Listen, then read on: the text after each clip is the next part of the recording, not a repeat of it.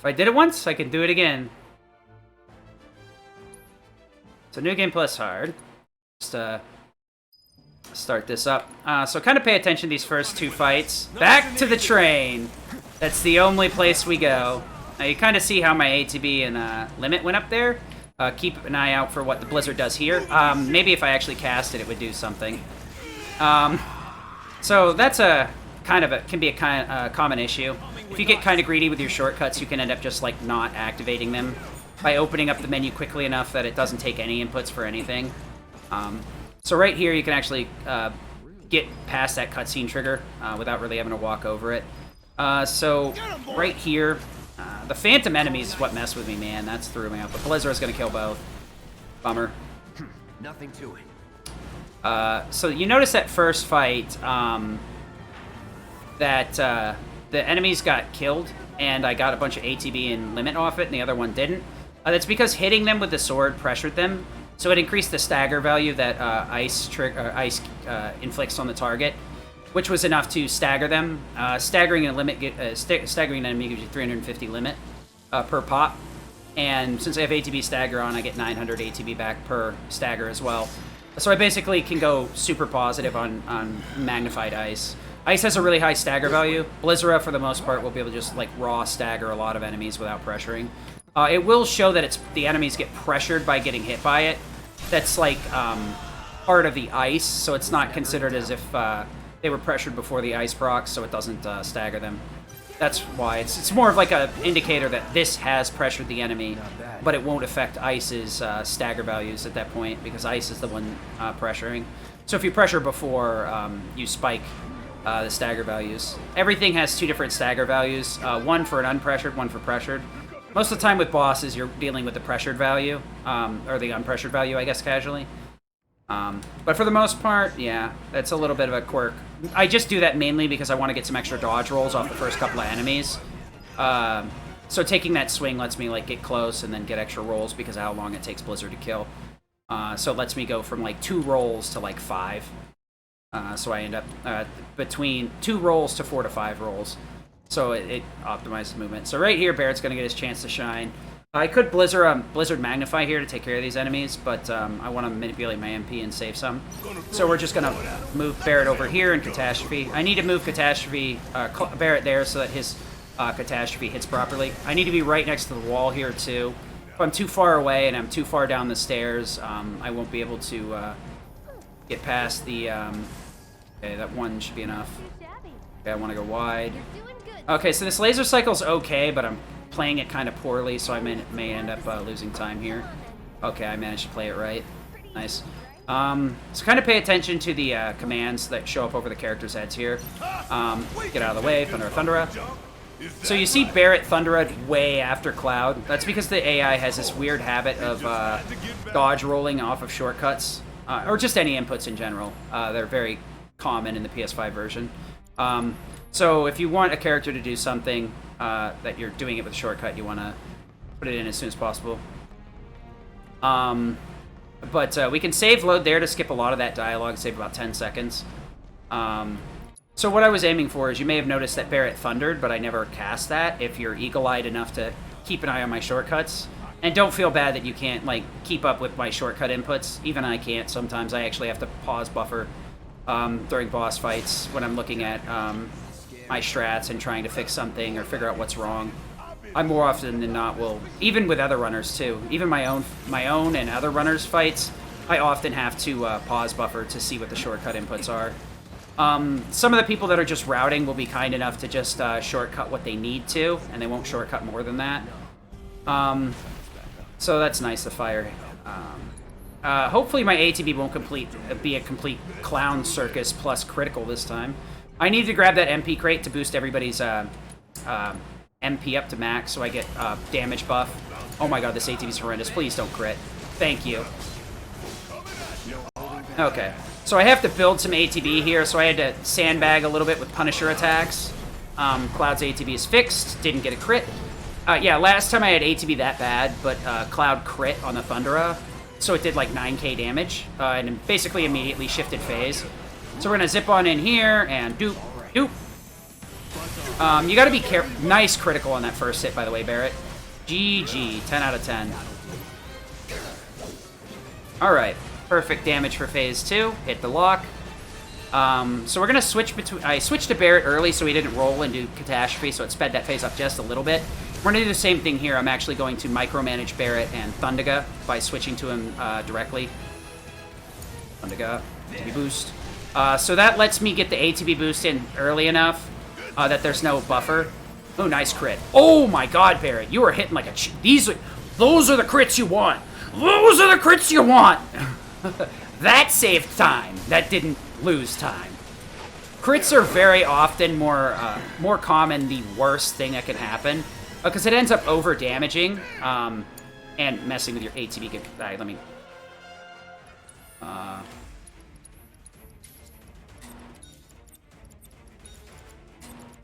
Oh yeah, bad movement as usual. Okay.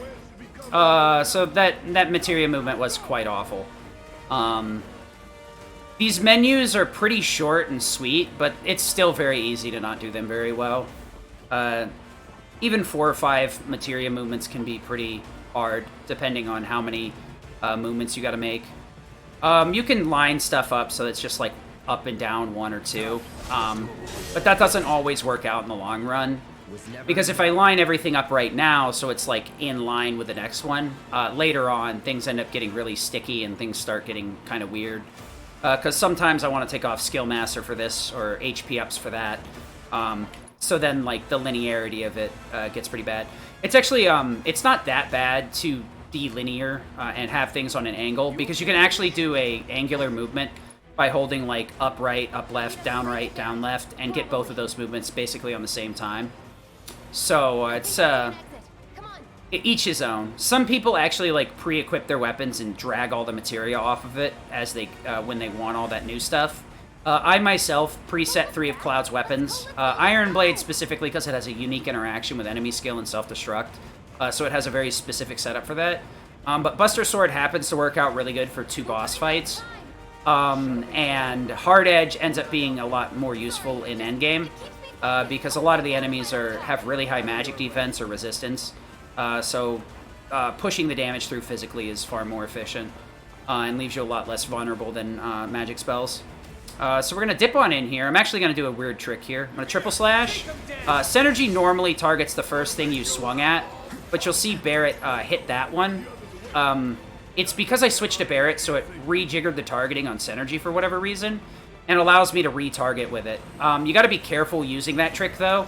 If you switch to a character that hasn't started up the spell with Synergy, you can interrupt the Synergy cast and end up screwing yourself out of it. You can...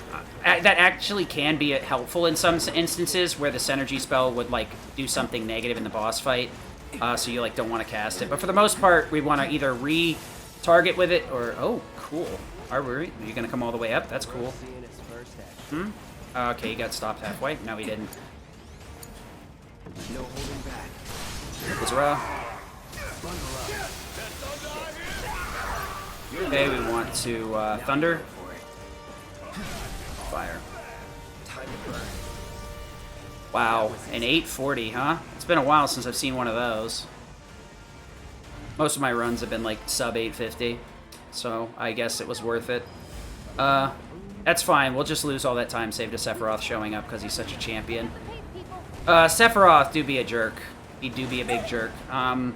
In Chapter 2, for whatever reason, Sephiroth can like fail to spawn in the PS5 version, and it loses around 20 seconds when he decides to show up and do his damn job. For whatever reason, part of the cutscene and your Cloud getting slowed down are tied to Sephiroth showing up. So it's just kind of like a, well, it happens. If it doesn't, it doesn't. If it does, it does. So yeah, Chapter 1's over. That went pretty well. Those crits were fantastic time saves. I'm actually surprised that I got like multiple crits in there, both Cloud and Barrett crit. So I did an enormous amount of damage to Phase 3 really fast. Yeah, we've tried, a lot of people have like sit here in Chapter 2 or like done just frickin' Chapter 2 RTAs, doing Chapter 1 into Chapter 2 over and over again. The only thing is like colloquial information. We have like no solid evidence. The only thing I have that seems to be semi-consistent is I've noticed if you when glitches are activated, if you don't close out the Final Fantasy VII game app and leave the PlayStation on standby and then boot it back up and go back into the game, the glitches will usually carry over. I've seen Sephiroth fail to spawn multiple runs in a row, but the moment I finished a run, he started spawning again. So there's got to be some sort of flag that's dirty, or RNG value that gets dirty early on, or at some point, and then it gets corrected later. Probably somewhere in like chapters 16, 17, 18, because of how many cutscenes he's in. Because most of those runs died going into like 15.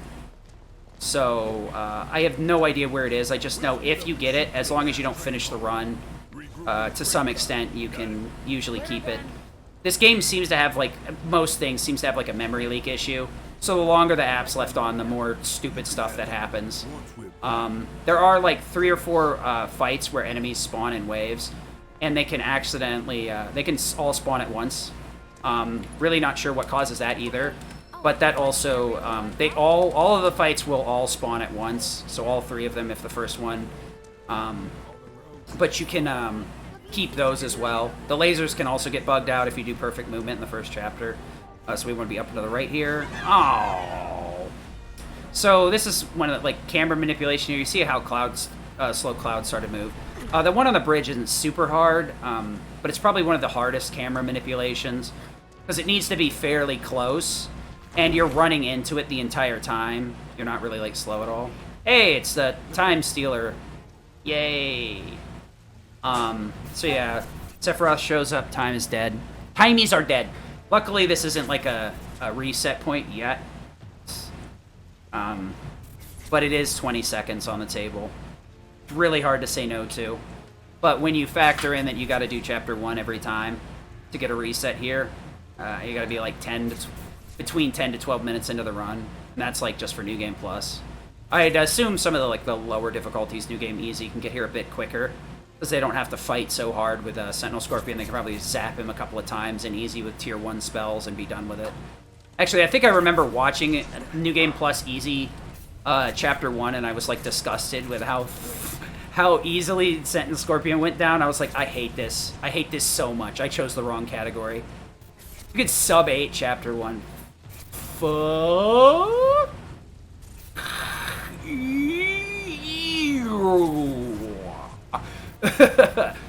Yeah, Chapter 8 is, these first couple of bosses actually give you a decent amount of pushback. It's not balanced for you being completely maxed out, because you cannot max out once you start hard mode. You have to complete it to get your weapons fully maxed out and stuff. But, they're balanced well enough that it gives you a pretty hard go of it. It's not a pushover. A lot of this earlier stuff kind of, unfortunately, falls down to the lowest common denominator, though, of, like, Blizzard Magnify being busted as hell and just abusing Synergy with it. Or not Synergy, but Stagger. So a lot of these chapters just kind of, like, Ice Packet, burn it, Ice Packet, burn it, Ice Packet, burn it. Yeah, pretty much.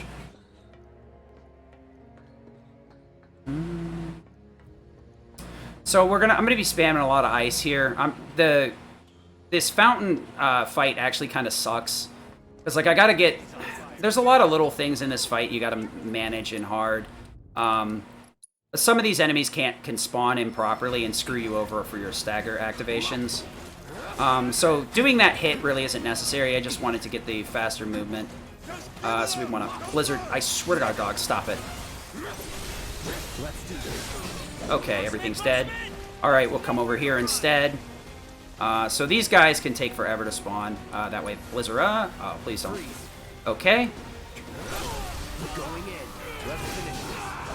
Okay, so we're gonna Blizziga these guys instead. I've had some issues with Blizzard recently.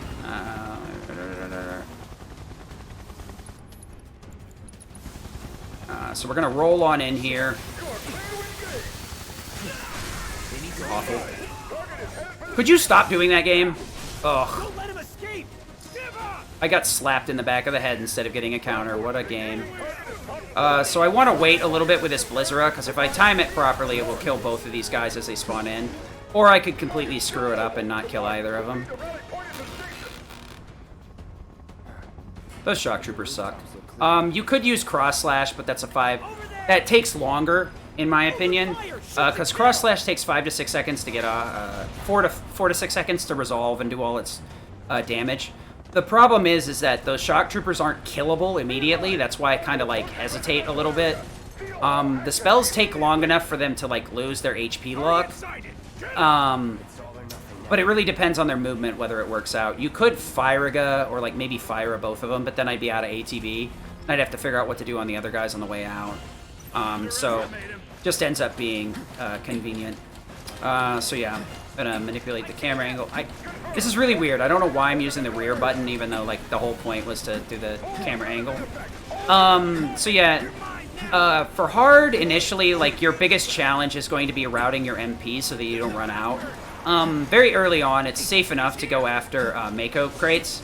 There's a bunch of Shinra crates with Mako shards in them that give a 10% recovery. Okay, thank you for biting the ass. Like these crates over here actually have a 10% recovery. And then the ones right next to those grenaders also had 10%. The early game, it's really kind of hard to go out of your way to lose all your MP, to be honest, in my opinion. So we want to Blizzard that guy since he's far away. I think that'll kill everything. What?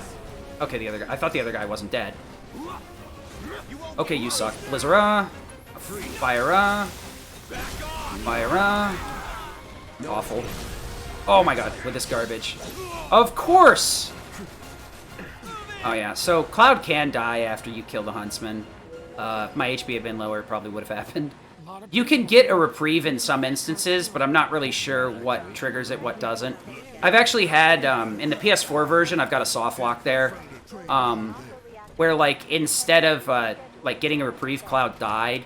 And then when I went to reload the fight, and instead of reloading the fight, it just loaded the cutscene. And then Cloud ended up in the black void where he should have been in the train, so that was a funny day. Unfortunately, I wasn't recording the first part because I was practicing the boss with my recording software open, but not ready. Could we...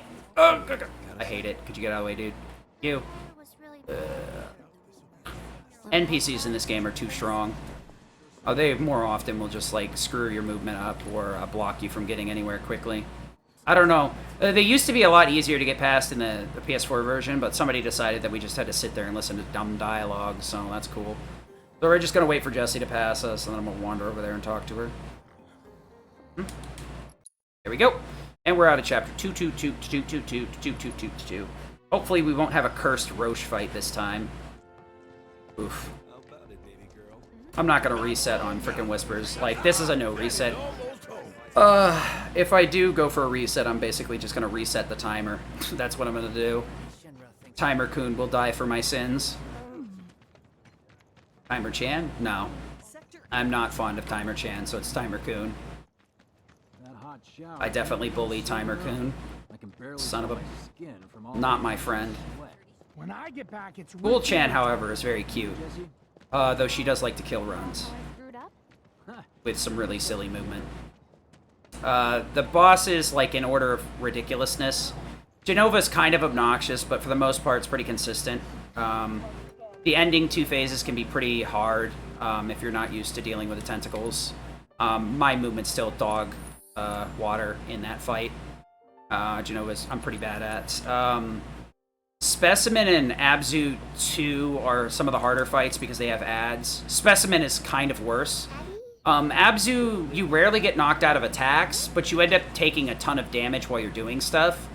So if you don't have HP ups or go into that fight on full HP, you're most likely going to die in the second or third phases, period, because of the way Abzu 2 goes.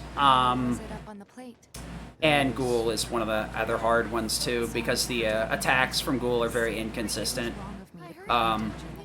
So, like, using offensive or defensive strategies is just inconsistent. I do a bit of more YOLO, hit with limit, explode, hit with limit, cure, done. I really wish we could use elixirs for Ghoul, but that's how it is, I guess. I'm so depressed with the amount of elixirs I have. I think I have like 20 or 30 elixirs. And I gave them the too good to use status, and then when I went into hard, I actually developed a little bit of PTSD and long-term depression. I do normally suffer for them, but the game was just like, here, let me multiply that into a nasty state. And then you're just kind of like, oh, I'm so glad I farmed all these elixirs so they could sit in my box and do absolutely nothing. So we're going to try and get Tifa to bounce off us in front of our door here so we can interact with her sooner. You got to take the right positioning. I'm pretty bad at it, and the problem is if you're not correct. Yeah, it wouldn't have been so bad if if it had said ahead of time, oh, hard mode will be available when you finish the game. By the way, you can't use items, so use them smoke them while you got them, buddy. So we're gonna. I am not in the right spot. Whatever. Have to. Go. Please. Yay! I got lucky. That totally wasn't set up properly. I just kind of started smacking the thumbstick and praying it worked. Yeah, not being able to elixir Ghoul is downright criminal. That's Ghoul is probably one of the harder bosses because of the item restrictions. You would think it really affects a lot of bosses because you can't get your MP to flow properly. MP doesn't end up being too big of an issue until you start getting into Chapter 17 and 18, depending on how you do things. I think 17 is probably the hardest because you have that split with two parties, so Aerith and Tifa are together. That's the highest physical, highest magical. But Aerith and Tifa fights have a lot of multi-targetable enemies, so spamming magic is like, you know, just do it forehead moment type thing. Like, you really should be doing it. So you gotta, like, really monitor her MP. Then you need her both for Genova and Arsenal, depending on how you do the fight. Casually, you're probably gonna burn a ton of her MP in Genova, because until you understand how Genova functions, you're just kind of be flailing with that fight. Arsenal's not too bad, but is kind of weird as well. So Chapter 3 is a bunch of, like, little time losses via movement, or time saves via movement. It's just a bunch of, like, a death by 1,000 paper cuts type thing. If I move too far ahead of her here, I can actually make her start walking instead of jogging. So I'm actually going to get a certain distance ahead and then stop immediately. Want to get right about here, and then stop. Wait for her to get up to the store, and then go. She does bonk off of that girl, like, every time. I'm not sure if that's my fault. Yeah, you're right. The initial issue was the MP management, right? Because I have to heal the ghosts as well, instead of just being able to, like, Phoenix down them. But now that we know we can Firaga in that room for free MP and just kill everything instantaneously, and I can get more out of the Synergy Fire on the other one too, it makes my MP go positive rather than negative. So it just kind of stretched an already thin MP pool to some extent. That probably would have been the first place I would have said you probably need both MP ups, but because of those little MP management techs. But yeah, that's the one thing about New Game Plus Hard. Everybody kind of approaches things in a completely different way. And there's a lot of arguments to say, like, one thing is difficult or it's not. Ghoul, I think its main difficulty is the inconsistency and, like, it getting hit by stuff. And the problem that it starts with physical weakness instead of magical weakness. So it makes that fight quite difficult to get out a lot of physical attacks, because Ghoul is pretty random and will slap the crap out of you when desired, but there's no way to, like, really predict that. So the easiest way to do it is just chucking limits at it for physical damage and then chucking Kirigas at it afterwards. The only reason I dislike Ghoul is because its attack patterns are a little, like, random. It's worse in the PS4 version, of course.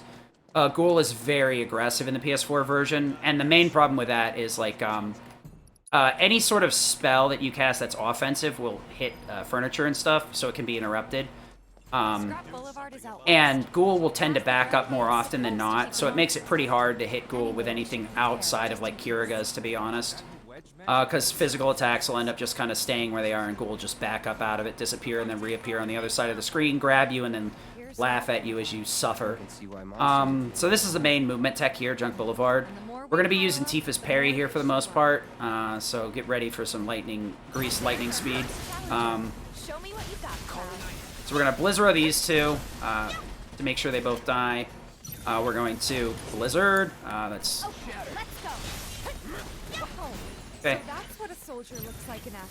Blizzard. Oh my, what was that camera angle doing? Lord game, what are you doing? I don't even know what that was all about. Lyra. Alright, so we're going to dip on over here. There's actually a cutscene flag that they forgot to remove next to the fence here. So getting past those paneling laid up against the side of the wall will trigger this cutscene to happen here instead of back at that previous fight.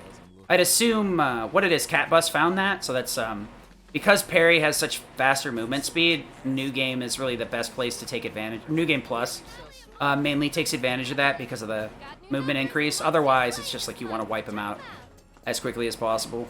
Yeah, Parry is a materia that you get, I think, a little bit later from Chadley missions. It's usually, it's good in like VR fights or certain boss fights if you're really getting your face pushed down. You're getting bullied pretty hard.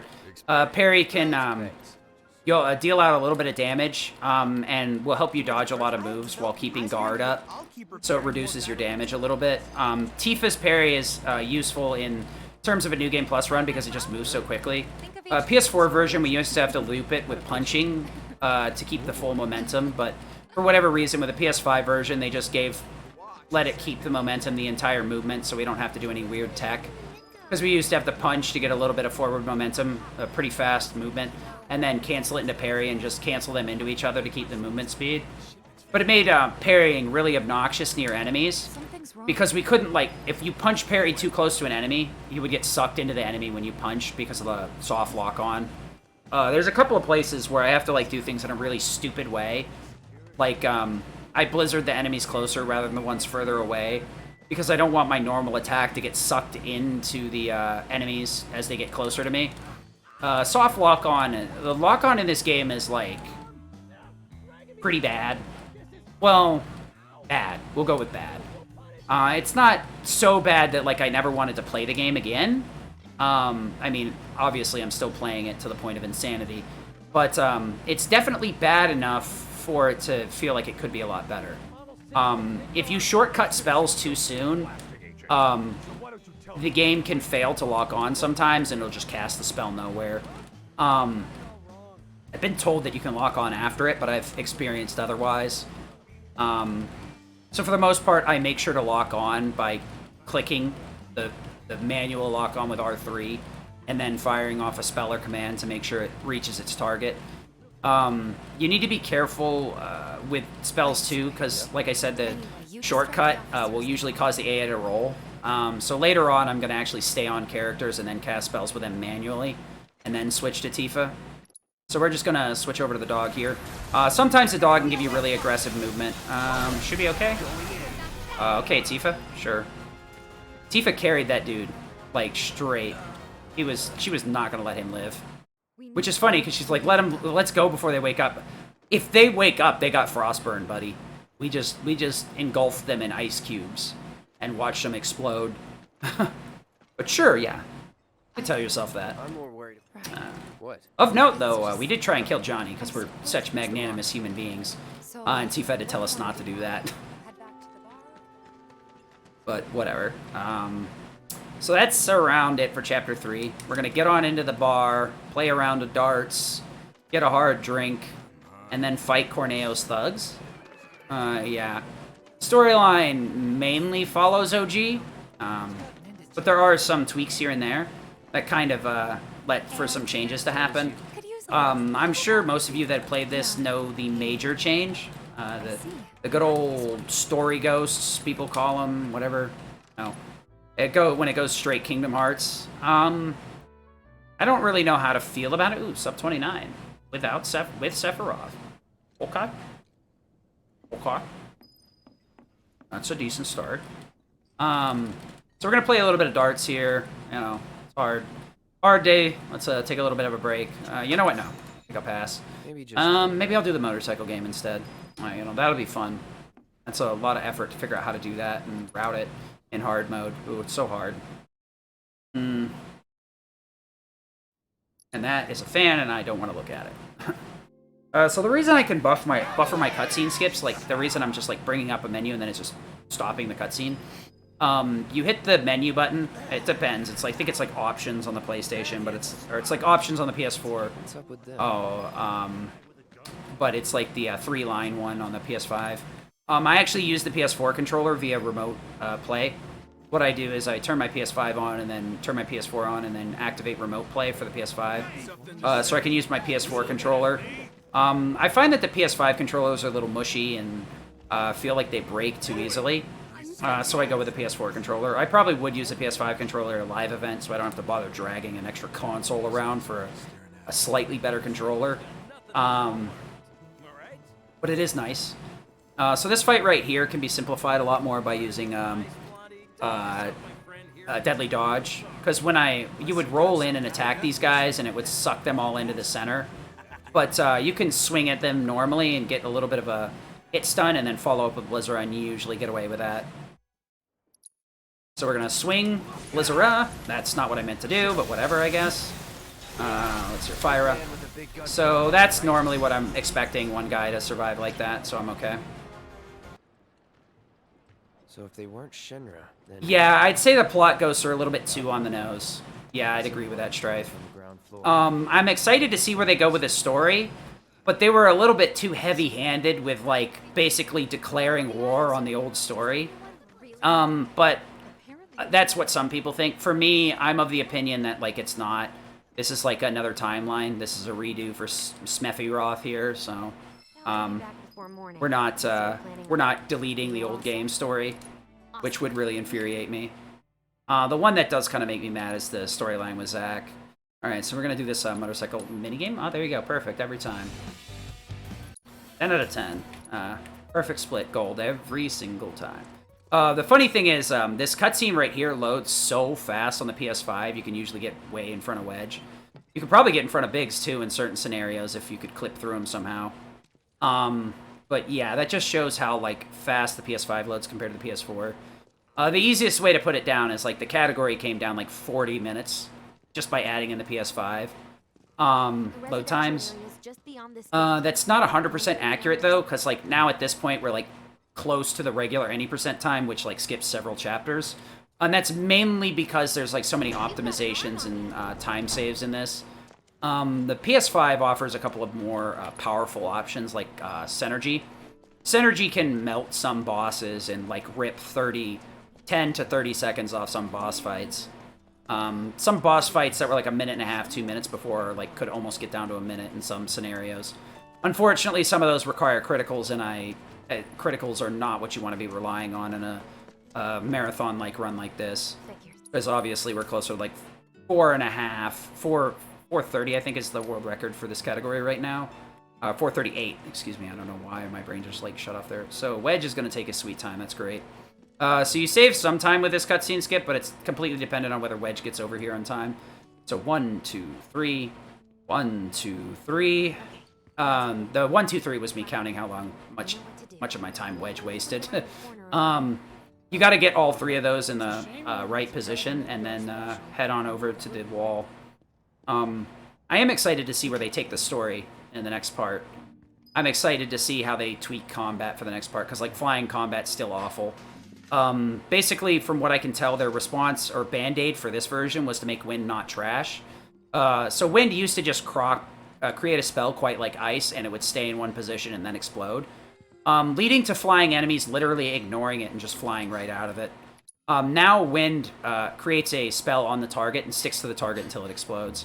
So the only way an enemy can dodge a Wind spell is by having something else trigger their dodge ability, by, like, a character attacking them and then them activating their dodge script, which will evade every attack and just show dodge, dodge, dodge, dodge, dodge, dodge instead of, like, any damage number. But for the most part, Wind will always hit now. It's very much like Lightning. There's some instances where Wind is, like, the only thing that can actually hit, Wind or Lightning. Because things can end up behind environmental objects, and Fire and Ice will not pass through those. So having Wind and Lightning sometimes is actually pretty nice. It's very rare that that happens, that you get, like, a soft lock encounter where an enemy spawns in the improper place and you can't, like, hit it normally. But it is something that does happen sometimes. I found it happens more often on the PS4 version than the PS5, but Mission accomplished. whatever. So we got another save load coming up here. They'll save a little bit of time. We're going to just ignore all this. The reason this saves time is we don't have to wait through any of the dialogue, so we just get to the corner and then they move immediately. So it saves around 10 seconds. Hopefully I don't leave with 25 hit HP this time. Good grief. We can save a couple more seconds when Wedge starts talking up here. I'll save load for that as well. What we're going to be doing is spamming a lot of ice in the annex. This is why I actually got refocused, because staggering enemies gives 350 points of limit, 1,000 for a level 1 limit, 1,350 for a level 2. So I'm going to very easily get a level 1 limit, but I'm not actually going to want to use the limit unless I'm in a really bad spot.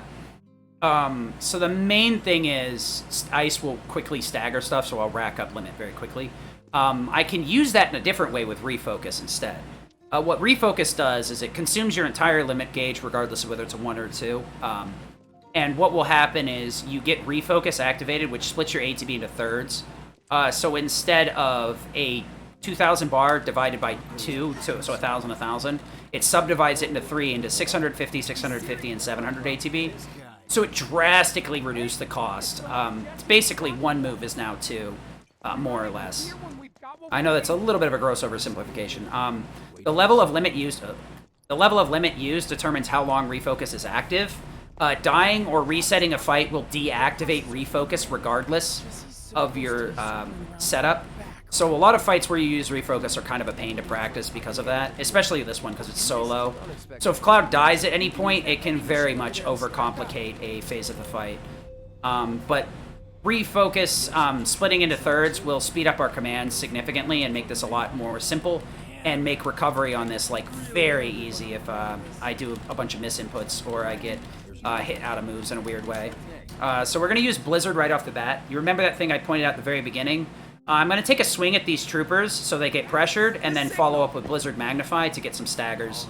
I could use Blizzard here, but I'll just start off with Blizzard, as it's pretty consistent. And they cast a little bit quicker, so it's better that way. Blizzard. Blizzard. Triple. Oh, shit. I really didn't want to do that, but whatever. I actually want to kill that guy before I refocus. Blizzard. Blizzard. Okay, so I want to grab this MP. Not super important, but why not? We're going to Blizzard here. That was a weird way to do that. Oh, no. I do not want to see that at all. Okay, that's stupid. That was 100% my fault. So what happened there was I accidentally rolled in between them instead of, like, throwing Blizzard. So it screwed up the fight pacing. Okay, Blizzard. I'm being a little bit safe with this because I've had a lot of issues with screwing this up in the past. Oh, I've moved him way too far away. I totally screwed that up. Man, I screwed up, like, every fight so far. Whoops. Well, that's bad too.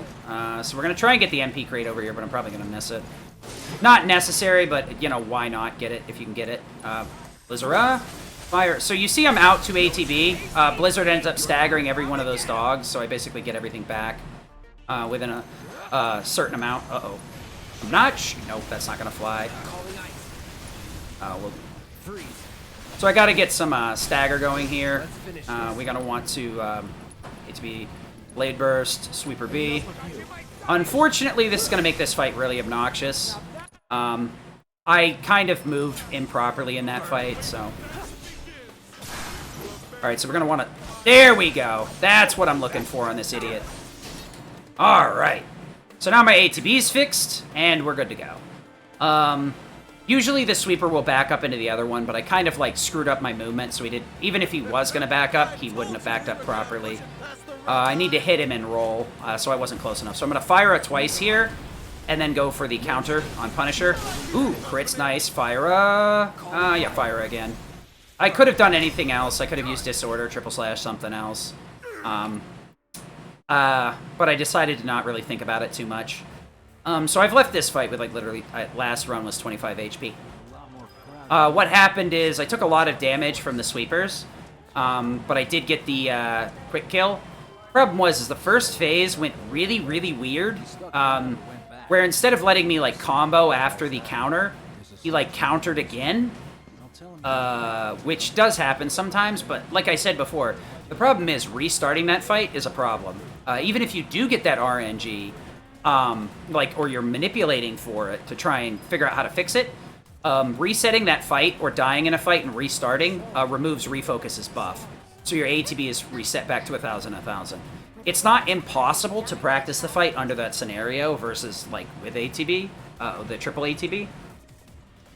But it does make it significantly harder to figure out how you would do it quickly with Refocus active.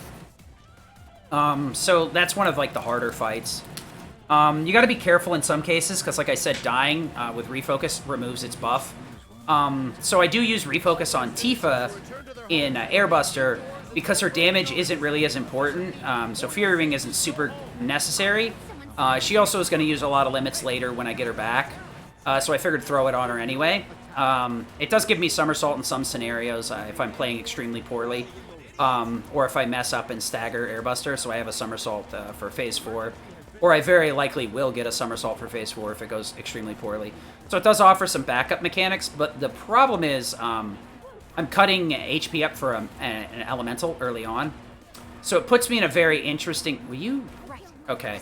Sometimes the AI just takes quite a while to start. We're going to try and get Biggs and Wedge to give us a good push here. But Biggs is really hard to get a good boost off of because he's going so fast and he's so thin. Wedge, bat shaming here for a second, is very easily to get a decent boost off of. But yeah, sometimes the NPCs will move faster than you because they want to be ahead of you. So if you can slide on front of them, you can get some speed boost out of it. There's some cases where, like, being in front of an NPC will actively lose you time. So 58 MP is, like, more than enough. Hopefully I don't mess up the Whisper fight, because that's what I did last, like, 3 runs. Keep, like, throwing Whispers super hard. First run today got to Airbuster, choked. Well, this actually is working out. Normally I wouldn't have reset this late in the afternoon for both of those things. But my run is coming up, is going to be 11 p.m. or midnight, so tomorrow. So it's going to be way later than when I normally run. So there's really no loss to, like, going in on a later run and getting used to being awake more in the afternoon, or being more aware at the very least. So this next fight, God or Dummerung, is pretty helpful. The refocus on Airbuster is part of the reason why she gets it, but unfortunately, I actually want to use Catastrophe on Crab Warden and a couple of the fights in Chapter 7. It'll simplify a few things here and there. Catastrophe is usually pretty bad to roll on and rely on as a source to kill enemies, because sometimes it'll get clipped through walls or get interrupted, or Barret will just miss somehow. It's kind of hard to explain, but Catastrophe has got, like, a really bad miss rate. It's somehow a rocket launcher that still can't hit the broadside of a barn. I don't even understand. It makes no sense, but somehow manages to be like that. So we're going to want to use a limit with Tifa here, since I pulled off Fury Ring. So, like, buffing Barret's damage in that earlier chapter was nice, but the real reason is to give it to her right here so she can limit. What I'm going to want her to do is to Somersault. Limits have a unique property where they usually won't kill until the last hit of the limit, just for, like, a cinematic effect. Somersault's very quick, so it's kind of hard to tell. Cross Slash has a similar quirk to it. Basically, all offensive limits have that quirk. And these Whispers, if you kill 3 out of 4 or 4 out of 4 all at the same time, you'll avoid spawning the next 2 in the other wave. So I'm going to try and hit B with a limit here and not screw up the input. And then fire a D, since he likes to go wide anyway. We'll see what happens here. So, B... Yep. Fire a... Okay. Alright, so that was perfect. Or, well, as good as it could be. I did hesitate in the menu a little bit. So if I get lucky, I can sometimes parry through the invisible wall with Tifa as it despawns. But you don't get it all the time. You just might as well go for it. It probably loses a little bit of time switching to Tifa, but considering how slow she walks up to that wall, it's worth switching to her. I saw somebody doing it in a demo of, like, my strat the other day, and I was like, why was I not doing this? I miss out on a lot of, like, silly movement optimization sometimes. This next fight's really weird, too. You could Blizzard Magnify twice, But I'm actually going to go for Blizzara, which does a lot more damage, and set this up so that I can kill the Enigmatic Whisper off of the Blizzard. What's going on here? Blizzara. Fire, Star Shower. Excuse me. Okay, he did get staggered by something. So I'm actually not going to do anything with Cloud there on purpose. The thing is, if the character you're controlling is doing something when you're needing to go into a cutscene, if you start, like, swinging and stuff, you have to wait for him to, you know, go back to a neutral combat stance. So it's a lot of little optimizations that just, like, not mashing buttons. Or like, it's like not hitting buttons on wake up in, like, a fighting game. You know, that terminology. You know, if you get up and just hit buttons, you're most likely going to get it snuffed by something else because the other person's already up and ready to do something. And then just get comboed again. That's basically kind of what you're doing there, is I'm optimizing going into the cutscene so that it doesn't have to cancel the animations and I don't lose a bunch of time by just wildly swinging my sword around when I know I'm going to kill. There's some times where I will start swinging, because it gets a little tense sometimes. You can kind of hit weird damage ranges, or you can get spooked and think, oh no, I think I screwed up the input, I'm worried. But the more you learn to trust and rely on yourself in situations like that, the better you're off. So in that scenario, I Blizzarded all three in front, went into a Punisher stance for a counter. Luckily, one of them decided to impale me, so I got a strong hit off of that. Switched back into regular stance, and when you switch out of Punisher into Operator, you do a spin out slash, and it's enough to kill. So then I followed up with another Blizzard Magnify, which hit and staggered the other two. But then it duplicated the third spell to the Enigmatic one. So the Enigmatic Whisper got staggered the moment he got pressured because of that duplicated spell. That may have looked really slow, but that's the only way to actually get any damage in on the Enigmatic Whisper. You have to stagger. You either stagger him, or you have to stagger and kill some of the other Whispers. At least one. You need to do 2 to 3, though, to make it consistent in most fights.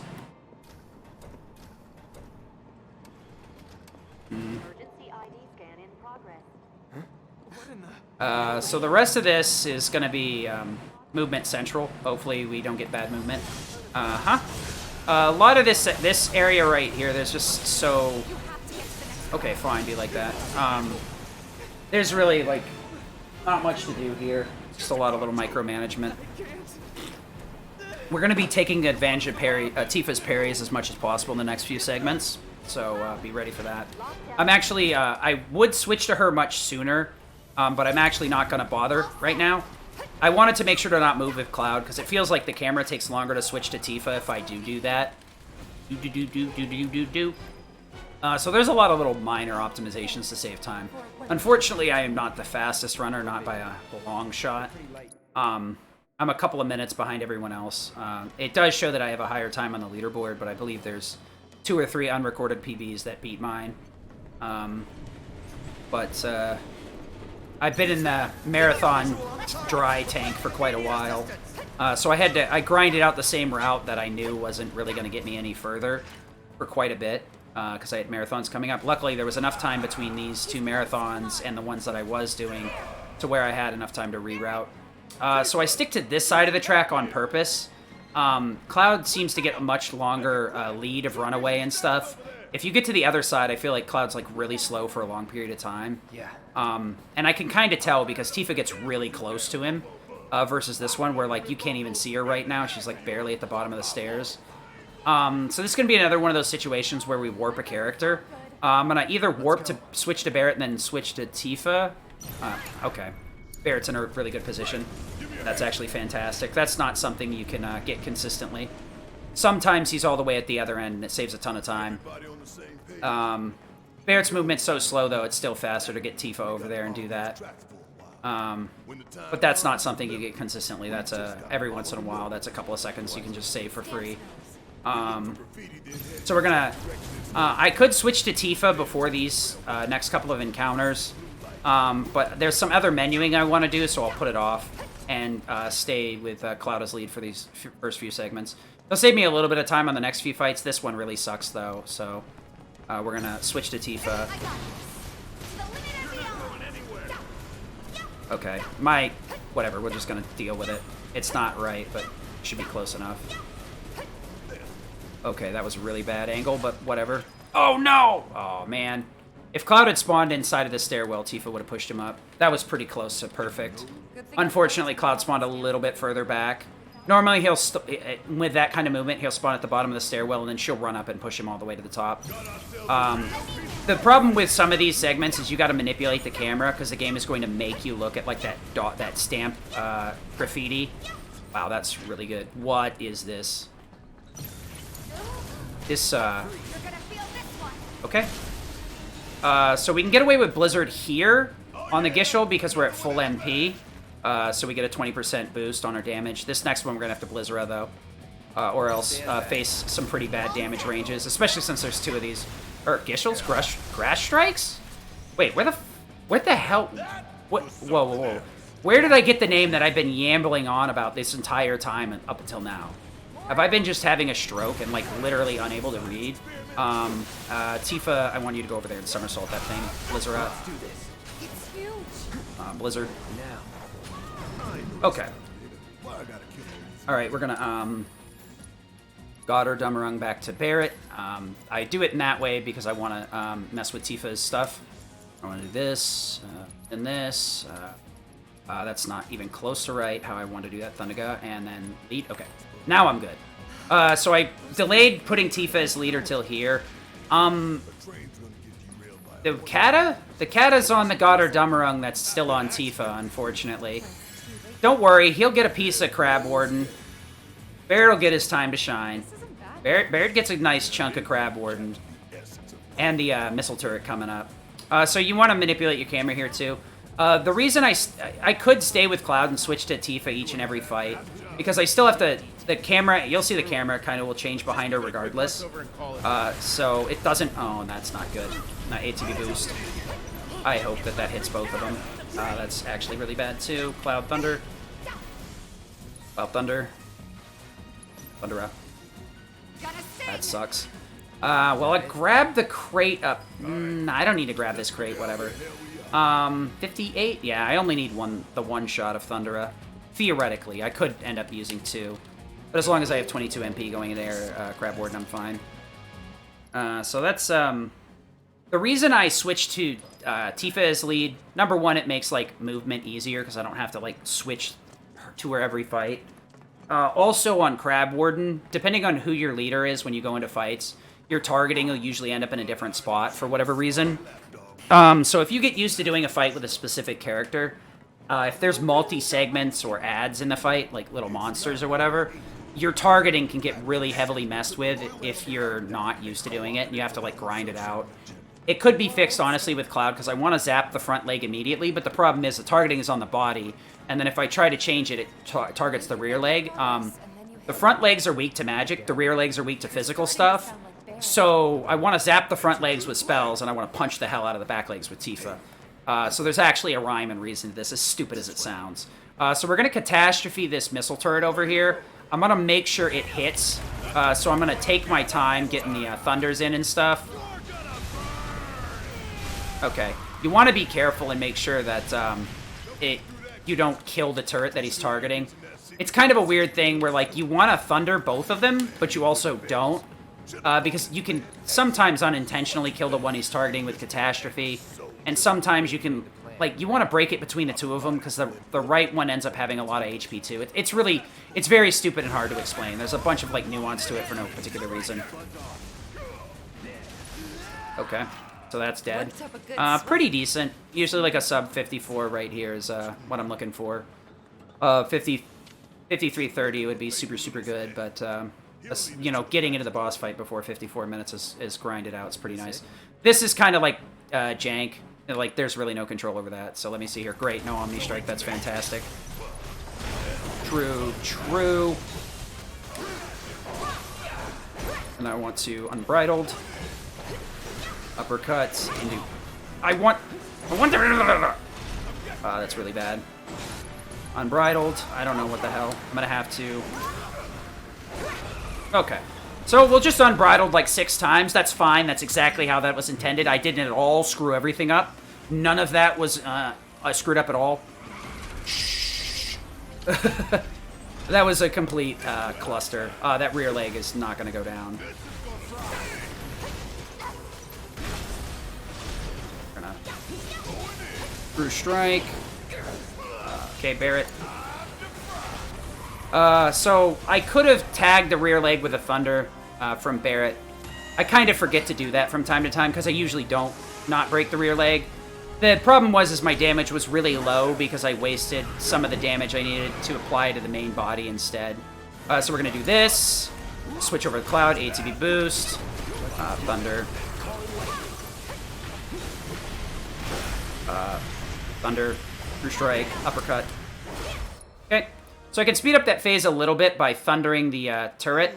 The only reason I get the stagger in that final phase is because Barrett's hitting with Catastrophe. I need... well, I don't need. I want Steel Pincers for a lot of these fights because it boosts Catastrophe's damage. I'll take Steel Pincers off once we get to right before Airbuster. EKG Cannon is probably a bit better because it has Bloodsucker, it has long range, it has higher magic stat than Steel Pincer, so you don't need to manipulate being at full MP for high enough damage output. The downside is you have Overcharge instead of Overrun. And Overcharge itself is technically better. I believe it builds more ATB, but does a little bit less damage. I think it takes a little bit longer. The problem is Overrun takes like 2 seconds to recharge. Overcharge takes like, what's the word I'm looking for here? Overcharge takes like 10. Overrun takes like 2. So basically, a little bit of time with Overrun and then a single tap on the triangle is enough to charge it and be able to use it again. Problem is a lot of the enemies that you want him to hit are long range, so EKG just ends up being better, unfortunately. The one thing that's really frustrating is EKG is like really awful in terms of setup. It has good magic, but it gives you a bunch of HP instead of MP, despite having as high as magic threshold. It has Bloodsucker on it, which is really weird as well. It's a long-range weapon, but its physical damage is doo-doo.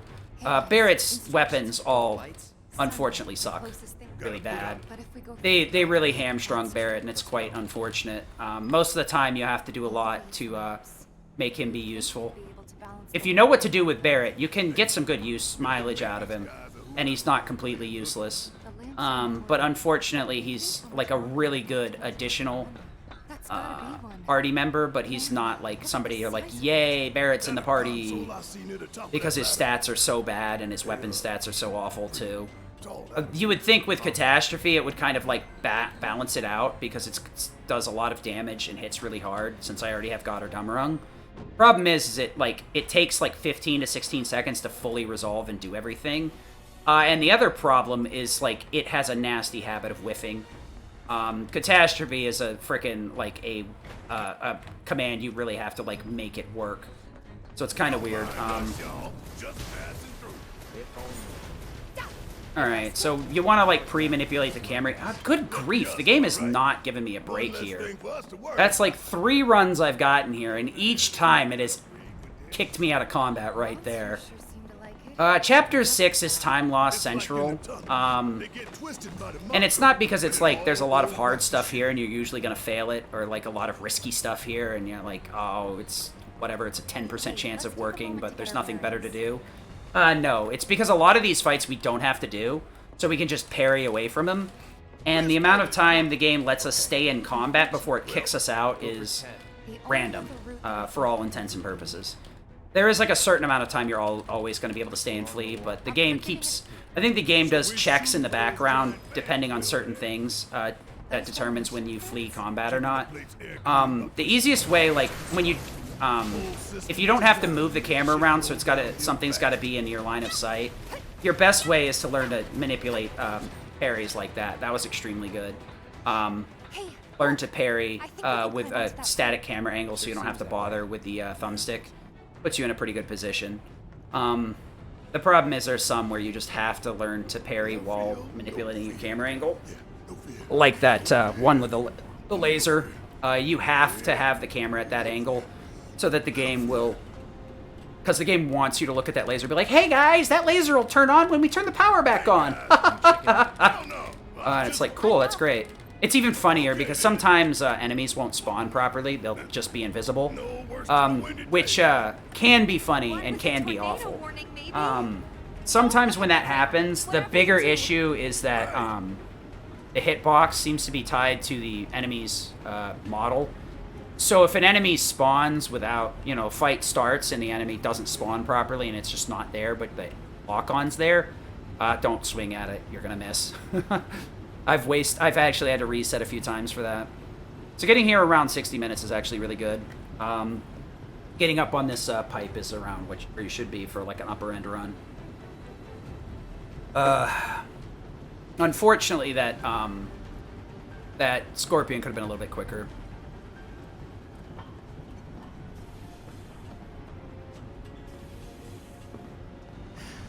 Oh, you're talking about the Chapter 15 skip? Yeah, it looks a lot harder than it really is. Chapter 15 is kind of boring, and you can skip like the middle 2/3 of it with the proper setup, because there's a cutscene where you need both Barret and or Tifa. Or, well, actually, you need both Barret and Tifa to trigger the cutscene properly. So if you can lag either of them behind, you can avoid that entire tunnel battle in Chapter 15. I would like a category without the skip, so that like it's not just random, like, okay, just every run is an any % until I have to not do it in a marathon because Thunder. Thunder. What are you doing? What? Okay, Cloud, you're really pissing me off right now. Thunder, Oh, fuck, I got Catastrophe off? What? How did I... That was like the jankest way to do that fight. Oh, okay. Okay, well, are we... Okay, yeah. I have the Discord up, but I don't have it up. Is it being discussed in, like, whether we're going to split categories again? Are we returning to that discussion, or is it just something in general in Hard? Because it's actually... It's not too bad in New Game Plus Hard either, as long as you have enemy skill. And honestly, you probably should have enemy skill, because SD can be pretty... Ooh, nice. SD can be really strong. Same topic. Okay.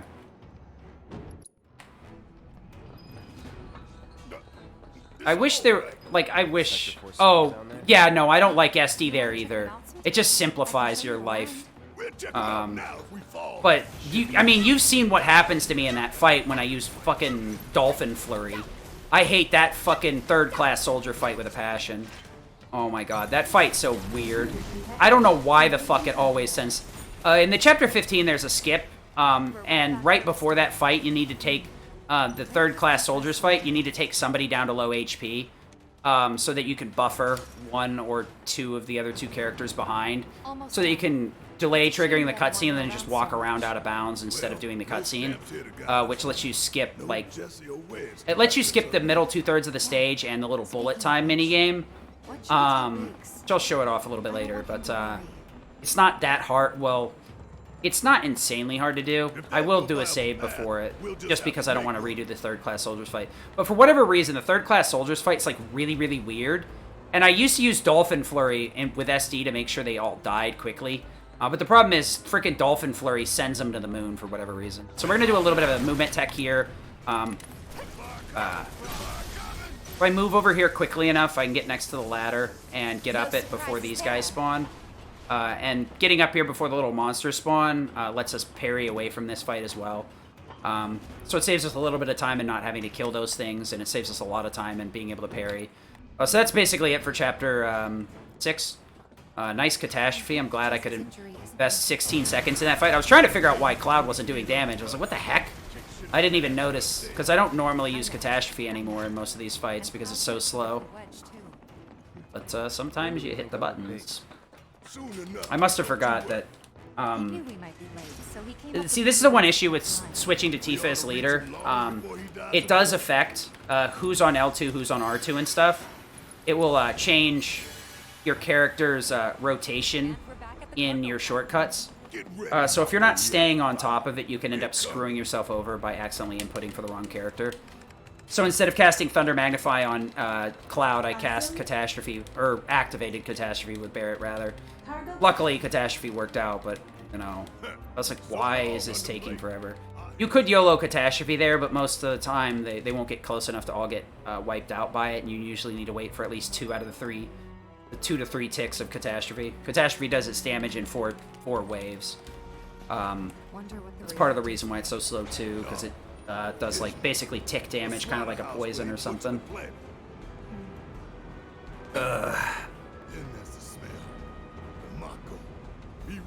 Yeah, if you could just take damage from those 3 fights without needing SD, it would be a lot better. Because honestly, I don't want to bother putting it on Iron Blade either, or Mithril either. So we're gonna actually move a little bit with Tifa here. Switch over to Cloud, Thunder, Thunder, and then just spam an additional Thunder. Okay. So we're good. Yeah, so that just shows how long interactables take to activate sometimes. Big should be waiting for us up ahead. He's probably worried sick about us. Well, there you go. Into the vent we After all go. that fighting, no one's coming for us? So chapter 6 is done with. Now into chapter 7. The biggest risk in chapter 7 is the shock troopers giving you the what. Wait to bail now. I've had some really jank fights with the shock troopers recently, but the big one is killing yourself on Airbuster by accident. I'm actually gonna like push Tifa through Tank Buster because I can kind of bug through it and not get hit by it. But if I don't buffer my commands properly, I'm gonna get snagged by Tank Buster, and regardless, I'm gonna get one shot by it. I don't have enough HP to tank it, even on God or Dummerung. If I took off something like Elemental or whatever for HP up, she could tank it. But not without an HP up. Even without Berserk being active, she takes too much damage from Tank Buster.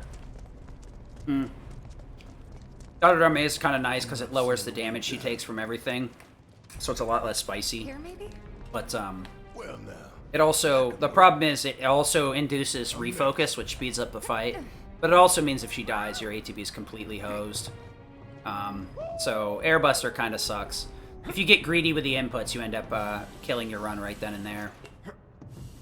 This time I'm going to shut up and focus because it seems like whenever I talk during Airbuster, I throw my inputs. I'll talk a little bit during Phase 1, 3, and 4, but not Phase 2, because I need to make sure I don't mess up my inputs there. It really sucks because for whatever reason, those who fight further, the song that plays during that and the Arsenal fight later, likes to get claimed for whatever reason. Not even by Square, by just some random Sony music company. Or, well, I guess that explains that, right? Sony. Where is everybody? It's really weird. I don't know why. I kind of hate stream music, or video game music because of that nowadays. Nice! So you want Cloud to warp over next to the ladder. That way you don't have to fight the camera or anything. So there's a couple of MP crates we can grab around here, but we're really not going to need any of them just yet. So Thunder. A True Strike. Okay. Oh. That would be sometimes. Told you so. There's 4 of those enemies, so I'm going to have to hit something with Tifa. I just don't know what I have to. So we're going to move a little bit with Tifa here. So we're going to Thunder. Oh my lord, this is so weird. Let's finish this. Okay, everything's dead. Good. So the reason Cloud could keep spamming commands there was because the laser turrets on the upper floor, you may have seen it for a fraction of a second there. Magnify was actually duplicating a 3rd spell to them, which was strong enough to one-shot them. And also stagger them. So I could keep my ATB flowing without much of a pushback on the game. The reason I need to switch to Cloud there, though, is I need some Synergy Lightnings out of Barret to get that last little bit of damage to get rid of the sweepers. You can do that fight with Catastrophe, because there's crates next to the left, the troopers that spawn on your left, or the sweeper that spawns on your left, but it's not worth it, honestly. You can micromanage your MP in other places and get it back. We're going to switch over to Barret here, just to fire off a Catastrophe, and then switch to one of these two to... Because you see that dodge right there? That's actually what I was talking about earlier. So yeah, Catastrophe is consistent here, but slow. Because Barret has to be down for the cutscene. You could do it a little bit faster with Self-Destruct, or Fire Magnify, or any sort of magnified spells. Problem is, with my route, I'd have to change my equipment. And in my estimate, I'd have to waste all the time in the menu. Changing, adding whatever. And then taking, adding whatever back in. Okay. So I just have to take the time loss there with Goddard-Amarung. The main issue is I can't just like spam Thunderguard or something with Cloud. Because I want him to have full MP for Airbuster. And a lot of these fights can be kind of obnoxious. So I'm more concerned about keeping Cloud at max MP. Because there's a few spaces where I might need to throw out a Fyra or something. Or use some extra spells with Tifa. So my MP can be kind of tight in this chapter. So you gotta be careful with it. Thank you. I really appreciate it. Huh? Just imagining their faces. So far, so good. Zip on through. Let's move. This next fight's pretty easy. I used to use Catastrophe here because Magnify was really, like, inconsistent. Turns out Magnify's pretty consistent now, so we're just going to zip-zap with Cloud, and then I'm going to synergy, pull an empty attack for a synergy. So we're just going to do this. Then this laser cannon here, we're just going to True Strike at a distance and move on with our lives. There we go. Unfortunately, this next fight, we're going to take a little bit of time to start up Catastrophe on purpose. I actually want to grab those MP crates. This guy right here. Everything else dead. Triple. So the Thunder will hit him as soon as he walks off the platform. When he's on that computer, he's unkillable. So the Omni Strike really wasn't to do damage. It was mainly to trigger this energy after Catastrophe, so you'd zap him immediately. So this next room can be pretty obnoxious too, with the Shock Trooper double turret. But the turrets will actually give me enough ATB to just pull off a double command with Cloud here, so... This will look pretty jank, but trust me, it works. Thunder. Triple. Oh. So triple slash killed there. Not always consistent. Sometimes he gets dodgy, so... Astrophy. What are you doing, game?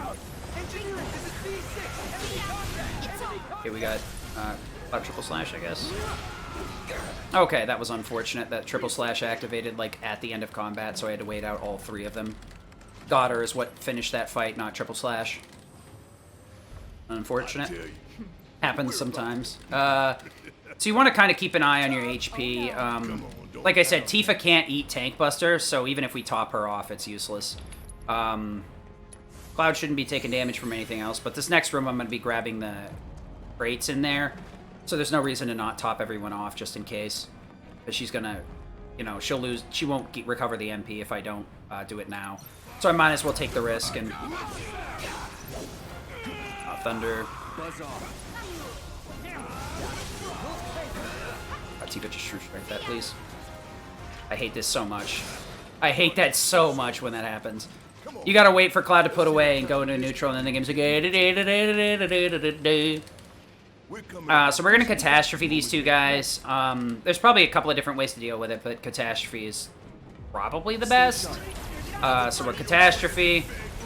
Oh, of course. Okay, fine. That's awful.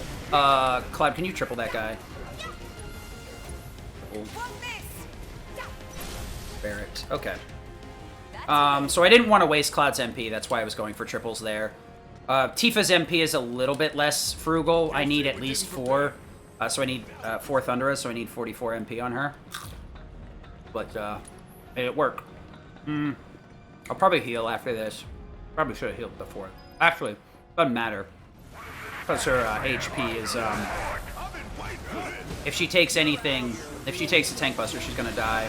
And she shouldn't die to anything else. So I'm gonna show you why... we'll get rid of this Omni Strike. So this is what Uppercut looks like if I don't cancel it. But I can cancel it with parries, so I can get this. See how fast my ATB gain is, and the damage output. This can be a really strong movement tech, or gameplay tech, for Tifa, whenever she's in the party. So what I did there is I took Synergy, put it on Cloud instead of Magnify, because we're not dealing with any more enemies. I changed out Goddard-Amarung and gave it to Tifa. And gave Barrett EKG. EKG isn't important for this chapter. No way we're getting EKG isn't important for this chapter. Sure. But it will be in Chapter 12 when I get him back, so that's just like a preemptive.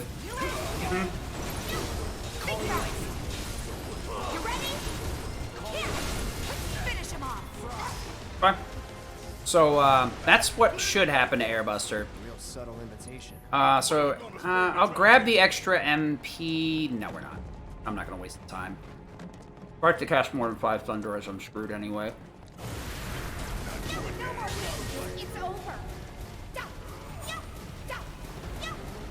There's almost no situation where I should be able to get out 5 Thunderers with the way I have things set up now.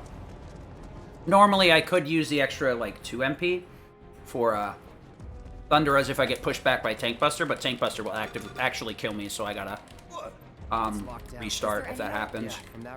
Because I am going to activate Refocus here. So I have that same weakness that I was talking about earlier. If you die or restart a fight, Refocus disappears. So basically I have to hard restart if I get eat by Tank Buster. The trick with Tank Buster is it's not too hard. You can buffer your parries into Focus Strike if they're all bound to the same button. I have Focus Strike on Circle for an actual reason. And, you know, guard plus Circle equals a parry, which has like a really low... you basically won't get hit as long as you're parrying into the side of Airbuster. But I'm going to use Focus Strike to kind of like dodge out of the way of Tank Buster. Hopefully I'll actually like do the input right this time. I missed it twice last run and had to reset, so... Hell yeah! We really did great timing. Airbuster did want to give me a big hug. Unfortunately, I took it. What y'all got tough? And big surprise, it killed me. That is a wall. Okay. Oh, that's another wall. I'm just kind of rolling forward my menu here, so... Alright, let's try this again. This fight's incredibly tight. 60 seconds of hardcore inputs, pretty much. So we're going to do a couple of focus strikes here. Oh, this ATB is perfect, though. Just one poke focused. Having perfect ATB is so uncommon. Refocus. I want to make sure I time this Thundergut properly so it doesn't get wasted. I'm going to wait a little bit here until I see him do that. There we go. 1, 2, 3, go. We'll hesitate on this one. Through strike. Uppercut, uppercut, uppercut. So that worked out perfectly this time. I almost screwed it again. So we gave Airbuster a big hug. For whatever reason, Focus Strike jumps through the Tank Buster and doesn't get tagged by it. Not sure why that happens, but that's how it works. So with Synergy in tow, we can just melt the boss at a... so Skill Master triggered there because I True Striked on Airbuster Phase 2 to get an additional trigger. So that's why her ATB didn't go down once. Thundiga, Thundiga. Probably way too late. I got lucky. Okay. Got a little cutscene of us falling down. We're gonna do this. Iron, nope. We're gonna put Force Bracelet on because I need to increase self-damage. Or just damage taken in general, I believe. SD? Yeah. SD and Blade Burst. Okay, so Cloud's gonna get off magic for a little bit here. And we're just gonna go physical Unga Bunga. Give me ATB. Should be okay with this. Blade Burst. ATB boost. Oh, really? Oh, in Phase 4? Oh, I thought you were... Okay. You'll have to let me know about that in Discord. Can I... Does that show up on the subtitles? Hold on. I gotta explode here real quick. So SD can be like manipulated in a really weird way to get free limits.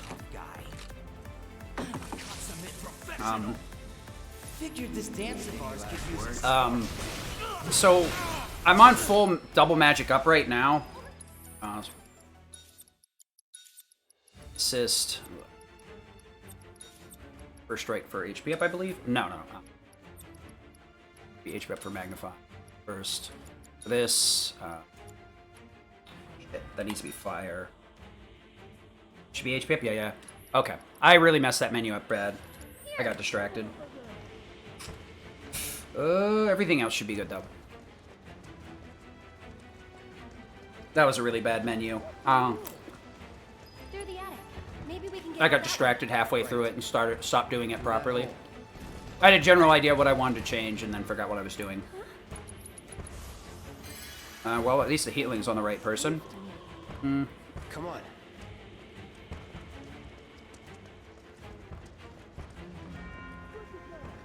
I'll go first.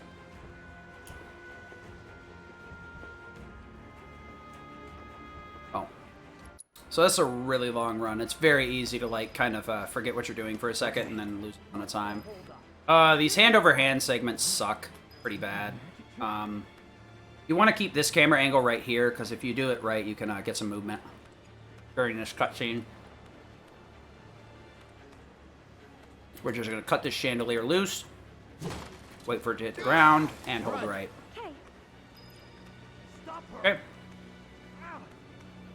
I really wish the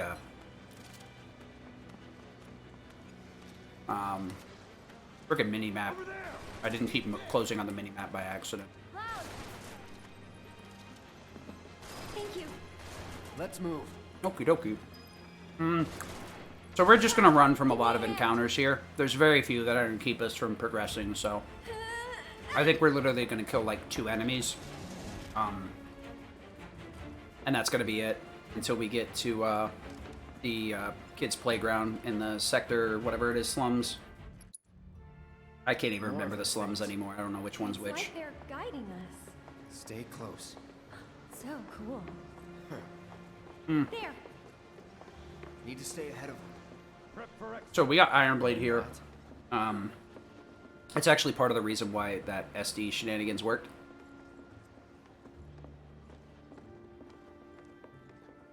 They gone? Yeah. Actually, think up so. front of her rip. What are they? I think, actually, I don't know. So some of these cutscenes, it doesn't actually need the person to be in the right spot. They just get warped over there like this. If you have the mini-map open, sometimes you can even see them pop up on the mini-map. It happens with, like, Tifa in Chapter What's next 12. for you? A little other bit of places. bodyguard work. Right. After that, it's back to the Sector 7 slums. But yeah, we're just going to avoid most of these fights and just keep on moving. Yep. Iron Blade here has a unique interaction with enemy skill. We'll just start off from left to right on the sword. I have Ice Elemental. A lot of my weapons have... Cloud has Elemental on it. All of his alt weapons have Ice Elemental because it ends up being, like, efficient for specific fights. A lot of the enemies are either, like, neutral or weak to Ice. So Ice ends up being pretty a pretty good choice overall. Gotta love 'em. Plus, its insanely high stagger So value what's he to you? ends up making it Looked like you the knew Ice spell itself useful, He thought outside I of just the could be magnification, or just out of the elemental bonus damage. Forget it. You mad? The next 2 I have is enemy skill and HP absorb. Actually, haven't traveled by So whenever I activate an enemy skill, I'm going to get 40% HP back out of that damage. honestly, kind of exciting. Well, The only 2 worth even talking about are Alleged Aura. Bad Breath inflicts a bunch of status effects that won't actually do anything useful, at least to the enemy. For you, it's a big pain in the ass, but for the enemy, it's jack squat. Wait, give me a moment. Soul Siphon or whatever it is, like, doesn't really do enough in terms of, like, HP stealing. You'd better off being doing HP Absorb or something, or activating some other skill like Bloodsucker that gets HP back, or just flat out healing. Legend Aura is an ice tick. It lasts for about 60 seconds. Does a decent chunk of damage, honestly, and is pretty good at adding stagger and pressure to some of the VR bosses, especially if you're going to do solo fights. But SD is probably, in terms of a run, is the best. Cloud? Self-destruct takes 2 HTB, There it is. and then pops Cloud, or whoever has it equipped, But with a self-damaging attack when he pops it out. people Has a pretty high damage multiplier, so it hits pretty hard, even without double magic up on Cloud. Fury Ring is usually alone enough to get it into the max damage ranges. I'll go first. It does take 2 ATB, and Cloud does get You to wait. flinged into the air and have to wait for him to stand back up. So if you Maybe I'll use go it in the right ahead situation where and things are going to progress normally anyway, regardless. Just So like with that Reno fight, maybe you shouldn't. where he zips around anyway, it doesn't matter tell if me Cloud's flip-flopping like a fish on the floor. Not for free. So why not? cheapskate. you know? But normally SD out of enemy skill will inflict instant death. We actually took our 5th and 6th slot and used subversion warding for that. So I have 100% evasion of instant death. This is something that really like you can only do in New Game Plus because you're not even gonna have enough materia slots for it, much less linked ones, for this kind of stupidity. And you're definitely not gonna be able to max out warding quickly enough to get 100% evasion rate is. So it would be risk versus reward every time. But because we evade that, we now do a ton of self damage. And like I mentioned earlier, the damage you take can gain limits. It's based on percentage of HP loss, not raw number. So having a lower HP count when you self-damage with SD or just anything in general results in getting more limit gain out of it than in any other scenario. So a lot of these fights we're just going to rush on in. This is probably the most optimal movement with Cloud. Lock on at a distance, take his rush slash, cancel out of it with a roll, and then just roll on forward like it's a Limp Bizkit song. Then, rinse and repeat. Station's there. I can see that. So a lot of these fights we don't need to bother killing. The only interesting stuff is going to come up when we're in the kids' fort in the background of the slums. The rats are kind of obnoxious for most of the game. If they're not all killed at once, there's several places where they'll activate Call to Arms, which will just spawn another wave of rats, which takes forever to spawn and forever to be killable, and then has a pretty decent chance of just doing it again. You want to wipe them all out at once.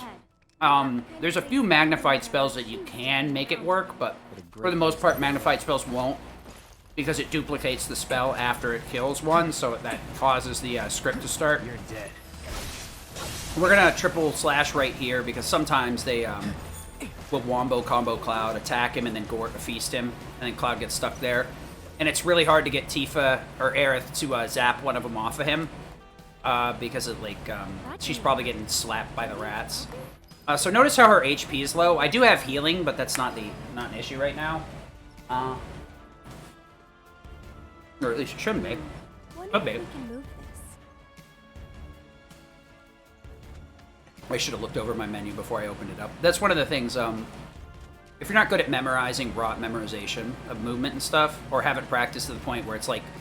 The problem with rerouting is you end up in a scenario where, you see her HP went back up. She actually has Bloodsucker on Mithril Staff, so when she kills stuff, she gets HP back. Which is actually pretty nice, because you normally don't have enough slots to slide in an HP up on her. So she ends up very glass cannon-y in her build. That can be mitigated by some extent, because a lot of the bosses will tend to target the character you're in control of. So if you're wise about who you're taking control of and not going on Aerith when the boss could possibly hit them, or hit her, rather, you're pretty much safe.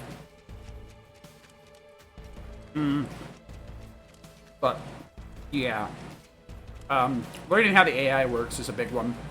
Don't ever be afraid to ask if you're going to learn how to run this in the Discord.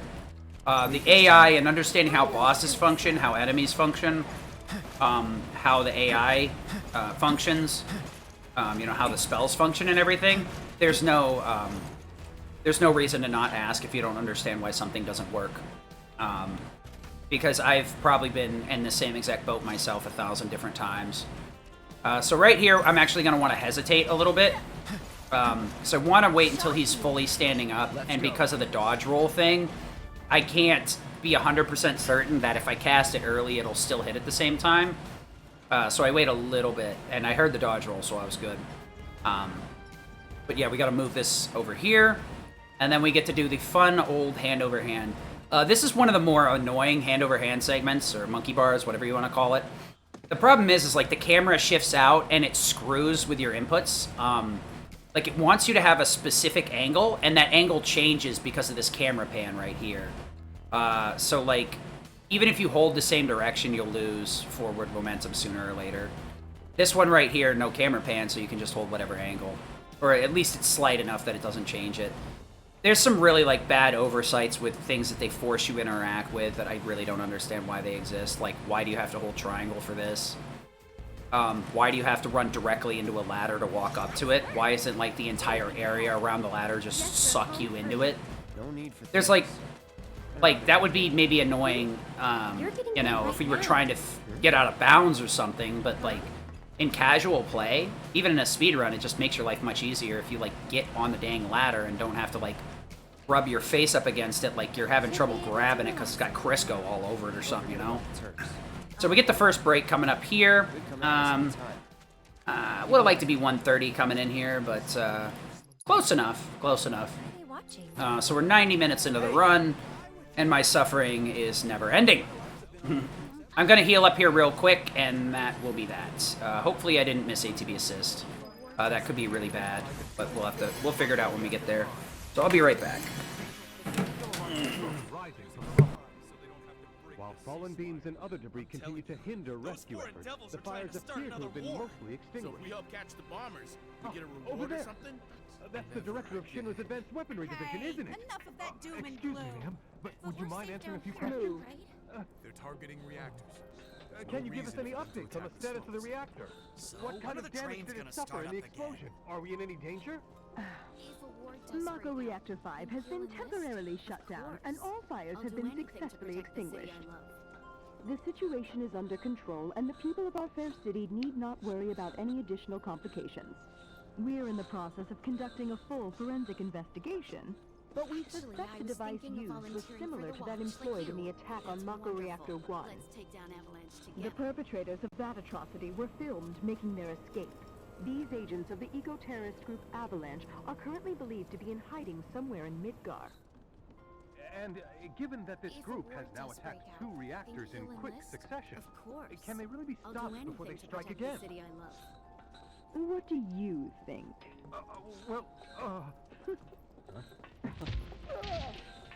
Have no fear. Shinra will keep Midgar safe. Like you. That's wonderful. Let's take Okie dokie. Okay, time's up! All right, let's go. We need to start preparing for the worst. Without the reactors, how are we supposed to live? We need to stand up and oppose anyone who tries to destroy our way of life. Oh, what timing! Mind lending me a hand? Place is really hopping, huh? Nice side effect of the train situation. So, what do you say? I'd love to, but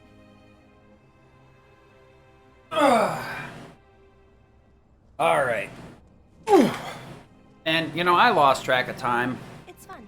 I literally, like, yesterday, I was like, oh, I'll do a run Monday and Tuesday. And I'm, like, thinking to myself, my run's on Wednesday. What are It's you like, doing dude, all the way up there? it's, midnight Tuesday. You're not doing a run Tuesday. You're doing a run Tuesday going into Wednesday. And then another run Wednesday because you're not good enough. And currently my bodyguard. That's Oates. See you. 2 peas in a pod. Pod? You saying I'm pod people? You calling me an alien? I'm gonna have to get my Twitter followers on you, So, just like what all are of you your guys up posts. to? We all went to see the reactor. Oh, that's right. You're supposed to come by the house. What for? I don't know. You're just supposed to. Well, guess we have a new destination. I should probably explain. The Leaf House is the local orphanage. That's where all these kids live. Hey, Aerith, where'd you go? The church again? Next time, we should all go together. Yep, you got it. Why, hello, Aerith. As popular as ever, I see. Apparently, but they sure keep me on my toes. Toes you. Better than being bedridden. Thanks again for all those herbs. You've helped a lot of people.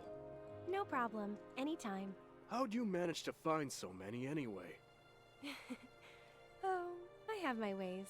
And him? He's my bodyguard, just until I get home. And you're sure he's up to it? I'm really worried about that ATB assist, but we'll find out. It'll screw up one of the fights. Since I'm so generous, But, I gather medicinal herbs for his patients sometimes. Here's the Leaf House. There you are. Oh, yeah. We're back. Sorry to make you come. My God. Don't be. Well then, I hope No problem. all I'm over here trying to skip a cutscene, and I'm like flip-flopping my controller trying to make. I'm like, oh god, no! I forgot what I'm doing. Once they're ready to eat, I'll bring some to your place, Aerith. I'm studying so I can read a ton of books. If you guys are sick and tired of watching some remake, though, Quest for Glory is live today, so So, Cloud, what's plenty your of favorite RPG flower? goodness going on over there. I'll probably be hosting it as long as I'm not doing. You sure you want to say Probably that turn to a host off florist? when I do SG live Okay. run, because we'll skip this. This saves us a pretty non-insignificant time. It takes forever. It's not even about her talking. Use Heidegger's monologue as audio cue, huh? I guess I gotta be careful with that since I don't doesn't matter which version I use. I just have to figure out which where it is for Japanese and English.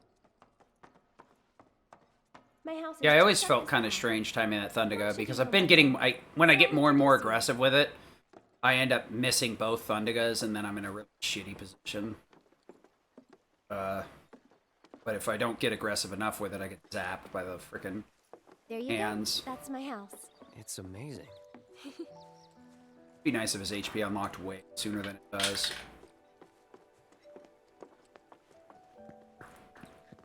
Okay. Gotta go upstairs. This cutscene right here is kind of weird. Kind of, bop the invisible trigger and head on back down. Skip. And these So we can pick up any of these flowers. We can pick up one of each. But if you pick up 2 or more of any type, you get the mascot character. The foxtails, which I guess I'll be grabbing today, is... we won't go. Foxtails for Cactuar. Mr. Thousand Needle Pain. We're gonna go for Moogle, because I want some lucka. Any of them. So, Oh, don't be these like yellow that. flowers I over know here, more than I or think white so. flowers will give us a Moogle. Good eye. Kupo. People used to give these to declare their loyalty to The one yellow another. ones are Interesting, right? for Chocobo. So you can get 2 out of out of the 3 picks of those flowers will get you that. I think we One of still need a each few will give you more. like just a random Which should we get collage of next? flowers. I don't think there's any picture in it. But I believe Moogle's the fastest. It's She closest. said, as many as you can carry, so maybe a few more? Then a little bit, a little bit of time. Chocobo and a little Cactuar. The thing is, like, you can walk forward, but you lose a little bit less time, in my opinion. What do you say? Shall Not we very go? much, because you can start jogging and pick up the flower. So, like, your movement optimization is you're losing the free movement at the start, but it's replaced by being able to jog right after. cut out for It's this not a crap. huge... Sure you are. And when you're done, you'll be... It'd be interesting, though, if the dialogue options were actually long enough somehow to So, impact it. how Even do though you I think you're we'll arrange picking these for a flowers? set period of time. It Well, has nothing to we'll do soon with find out. dialogue.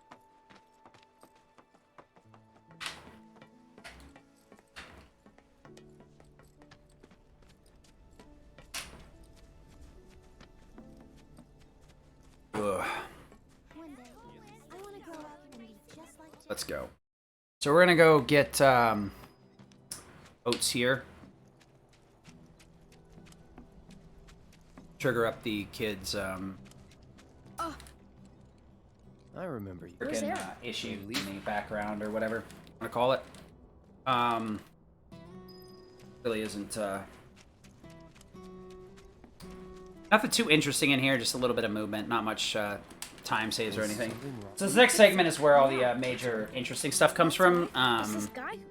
The kids in here are trapped at the end of their little whatever, which is weird because like if the monsters have been there, then are they always there? Why are the kids playing back in that?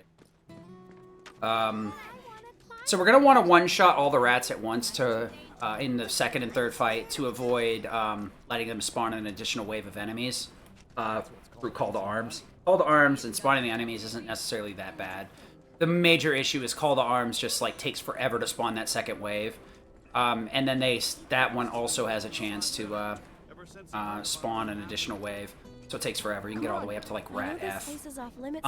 So what we're gonna do is try and use Sorcerer's Storm, which is like a large hitbox move that Aerith has. It's magic based.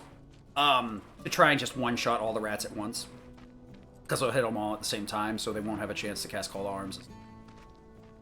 All the rats are inside the area. It has a deceptively large hitbox too. It's probably closer to like Blizzaga than. So where's the... I don't know. Right now, come on. But it is pretty useful. Does a pretty good chunk of damage. The only problem is Aerith needs to be right next to the target for it to be super They effective. ran off this way. Be careful. A lot of Aerith's moves are more techniques, amplifiers, that are meant to supplement your party rather than give her actively something to do. She's got Soul Drain, which siphons MP and does a little bit of damage. 3% when non-staggered, 15 on staggered. I'm pretty good at protecting myself, you know. Good grief, that took forever. I don't know why she took so long to start that up. So I'm trying to get... There's a next fight. There's a wave of 4 rats. I'm trying to... Want to be careful here. If you move too far, that camera angle won't happen, and then you'll end up standing here forever. So we're going to go for Thunder... not Thunder Magma. We're going to actually go for Sork Storm. You sure you want to fight? So I kind of want to, like, play coy with Cloud there to try and bring the rats into him. That's perfect. Alright, so now we're going to find out if I screwed up my equipment or not. I'm going to actually go for a Disorder into an SD. Okay, we did it right.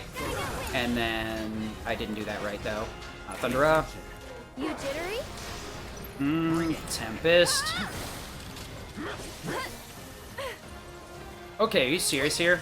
Get ready. That's obnoxious. Okay, I need the Thundera. How shocking. So annoying. So I wanted to retarget a second arrow after my SD. So what I did is I attacked to make sure I was in there close enough.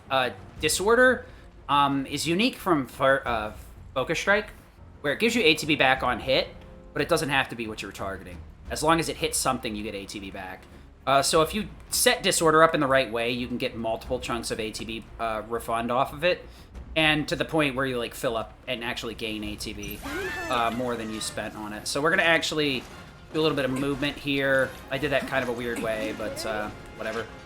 So yeah, we want to wait a little bit to kill that guy, so that or the Smogger, so that I can get good movement because I have to walk everywhere else. So I set that up, hit Disorder to hit all 3 of them, which kills the 2 Gorgers. And then it refills my ATB so I can SD right out of it. And that would have triggered Synergy twice, but I switched to Aerith too soon. So the second arrow Synergy never got cast. Which is what I was going to reuse on the other Hedgehog Pie. Which takes about, like, in my experience, takes between, like, 70 to 80% of its HP. If I get the arrow target. It makes that fight a lot easier. But since he decided to dance out of Tempest too, which like hits pretty hard, I decided to just slap him with Cloud since I had Ice Elemental, which he's weak to, and just do it that way. I do have access to ATB Boost, but ATB Boost, if you interrupt 2 commands, will keep ATB Assist from activating. ATB Assist will only activate if you activate 2 commands back to back. The only thing that can be in between it is like a regular combo, and in some cases you actually have to do attacks in between to make it function properly. Certain commands won't trigger ATB Assist right, even if you do them both back to back. A lot of the times to make it work, you have to like poke with a regular attack. You can do like say a Braver and then do like a regular combo all the way up to the finisher, and then do another Braver and still activate Assist. But that's about all you can add in between. No ATB Boost. None of that other stuff. It can only be a regular combo in between, and in some cases you do need 1 or 2 hits. So yeah, we triggered ATB Assist there, which is why Aerith had full ATB. I could have cast Thunder on that last little rodent that survived the frickin' Hedgehog Pie, but I needed to save that for the big ones. If I hadn't SD'd with Cloud, I would have had some ATB, so I could have like disordered a couple of times or something. There's a few other things I could have done, but what are you gonna do?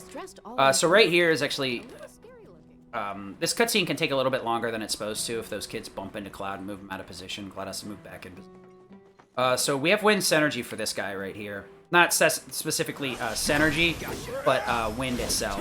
We're gonna ATB Assist into SD. So I have to wait for an extra Wind. That sucks. So my damage threshold was a little bit low, so I had to get an extra Synergy Wind pop there. I'm actually going to move off to the side so I can tank this attack with Cloud and still get Eriga off with Aerith. Because if I don't, if I shortcut her input, she's going to jump forward into what would be the attack. So you go bonk. See that right there? So that's the only way to resolve that. Without a magic up on Cloud, your damage is not going to be consistent. That really sucks. I almost critted my way into a fast fight, and then I looked at his HP being at like 1H, and I was like, you mother fluffer. Whatever. So I needed to tank that last hit to gain that last little bit of limit. Without magic up, even if you drop Cloud's defense to bare basics, basically with a Force Bracelet, or Geometry, or whichever one you want to put on. There's 3 armlets that have 4 slots in them. You could use either one of them. One's 7, one's 8, one's 9 defense and magic defense, and then there's Chain Bangle. I use Forces because it's 2 linked, 2 sets of 2 linked materia, so 4 slots with 2 linkage. So just in case I need to do something, I kind of like do it wherever I want. I actually didn't want it. That really freaks me out when I do. You're leaving? So yeah, we're done with chapter 8. Was one. Now we're going into chapter 9. Thank you. Wind Synergy was just for Reno. I could use anything on Synergy plus Wind. I just need Arrow in general to roast Rude. Rude. Because he's weak to Wind. So I need that Arrow in phase 2. There's a couple of different ways to deal with him, but Synergy just kind of worked out because I actually use Wind on Aerith as well. Wind Lightning for my Hell House fight, so that was the most optimal way to not bother menuing it. The problem that ends up now is I actually need to take Wind off. Well, I don't need to, but I want to, as it'll simplify things. I'm going to actually remove Wind after these first couple of fights for Lightning Synergy. So I'm going to double down on Lightning Magnify, Lightning Synergy. It's the most efficient way to deal with this segments. A few fights I'll want Magnified Lightning to just take care of everything and one-shot it. But there's no guarantee with anything else that I need it, so whatever. People had only just started moving in, so there weren't a lot living there. Just a lot of little things. These first couple of fights, they're weak to Wind, so I'll just use Disorder to trigger Arrow Synergy to kill, pretty much. If I manage to get Disorder to hit the Drake, which is like a 70-80%, surprisingly, I probably won't need to do anything else, but if I don't hit him, I'll most likely have to throw out an additional Soul Drain Aerith to push out the last little bit of damage. The Drakes are kind of a pain in the ass and always have been, fortunately. They have never been a easy enemy to deal with.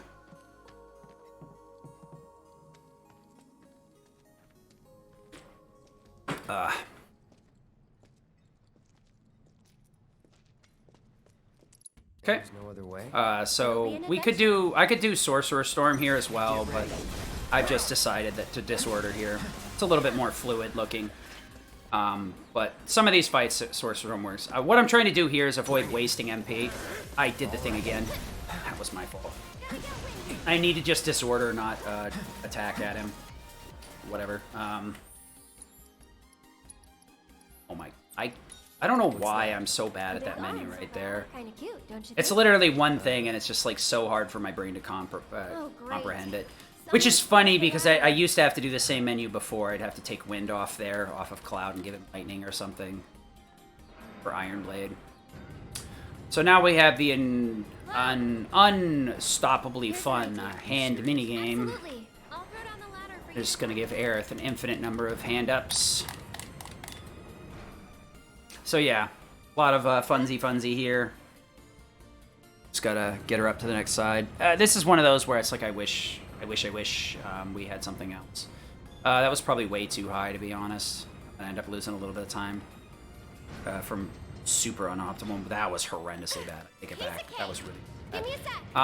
You probably need to build some like visual cues on arms and stuff. But that really depends on you actually paying attention. So this next fight I could Disorder twice, but if I Disorder back-to-back, Synergy won't trigger twice. Synergy kind of like needs a little bit of breathing room, but not too much to get double triggers, so we're going to Blade Burst instead, because that'll take a little bit longer to activate, and make sure my damage is high enough. I do lose out on some optimal movement, but the Sweeper going down and not having to spend any MP is way better. I could Blade Burst at a distance, too, if I wanted to. But that means you have to like use Disorder and know, sign yourself up for that roll, knowing that if your ATB isn't correct, you're going to end up wasting time walking instead of rolling. So this next fight is a place you could fire off a couple of soul drains if you were short MP for whatever reason. But because I'm abusing Synergy for most of these segments, I actually won't be using Aerith's MP. I probably use about maybe 50 of her MP, and surprisingly, that's not really impactful enough to be a problem. I can get through a lot of these segments with her MP being at just 1 MP up. It unfortunately does impact the amount she would get out of Shinra crates, because since her max MP is at 150 instead of 190, it will give her only 115 MP per crate versus 19. So that is like the up-down of not having MP ups. If you're going to grab a Shinra crate, you get less out of it because it's percentage-based. And you can't just like throw an MP up on and get like that extra 100% MP. Whenever you do that, your MP is based on a percentage. So it doesn't straight up add that MP, it just adds the percentage of whatever MP you have, difference gained. I think the only time you get like a raw MP influx is like when you change weapons. So like if I equipped a Buster Sword right now, I'd get like more HP than I would get MP. Iron Blade actually has none, so I would gain some MP too, I believe. Like Mithril Saber has some has probably the biggest MP, I think. So like there's a lot of different system mechanics at play here that go into routing. Some people just use MP Absorb, probably is the more simplistic solution. It's just a matter of like micromanaging that. At least in my opinion, that's what I see it as something you have to micromanage. Because obviously, unless you're magnifying a spell, MP Absorb doesn't recover MP, it just mitigates your cost, basically, is the way that I look at it. So if you are using something on MP Absorb, like if you're activating synergy spells, though, you can actively recover MP. Because it costs 0 MP, and you fire it off, and it gives you refund, so... we're going to just Sork Storm these guys. First, Butch from a distance. Butch and Bandit C, for whatever reason, have a ton of HP compared to other ones. There's a certain Bandit that just has a lot of HP. Blade Burst. So, depending on what Butch decides to do, that can take a while. I could have disordered and rolled back, but I'd rather fire off Blade Burst, so if he moves in any pattern, he should get hit. Blade Burst does a decent amount of damage because it's magic-based. Iron Blade has a reasonably high magic stat. Cloud stats are really good for the most part. He's not bad at anything, and he's not, like, ungodly strong at anything either. Tifa's really good at physical, Aerith's really good at magic, and Barrett suffers, unfortunately, just in general. It's very frustrating. So we're going to ATB boost here, and then Blade Burst, Thundera.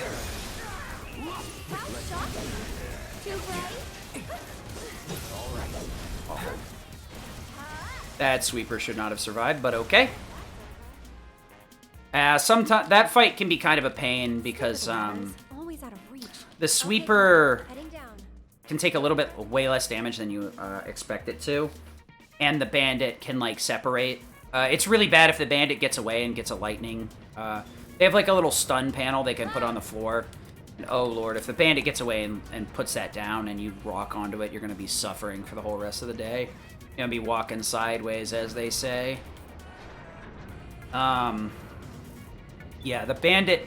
The other thing, too, is if the bandit gets, like, hit just a little bit, he can also, like, take a... They'll drink something. I don't think it actually... Name actually has... The word... Or the move actually has a name. But they'll, like, drink one of Corneo's frickin' drinks or whatever, and it doubles their max HP. And current HP, so... It's, it can be pretty bad if you're not paying attention with that.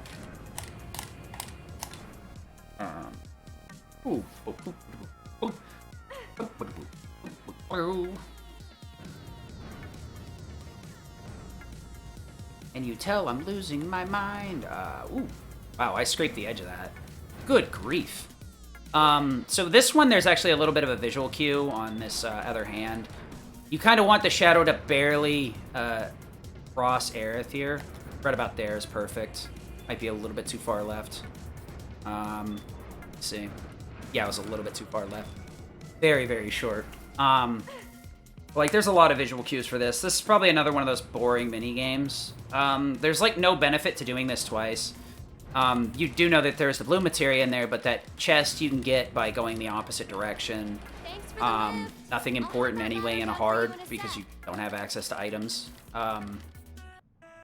The magnifying materia that you normally get here, if you don't get it on your first loop through, it will become available again in Chapter 13 and fall in your path once the pillar falls in Chapter 12.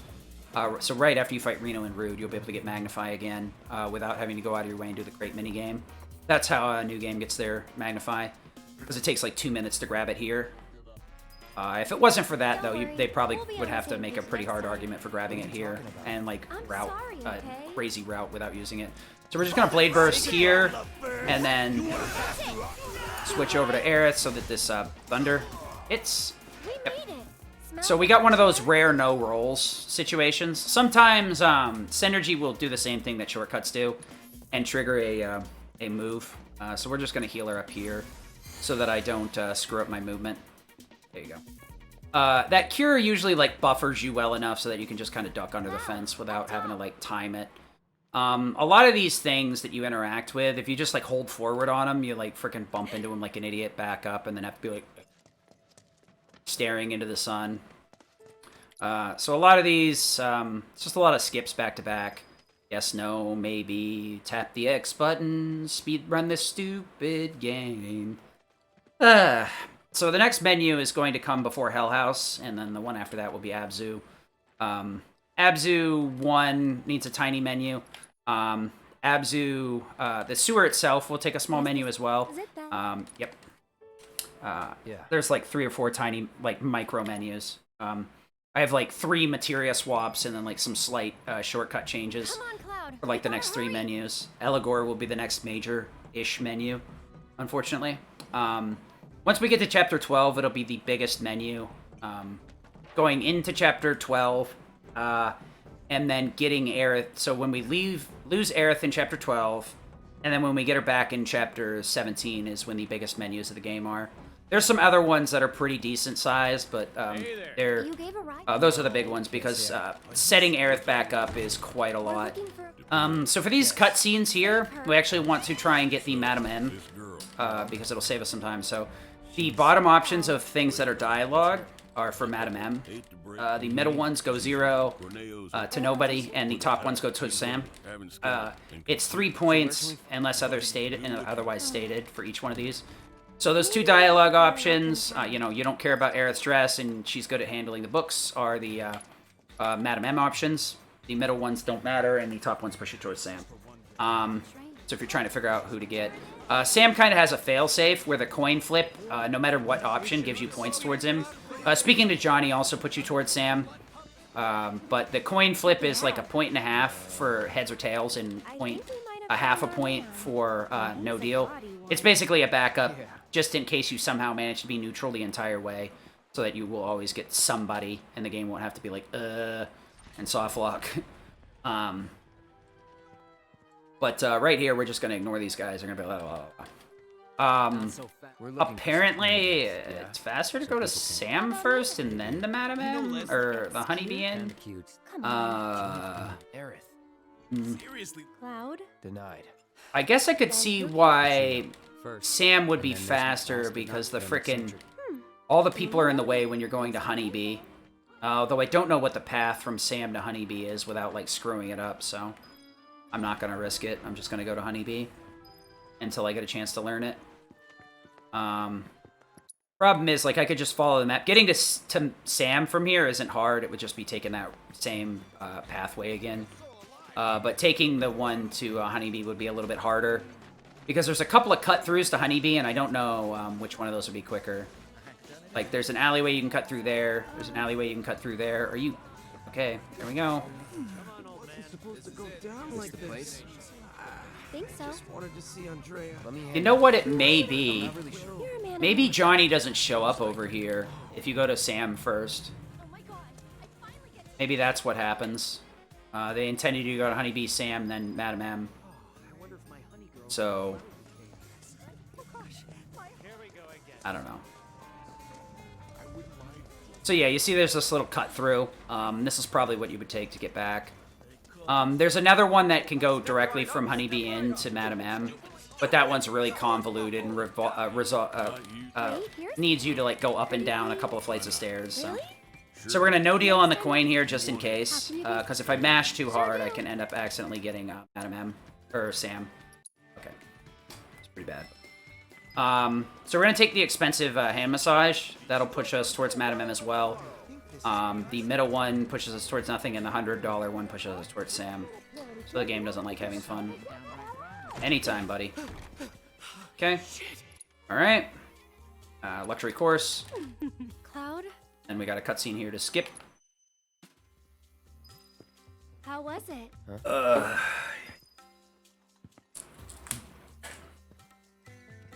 You okay? Nope. Yeah. Alright. So I could heal up in here if I needed to, but weird, Cloud. we're fine. I am. So what I need for Hell House, I'm actually going to break out the Buster Sword because that's all set up for Hell House. And I'll break it out again for Eligor because it actually works out great for Eligor as well. Cloud's damage ends up not being as important for Eligor when you have Synergy Ice on the table with Aerith. She can just spam damage at like an insane pace. I think I've seen everything on But we're going to just put Buster Sword on because it's pre-set up for Hell House. We want Binding and Poison on Cloud. That's part of the reason why I use Buster Sword. Also, my setup for Hell House needs like a really good balance between physical and magical attack on Cloud, as to prevent over-damaging. So, both Iron Blade and Buster Sword hit that mark. Buster Sword being a little bit more valuable in this situation because it has a bunch of raw stats, defense, stuff like that. But mainly the fact that it has open slots. I haven't put anything in it yet to this point, so I ended up routing it in as a quick swap. Poison and Binding are really good on Hell House. Hell House gets the God Mode shield in phase 3 and 4. So there's a lot of places where you can't like do a ton of damage. So Poison Ticks will add a lot if we can set them up properly.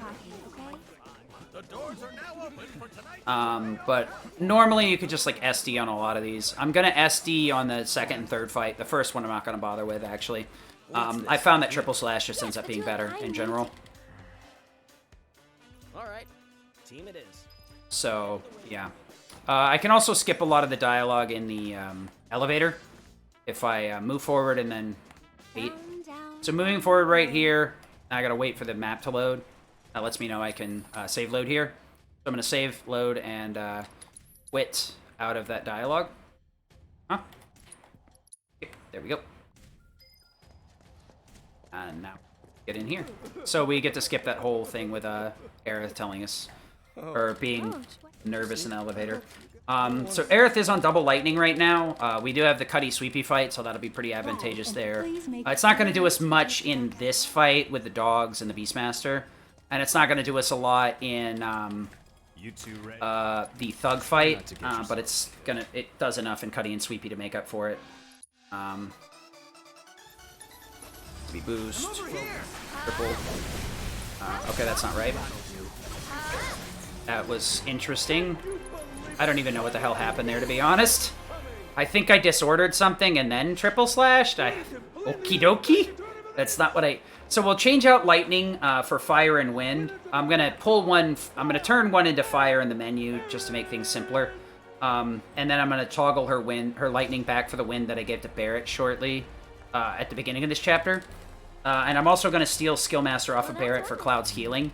What's wrong? The rules don't... Barrett and Aerith end up becoming a receptacle for, like, needed materia, but that I don't need at that moment throughout the run. So a lot of the time we're going to be leaving stuff on them and then taking it off later when it's more advantageous. I'm also going to throw in Berserk and Thundera on Cloud, Fire, Arrow, Arcane Ward. Arcane Ward is integral to my strat, so 1, 2, and... Oh my, this ATB is awful. Okay. GG, Aerith. So she thundered whatever was left, if there even was one left. So we'll heal her up. The one nice thing is trade-off is activating over and over again, so every time I SD, I'm recovering my HP. And recovering 1 MP for every 10% of my HP dropped. So, I used to use SD on Hell House. With Iron Blade, that's actually part of the reason why it's still on right now. But it ends up being okay for what I need. So now we're going to do Cutty and Sweepy, which is just a Thundera away. Quite literally. Aerith's MP is pretty loose, so as long as I don't play like a complete melon head, we'll be fine on this boss. Get ready. You jittery? Go on. So that's about as fluid as I can get. I do lose out on some HP by doing it that way, because I'm making sure Synergy does most of the damage, but that's pretty consistent. That's the best thing. Oh yeah, you actually don't need to do anything there, so I'm going to put Buster Sword on. Nope. This to fire, this for wind, Skill Master for this. Put in Berserk, Thundera, and we want to Arcane, Arrow. I always do that with Arrow. Fire and Fire. Let's go! Let's go! So this is going to be one of 2 fights I do with Buster Sword. So we get a little bit of Buster action in here. It just happens to be really good because it's well balanced, so it works out for exactly what I need to make this fight work properly. We're going to start out with an Arcane Ward and a lot of other chicanery. Disorder into Berserk.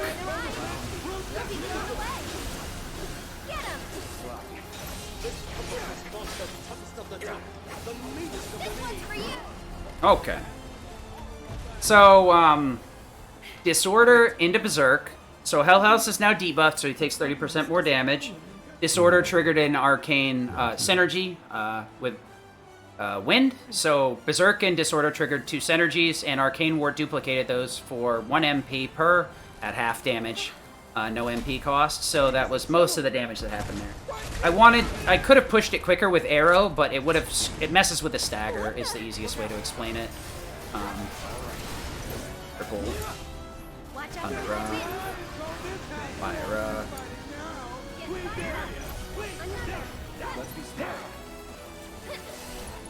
We want to Bio. We want to Focused.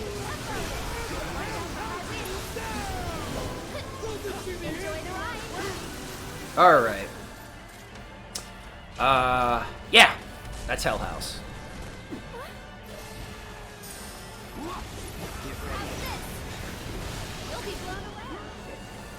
Alright, so we're going to build some ward here. I want to make sure Cloud's at max. We're going to fire off an arrow because I can, to get a little bit of extra damage in here. Berserk. That's not what I wanted, but okay. Tempest, wait for it.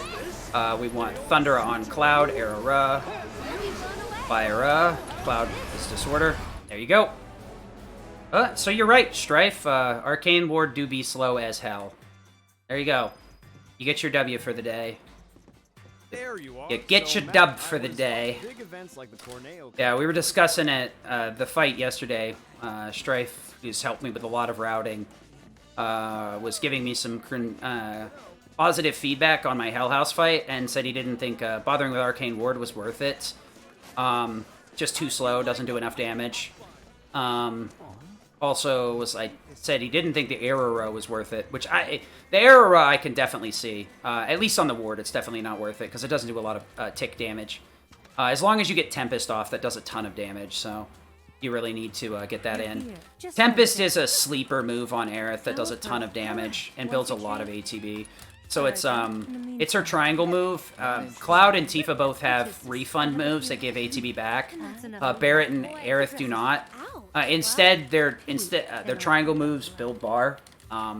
Overcharge is pretty good. Overrun's pretty good. Overrun does more damage than ATB. Overcharge does more ATB than damage. But for the most part, yeah. Skip that. But Tifa's or Aerith's Tempest is bad if you're just like charging it but not using the whole thing. If you make that ward appear by fully charging Tempest and getting that little sigil to appear, the end of that like explodes for like 4 or 5 hits for a ton of damage and gives a pretty nice fat chunk of ATB as well. If you can set up a fight to hit something with Tempest and they're not going to move off of it, it might be beneficial to go for it. It's probably more beneficial in the PS4 version than the PS5 version, because the PS5 now, we're kind of like, we have synergy, so more of the time we just want her spamming spells with synergy. Like I said, it interacts with Arcane Ward, so that when she casts a synergized spell on the ward, she casts an additional Arcane as well. Like I said, her abilities are more for combat augmentation. Soul Drain to steal MP. Sork Storm is like her only straight damage move. ATB Ward will give her ATB to other characters when they activate moves on top of the Arcane Ward, or ATB Ward. There is a spot where I could use it on Genova, because Genova has like physical barrier and reflective barrier. I don't use it right now because I'm worried about her ATB. Her ATB actually isn't super useful. The reason her ATB is important, I want to get some soul drains on Genova to recover some MP, because she's really aggressive in the lab. And if you soul drain a staggered target, you get 15% of your max MP back. So just getting off a couple of soul drains can make you go from like 100 MP to like 1900. Or 190 MP rather, excuse me. But Arcane Ward will duplicate those synergized spells.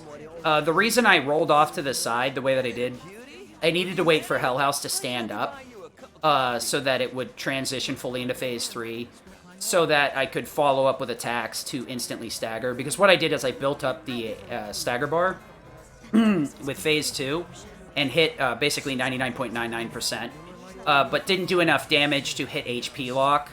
But I did just enough damage to transition the phases. That's why I actually wasn't doing anything. Because sometimes those phases take a little bit longer to activate. And phase transitions can be delayed or slowed as long as you're not attacking. So Aerith was the one that ended up pushing the phase into Phase 3.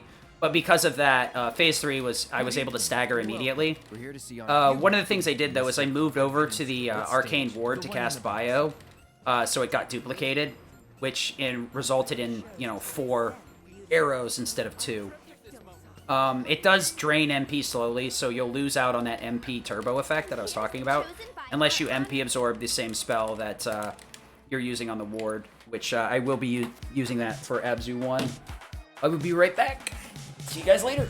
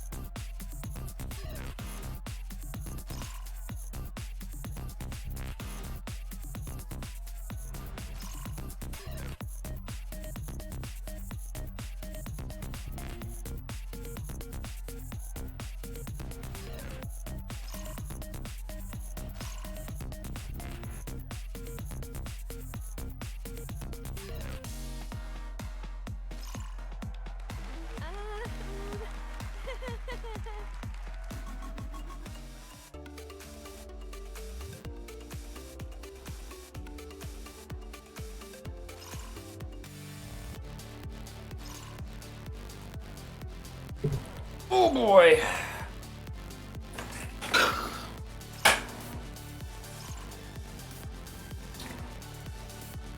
So, yeah, we got a little bit of a tweak for Hell House, or Abzu 1 now. Abzu 1, I'm going to take Buster Sword off, go back into Mithril Saber. Surprisingly, Cloud can do quite a bit of damage in that fight with Mithril on, even without any sort of magic buffs from Magic Ups. We're also going to move Tifa over to Metal Knuckles. Mainly because, like, her physical damage on Metal Knuckles ends up being far more important around this point, then her the additional damage she gets out of having a higher magic. She's gonna start hitting stuff more than she's gonna start spamming spells on it.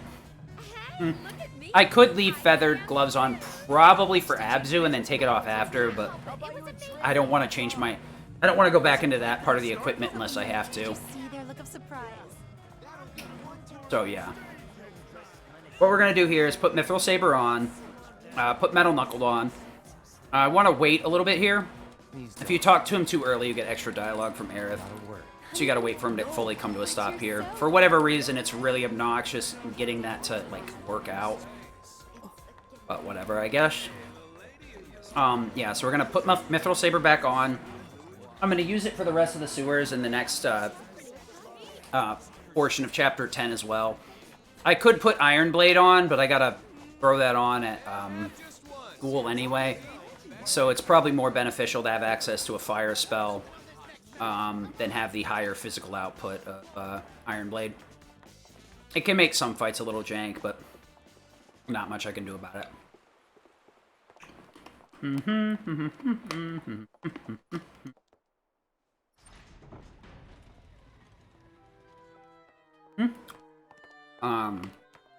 And then we're gonna put the Here you are. You serious? we're gonna swap out Tifa's Lightning Elemental for Fire Elemental. We're gonna cough up her spare fire that she got earlier for Wind's Energy. And then we're gonna take Magnify off for MP Absorb, specifically for Abzu. It will slightly affect this because I do the menu before Abzu, rather than after this. So there is 2 Corneo Thugs that could end up being quite annoying. Nope. Yep. Fire for this. Fire for this. This for that. To fire. We're gonna somersault on 2. I know that looks really weird, but there's a reason for that. So what happens now?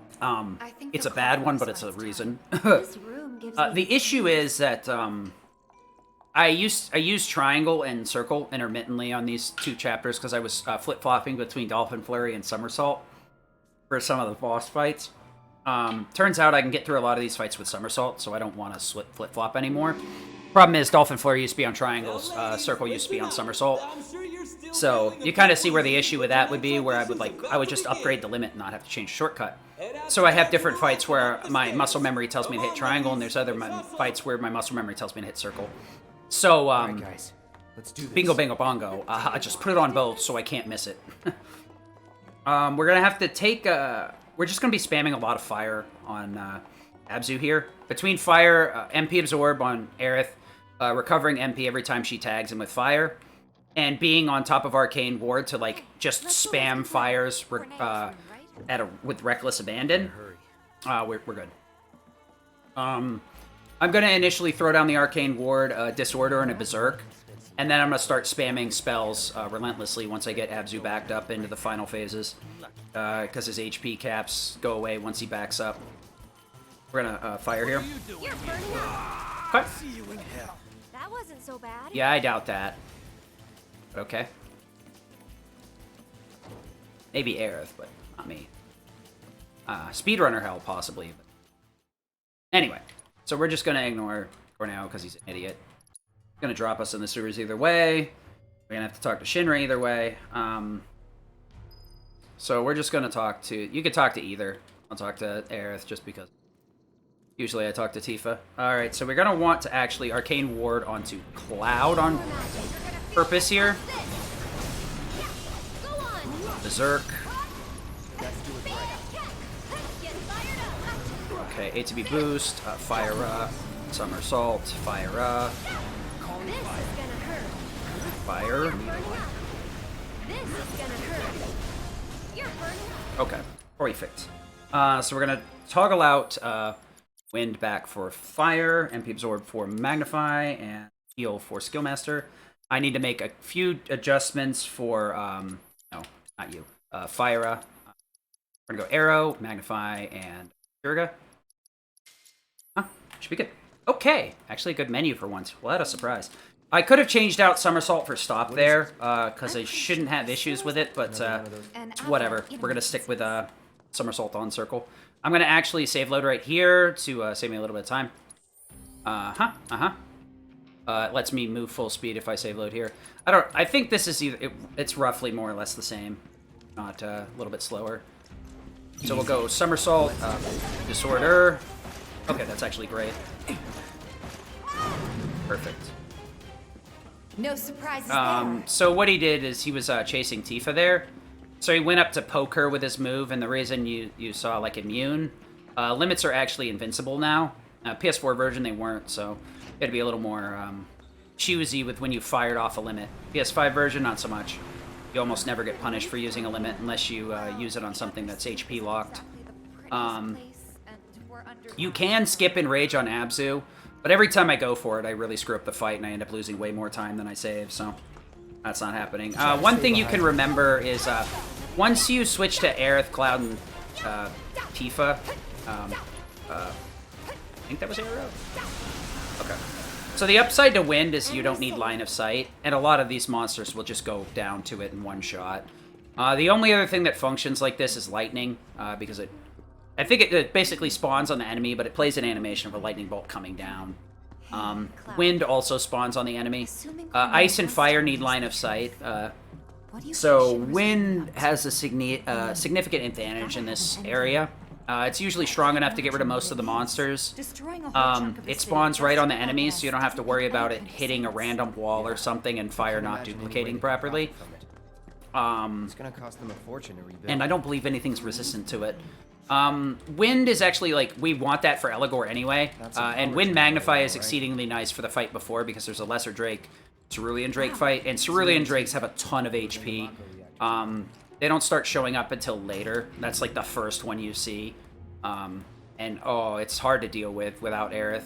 It's only weak to magic or air attacks, so you really do need Aerith to get through it.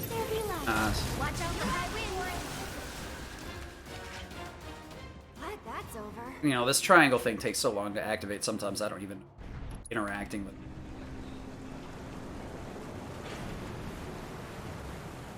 Pick up the switch. Alright. We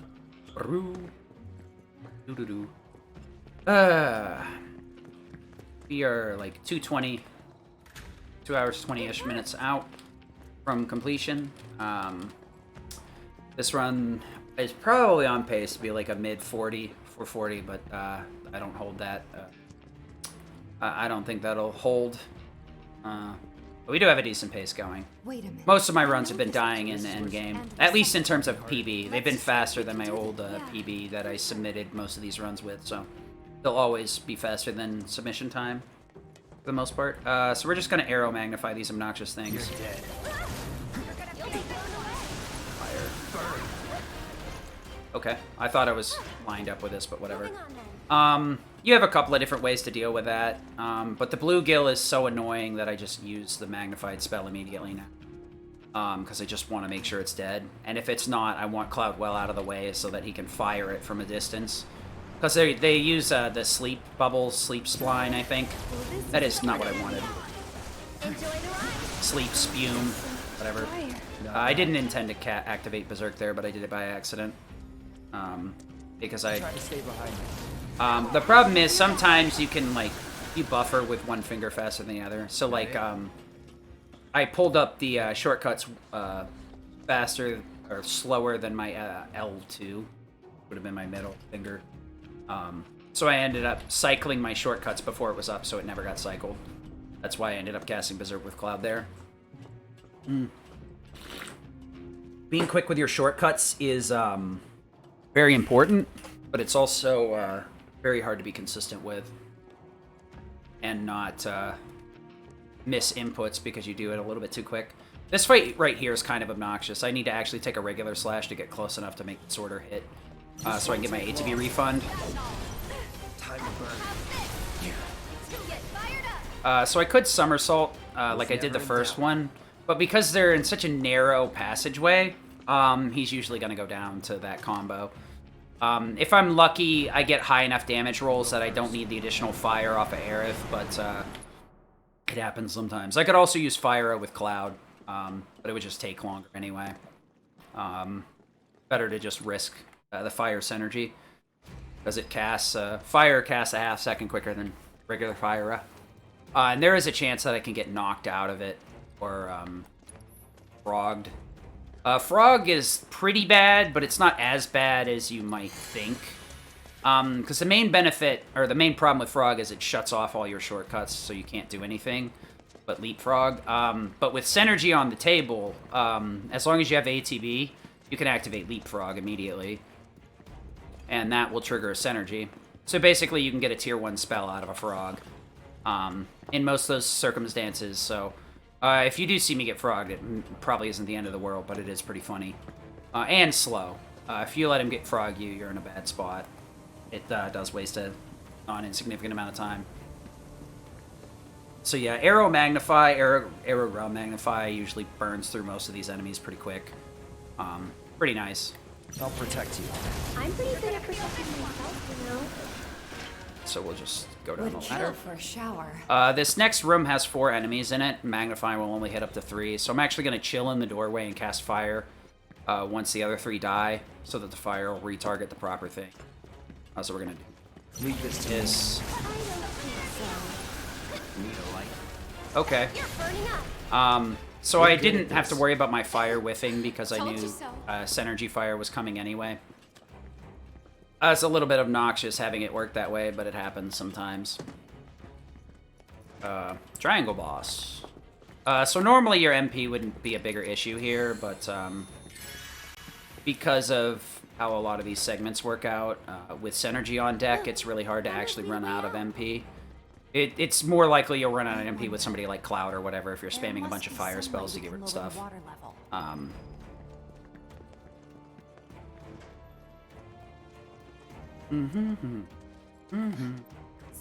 Alright, so now we get the pump minigame. What every Final Fantasy VII speedrunner waits for. Our sole pride and joy in life. And by that, I mean please end my suffering. This minigame is awful. No matter what you do, it's not fun. You can make up some audio and visual cues to make it somewhat consistent, but if you hesitate at all, or think about anything else for a second, you can end up missing those cues real easy. And even then, the second and third audio/visual cues are not super consistent. They won't make your life 100%. You're basically in a weird spot regardless. Industrial? Yes. Here goes. Alright, so we're gonna...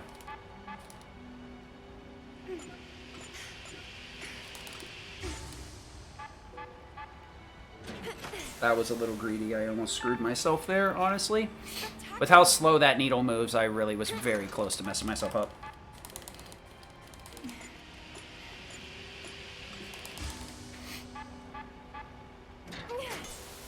Whew. I am always spooked by that one too. I usually hit that on the big one before. Gonna miss. 2, 3, 4. Wasn't even the mashing that got me. It was just being an idiot.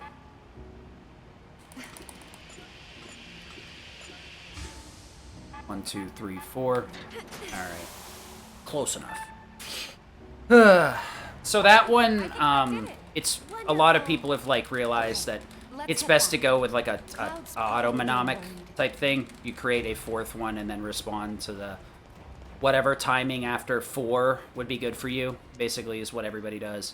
That minigame sucks. The first one, you definitely get more per pump on the X, and then the next 2, it's like you don't get as much, which is really stupid and kind of messed up, honestly. Fire. I hate everything, dude.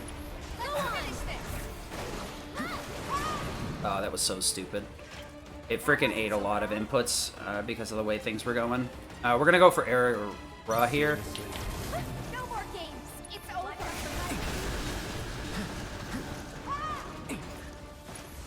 burn. Not bad. Alright, so we're gonna want to somersault, fire. Okay, that works for me. Sure. Hang back. I'll go on ahead and secure the Go, exit. go, go, go, go, go, go. Okay, at 29? Sure, I'll take that. Could have been at 28. If I had done pump better. Oh, I guess I'm just saving time everywhere these days. Don't even know where I'm getting it anymore. Just like dead to the world. Oh, boy, boy, boy. Get lost in here. This is the train graveyard, all right. A real treasure trove of scrap. Sector 7 should be just past that large maintenance facility over there. I vote we stay in the light so we can see where we're going. Dark, dark everywhere. So the next menu is I gotta put Iron Blade on for, Ghoul-chan. Mrs. Reset Waifu. And I'm gonna need to give ATB boost to Aerith and Magic up to Cloud. Well, those are just consistency boosters in this fight. ATB boost isn't super necessary on Aerith, and Magic up isn't necessary on Cloud. It just makes it so that I'll get a limit off my first SD, and ATB boost will make it so that I don't have to worry about my ATB being goofy with Aerith. I can naturally build her 3 bars, but it could be a pain in the ass, honestly. To get it in between Kurigas. Especially with the way that the furniture can sometimes spank you. I really don't like messing around with that fight if I don't have to. So, at this point, we're going to have to upgrade to Arrow Raw Magnify rather than Arrow Magnify. But that's fine. That's more than enough. We'll burn through a little bit of MP in the mid here.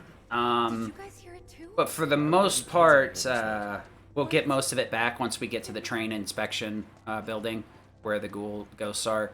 The ghosts, for whatever reason, have some weird programming that results in some interesting bugs we can activate. We can instantly cast some spells because of the fear animation the girls are in. So I'm instantly going to get some spells off of Aerith. And because of that, like, it doesn't register properly, so it refunds us the MP after the fight, as long as I kill the ghost quickly enough before the game can catch up to what's going on. I'm sure there's a safety measure to make sure that that's not an issue. So what we're going to do here is Arrow Raw everything. And then, it's just, Arrow Raw. No more games. Fire. Okay. So we gotta wait for Tifa and Aerith to get up here. This next fight's kind of obnoxious. It's hard to explain, but I hate it. It's the easiest way to explain it. I keep screwing this one up all the time, so we're gonna...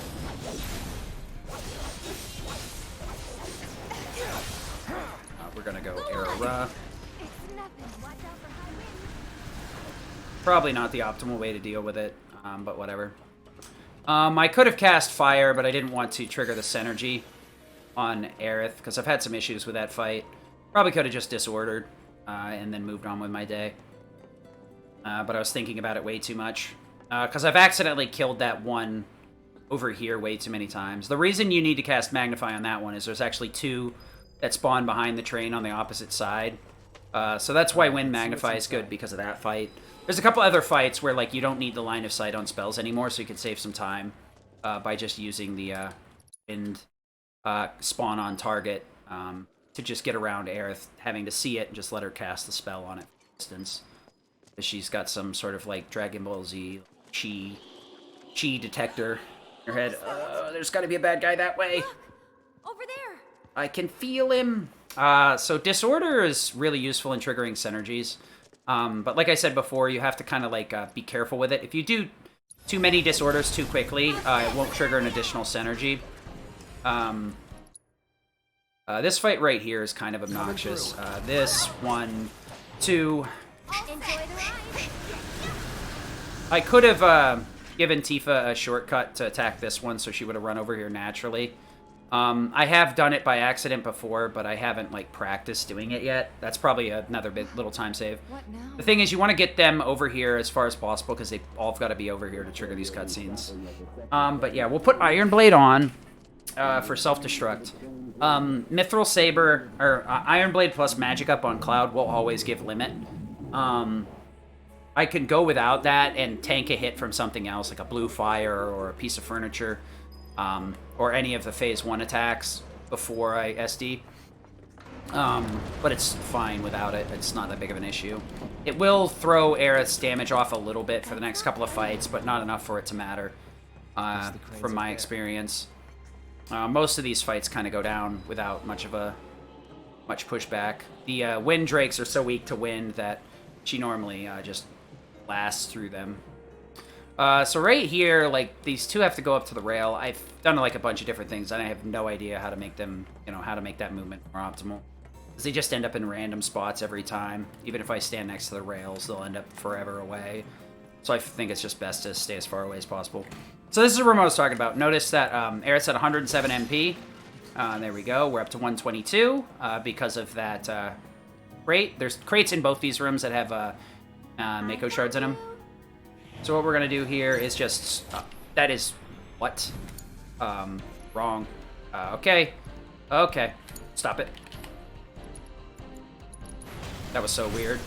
The camera, like, threw me off really bad when I accidentally switched characters. So I had to take, like, a second and recover. What the hell? That may have looked like it would have been faster to just restart the fight or whatever if I accidentally inputted. That fight takes forever to restart, so... probably about as fast. But if you look at her MP... yeah, see, I screwed it up. She would have recovered more if I hadn't messed it up. Or no, she got it back. She's at 122, yeah. So right here, she's at 137.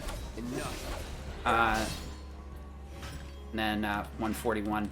So she got her MP back after casting that Firaga, because she was caught in a fear animation. So it let her instantly cast. I'm not quite sure why I accidentally switched characters, but whatever. So we're going to move this for that. Okay. Alright. So Iron Blade is for Ghoul. We want to use SD.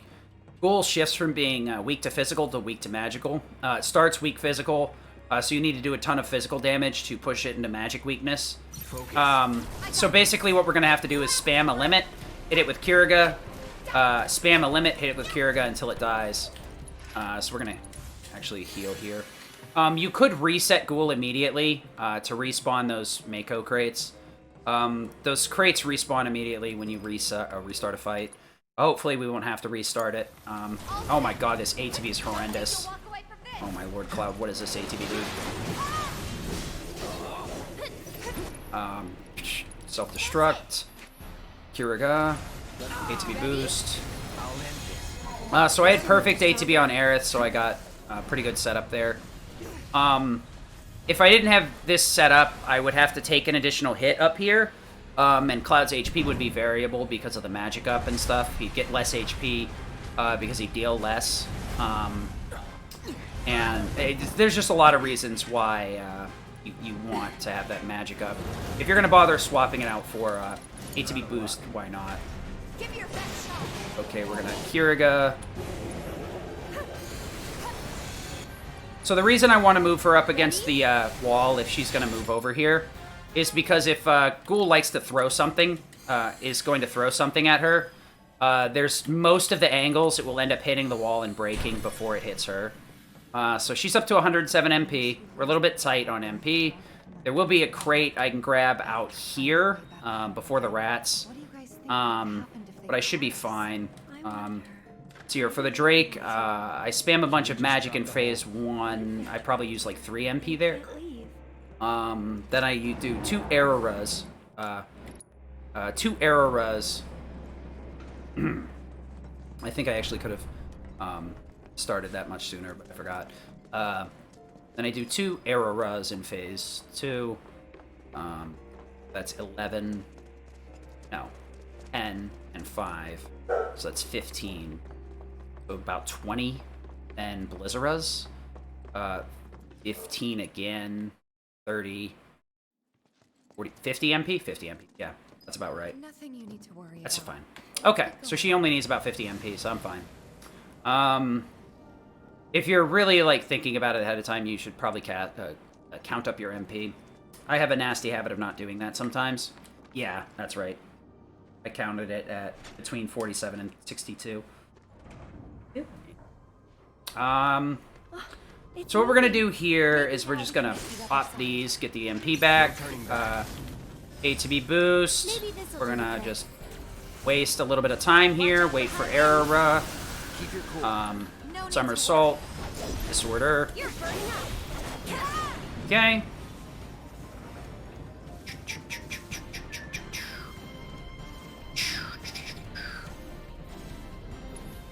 to Aeroga. Okay, you suck. Disorder. Okay. Was never in I didn't intend for that guy to survive, but sometimes it happens. Arrow Magnify can be kind of janky. Yep. So we're gonna go back into Buster Sword once we get to Eligor.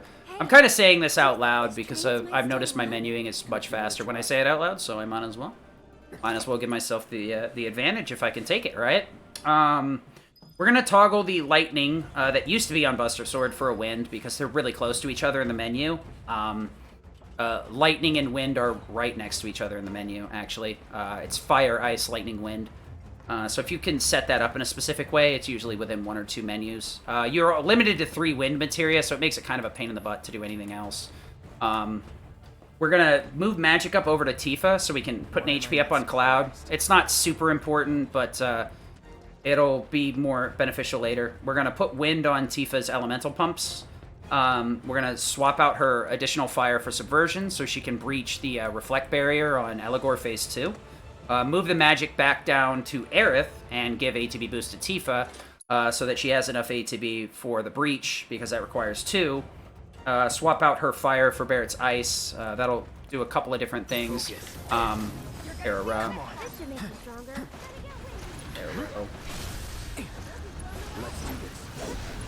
Salts. Okay. And then we're going to give Barrett's Skill Master to Aerith over healing. Healing needed to be there for Ghoul, because that's our only way to do damage output without Elixir or anything. Okay, everybody's good. So we're going to go into Buster. Nope. We want to put this into Wind. Magic for that. Wind for this. This to Subversion. You got to be careful with that, because Subversion's kind of weird. Fire for Ice on Barrett, which is this one, and then Skill Master for that. And we're going to switch over and set these up. We're going to go for Aeroga, because Barrett's or Cloud's damage would be a little bit too low. I need Blade Burst for something else. And this fight, it's helpful. Blizzara, get rid of that. And Arcane Ward again. We're going to be spamming a ton of Blizzards here, because she's on Ice Synergy. Eligor is weak to Ice in all 3 phases. It's really hard to get Ice to hit in the second phase, because he's floating around. But we're going to abuse the heck out of it in phases 1 and 2. Blade Burst I need for the Whispers fight, plus this guy. The Whispers are stupid. That's all I gotta say. So this fight will look crazy if this is done properly.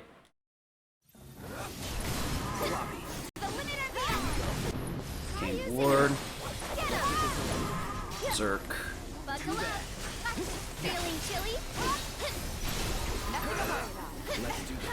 Okay. So the ATB boost doubled Tifa's ATB there. I used her somersault to hit stun Eligor so he didn't silence everyone. I'm going to roll forward with Cloud here. We're going to go into Breach and lock on. Aeroga. Aerora. Easy peasy. Okay. The damage was a lot lower than I wanted to. I think it's because I Aerogu'd with Cloud too soon, so it got reflected. Luckily, you see like how low his HP is. I'm pretty sure that's what happened. He reflected the first Aeroga, which was like really bad. I should probably wait for that. Let me get out of the way of this. Come over here.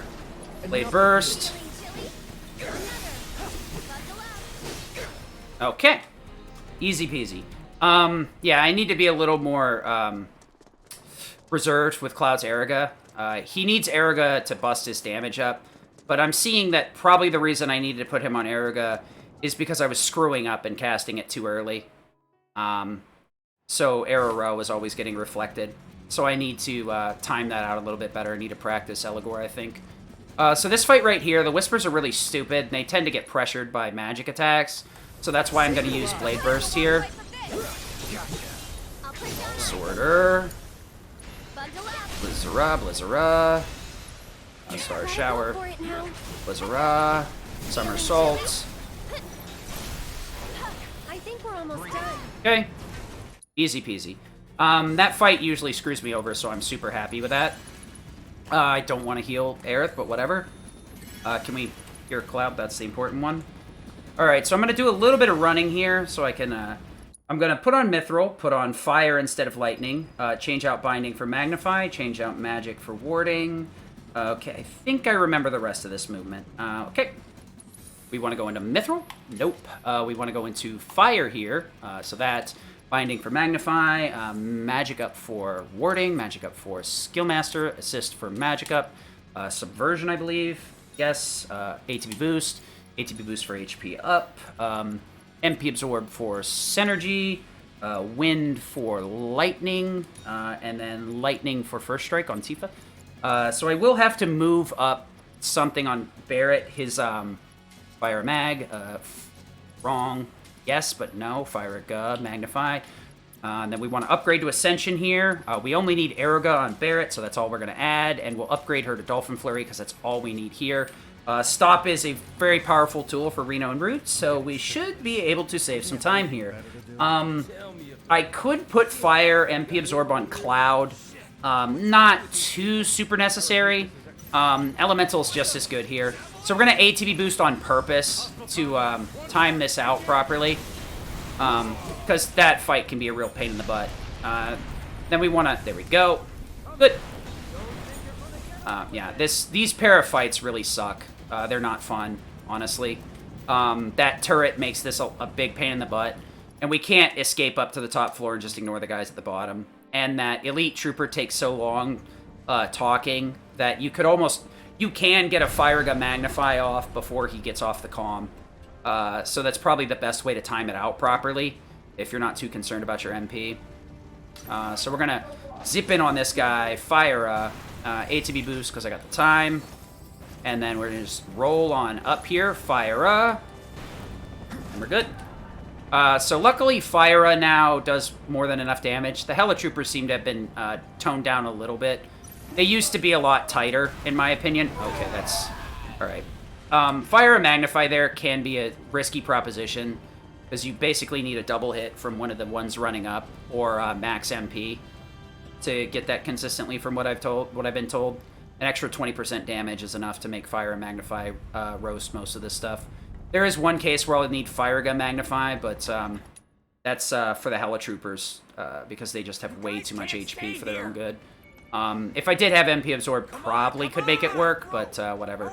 The reason I don't want to take do anything with it is I have Elemental on right now, and that same Elemental is equipped on Iron Blade, Buster Sword, Hard Edge. Hard Edge, unfortunately, I won't keep Elemental on Cloud long enough for that to matter. It'll end up getting taken off no matter what. But I do want Iron Blade for the Reno Rude fight. So that would require me to put on Iron Blade and then take that Elemental from somewhere else to put it back on that weapon, and then take it back off after the boss fight.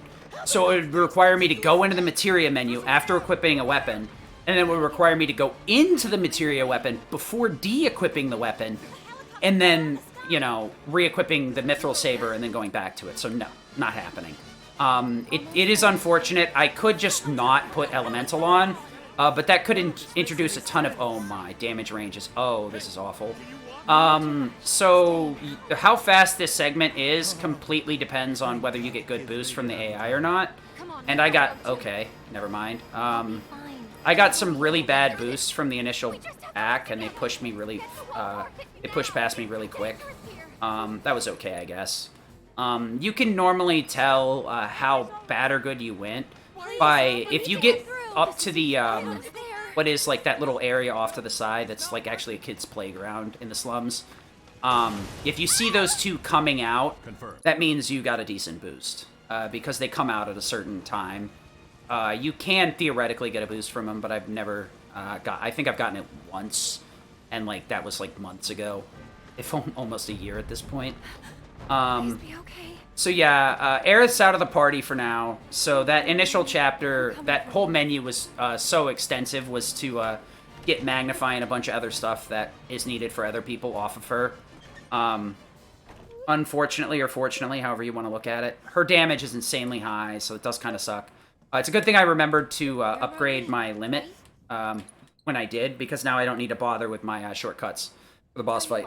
I will have to SD Reno, which is kind of obnoxious, but it is better than bothering with my shortcuts. The only time I equip SD on my shortcuts is when I screw up and, okay, that was not the right way to do that, but whatever.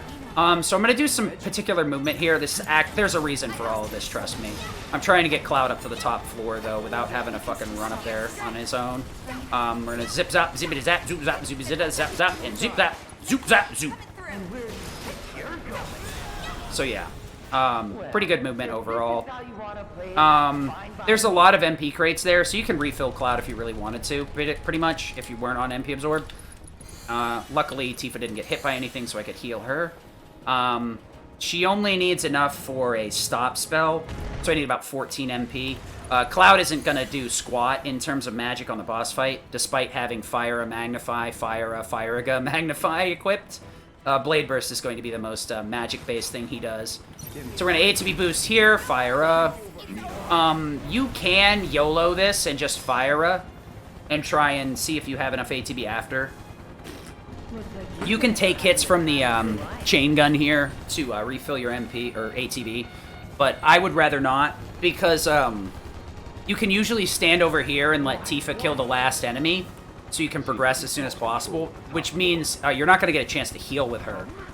So you're going into the next floor with lower HP because you wanted to be a Chad. I wouldn't suggest the Chad movement. Pretty dangerous. So this kind of sucks here because Tifa moves at random, so it's really hard to know what positioning she's going to take. Best way is to do that when the helicopter starts moving Dolphin Flurry with her. She should be able to kill right about when he's unlocked. Because actually, it's not as soon as his feet hit the ground. He actually takes a while to unlock. So we're going to ATB boost, Fire-a, Dolphin Flurry, Fire-a. So the Fire-a was to kill the turrets. Fire-a is to kill the Helitroopers. The Dolphin Flurry is to keep that that Shock Trooper in hit stun, so he can't dodge the Fire-a. It also is to keep Tifa from attacking, so she can't activate his dodge technique or ability or whatever. So we're gonna throw on Iron Blade here in a second, right after I heal up. Could you heal up Cloud? Sorry, Jesse, you just don't matter anymore. So we're gonna go into the menu, Iron Blade, nope, and we're good for the boss. Surprisingly, this is enough. Some people go Wind Elemental here. You could make a couple of other optimizations for this boss fight, but this is really all you need. Iron Blade's enough. We used to SD with Mithril Saber here, and we also used to be a lot more aggressive with a limit at the start of this fight, but we decided to go with it a different way. What am I thinking? Did Tifa... I think Tifa got interrupted, so whatever. Cloud Blade Burst. That's a very interesting way to do that. We want to True Strike, Blade Burst, True Strike. That was really weird. Luckily, Cloud's fine. Yeah, Cloud's fine. He's going to take a hit from the missile and then self-destruct anyway, which will revive him. So... It looks like I screwed up, but I'm okay. I tried to Star Shower instead of stop because my brain was kind of like not operating at peak capacity there. I was considering resetting for a second, but I decided to just say forget about it. I actually probably don't even need to take the missile here, honestly, after taking that hit, but I'll tank it just in case. ATB boost. So we're going to wait a second here, then wait for that to show up. SD, switch over to Tifa. Okay, Barret, overcharge. Okay, now switch back to Tifa. So yeah, Cloud went back up in HP. So you could Dolphin Flurry phase 1, but if you do it like this, you can save it. You can do a couple of other things in phase 1. Stop's probably the easiest way to keep Reno locked down, so he doesn't do what he did to Cloud. Cloud probably didn't even need to tank the missile because I let him tank Reno's attack. It just lost time because he got juggled. So I wasn't able to keep him attacking the whole time, so I lost a little bit of damage. But luckily, because of ATB assist, I recovered it pretty good. So we're going to zip-zop Doodop in here and throw down a what? That's not what I wanted, but okay. Dolphin Flurry. Okay. Sure. So I'm just trying to be over here. If you could do if you do this the right way, you can trigger the this plate to fall early. I kind of like having Tifa do that instead of Cloud. Number one, because Reno can sometimes get caught back in Dolphin Flurry because of how the way it ends up sucking enemies into it, and a few other things. So I'm gonna go Mithril Blade, Chain Bangle, Elemental for MP Absorb. Nope, close. Mithril, nope. Elemental for MP Absorb, Elemental for this, Elemental for that. Warding for Time, first way to do it, and then Fire to Wind. Then we will just remove that, Firaga. And then we're going to do a lot of setup for Barret here for the Underground Lab. That's not correct. Blizzara and Blizzard. That needs to be mine. Okay, so all we really need is the Firaga. I demagnified Firaga because I'm going to keep it. Oh, I probably should have kept triples. Oh, I'll just menu it in Chapter 13 when it happens. So we took Elemental off for MP Absorb. It'll basically put us in a position where most of our hits are recovering MP actively. So it's fine. That'll basically keep Cloud in that MP turbo range over and over again. So it'll amp his damage output. I probably could have equipped Fire Magnify, but there's like not enough places where Fire Magnify flies in my from my experience. It's really weird. Like, okay, so the cutscene should be right about here. So it used to take me about 3 hours to get here consistently. As you can tell, I've somehow managed to shave 5 minutes off of my stupid timer. The problem is, I can save a little bit more time, because I have even more optimized routes and stuff. But the end game is real rough. It's really hard to keep that 5 minutes to yourself. You know. But yeah. You guys run into Jesse at the pillar. That just this is Synergy doing Synergy things basically. All the way from Airbuster up to Eligor, and even the pillar to some extent. Synergy is just doing Synergy things. The Synergy Fire on Barret isn't super important. Oh shit, I did that elemental, that weird elemental again. He has elemental in the wrong slot. I'll have to slide it up when I do the next thing. Because right now he has elemental wind on his armlet, which does nothing except for making him absorb wind, but he's not hit by wind stuff.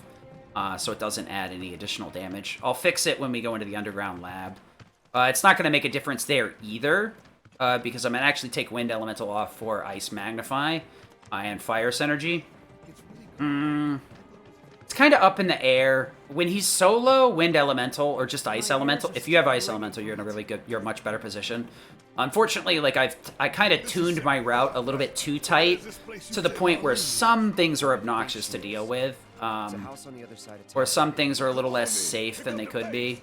So, what are you gonna do? That is a wall. That is a wall. Do do do do do. Do do do do. But yeah. Ice is probably something you should look into a little bit harder for the underground lab. Fire and wind nothing is resistant to those. Or at least enough to make it very important. So I just end up riding fire because it doesn't matter. That's the over house. wind. Marlene! Marlene! Right. I think Rude is still weak to wind in the Chapter 12 fight. I could be wrong though. I know the helicopter. No, I think the helicopter's not weak to anything. I can't remember. It's really weird. Like, Rude is initially weak to wind, and then I think he loses it. I can't remember, because I don't, like, pay attention to the freaking ultimating information. And every time I have a question like this, I'm literally in the middle of a run, so it's like, what am I going to do?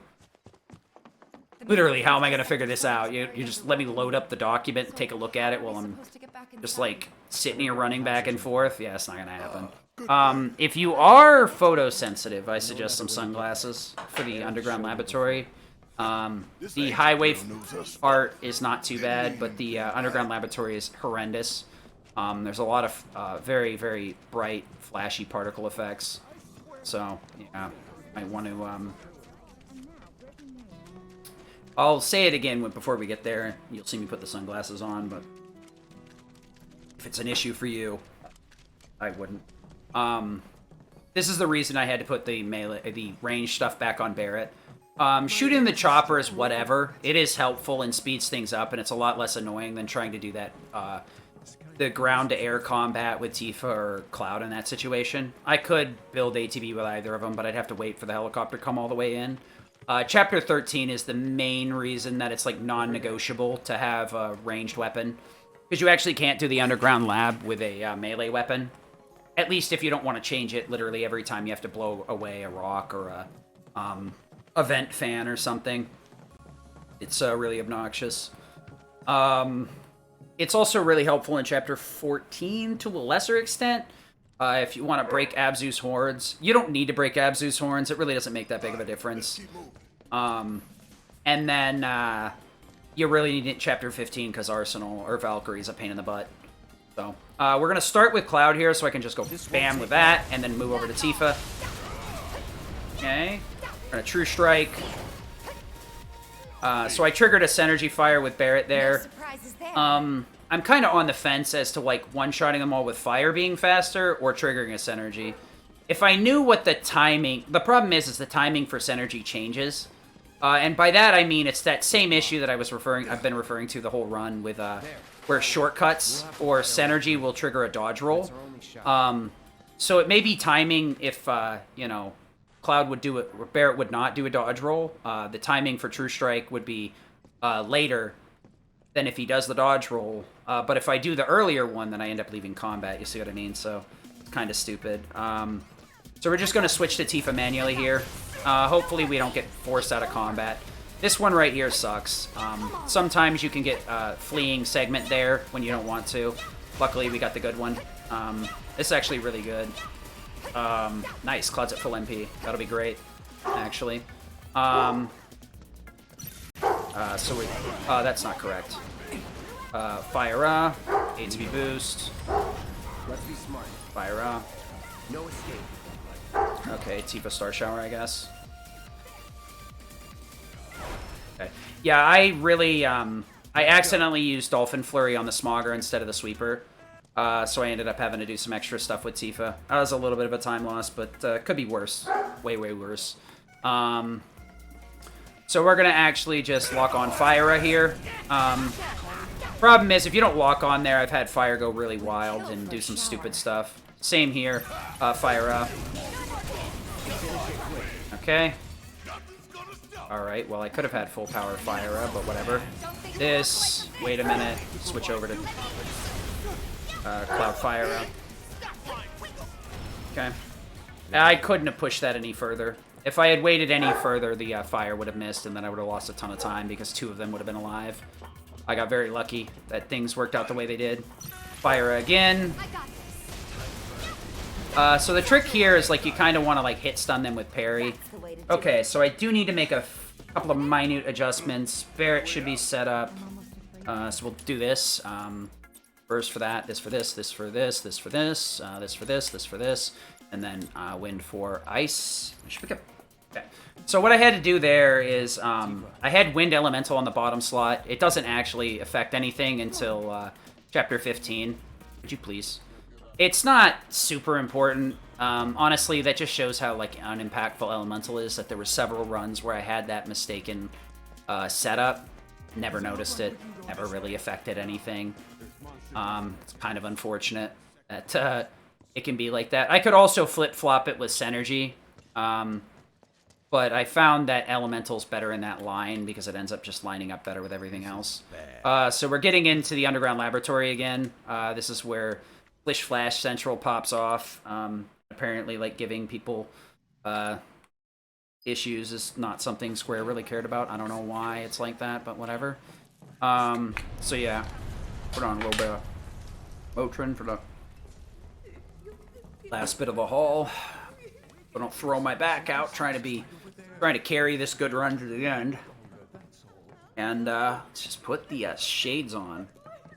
So this is the last run I'm going to do before the midnight run tomorrow for SG Live, followed up by another one 5 hours later for Quest for Glory.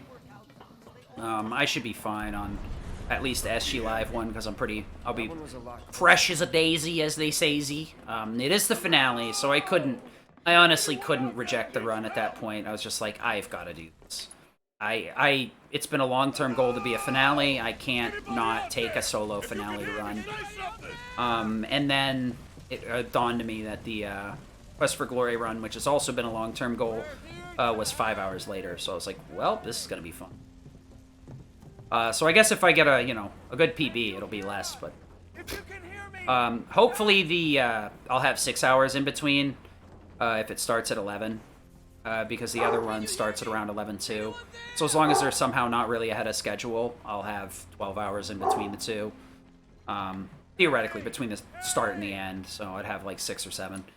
So we're gonna grab it, dip on into the underground lab here. We don't really have much choice about the thing. Barrett's gonna be in control, and you're gonna get to see how awful they screwed Barrett. Even with double magic up, EKG cannon, which is his highest magic weapon, and Fury Ring, he's going to struggle to kill stuff in here. It's quite depressing. I could put Goddard Dummerung on him, but it would make each one of these fights take literally forever. Each time would be like 16+ second investment of using Goddard Dummerung. It would be consistent, but God, it would be slow as hell. You'd be better off just like doing anything else. Yeah, Flish Flash City. The main issue is EKG Cannon isn't like technically his magic weapon, so it doesn't have like a cost reduction, I don't think, and it doesn't have like a damage buff at full MP, so it's like actively bad. I could have just hold the shot button and then walked forward, but I kind of forgot what I was doing for a second there. I didn't want to think about how flashed I was going to get. Damn game flash bangs you. So you don't need to worry about these bugs. You could kill them to move on quicker, but it's whatever. So we want to... I tried to roll out of that, but I managed to get Wombo comboed for 3. Nice. So I'm going to force Focus Shot these bugs. We want to do this. Hopefully I don't shoot an invisible wall here. What? These are garbage. I managed to kill everything. Great. Cool. What? Don't you kick dirt at me, you little rat. Alright, so I'm going to overcharge the dogs here, so I can hit stun one of them into pressure, and then I can follow up with a Blizzara. If I get lucky, they'll both group together and both eat the Blizzara together, but with my luck, one of the dogs is going to jump in front of the other one like that. Blizzara! Uh-oh. Blizzard, please? Okay, this is really bad. Blizzard, please. Oh, that's really bad. Bad. I don't know what to do. He'll die. Okay. That was awful. This fight can go really awful, and that was about as bad as it can possibly get. I'll probably do this in a little less of an optimal way. So we're gonna overcharge you, Blizzard, and then we're gonna go for a Focus Shot since they're so close. I needed to save a little bit of MP there, that's why I was going for that. Yeah, I had to waste a lot of MP on that first fight. Blizzara should work. I got a lot of weird movement in that first fight, and I definitely reacted poorly to that really weird RNG. That's a very rare pattern that I don't get very consistently, so it's pretty hard for me to react to properly. So we're gonna Blizzara this guy. Hopefully the rat... Okay, the bugs worked with me. Thank you for saving me time. I'm gonna YOLO up here too for another Blizzara. If you hit the bugs with ice, they normally get pressured, so they won't fly out of it. That's not 100% consistent, but I'm gonna go for a Blizzara on the 2 bugs. And then the other Blizzara should hit hard, should magnify, and hit both the rats at the same time. There we go, saved a ton of time. That's great. Alright, no more MP usage at all. We gotta pull MP free here. I can go down to about 52 MP, but the specimen fight can be really, really weird. So having the extra MP is extremely nice, and it's not something you want to like turn your nose up at safety measures. Around 72 is good, because I need several Blizzaras in combination. What's my HP? Okay. We're gonna just ignore this and go with Barrett. No matter what you do... Oh, I shouldn't have done that. No matter what you do, This takes forever. The problem is if you don't run that with Barret, the targeting up here gets screwy. So we're just gonna zip-zop. I don't know if this is any faster, but I go for it anyway. So we're gonna wanna, a little bit back. Whatever, Barret should spawn, yep. So Barret the character will always spawn in front of you like that. So if you know how to set things up, you can save some time. I want Tifa to Star Shower. Dolphin Flurry. Yeah, that should kill, no matter what. Yeah, the Somersault, Star Shower buffs the Dolphin Flurry by, what do we got here? Yeah, we'll heal up. Barret shouldn't take any damage, or won't take enough damage in the boss fight for it to really be an issue. Both Metal Knuckle and EKG have Bloodsucker. Are you serious? Both have Bloodsucker on them. So Barret's going to be casting a lot of Blizzard Magnifies to just roast everything and get staggers over and over again. 1, to build his limit. 2, so that he can just wipe out the entire room really quick. Because they're all weak to ice. So I can get away with Blizzard in some instances, but not all of them. So we're just going to start with Unbridled Strength so I know where my targeting is. So we're going to Blizzard these guys. And then Blizzard out of the leftovers. Okay, good. Perfect. Alright, so now he's got a full limit, and I can just cast Blizzards to kill when I don't need ATB. And what we're going to do here is I'm going to actually use Firaga with her, Overcharge with him, so that I can Blizzard these guys. Then hopefully... Okay, now I can just run this out. Perfect phase 1 and 2. So what I'm looking for is to build a little bit of ATB. I used Unbridled Strength right off the bat. Where did she go? I used Unbridled Strength right off the bat. Could you not? Dude, game, why do you hate me? I used Unbridled Strength right off the bat to basically pre-game my ATB here. True Strike hits a little bit weaker than Omni Strike. So this way I have a True Strength, a stronger True Strike available without needing the ATB. So I don't accidentally spend the ATB. I have thrown the Omni Strike at something I didn't want to before, but it happens sometimes.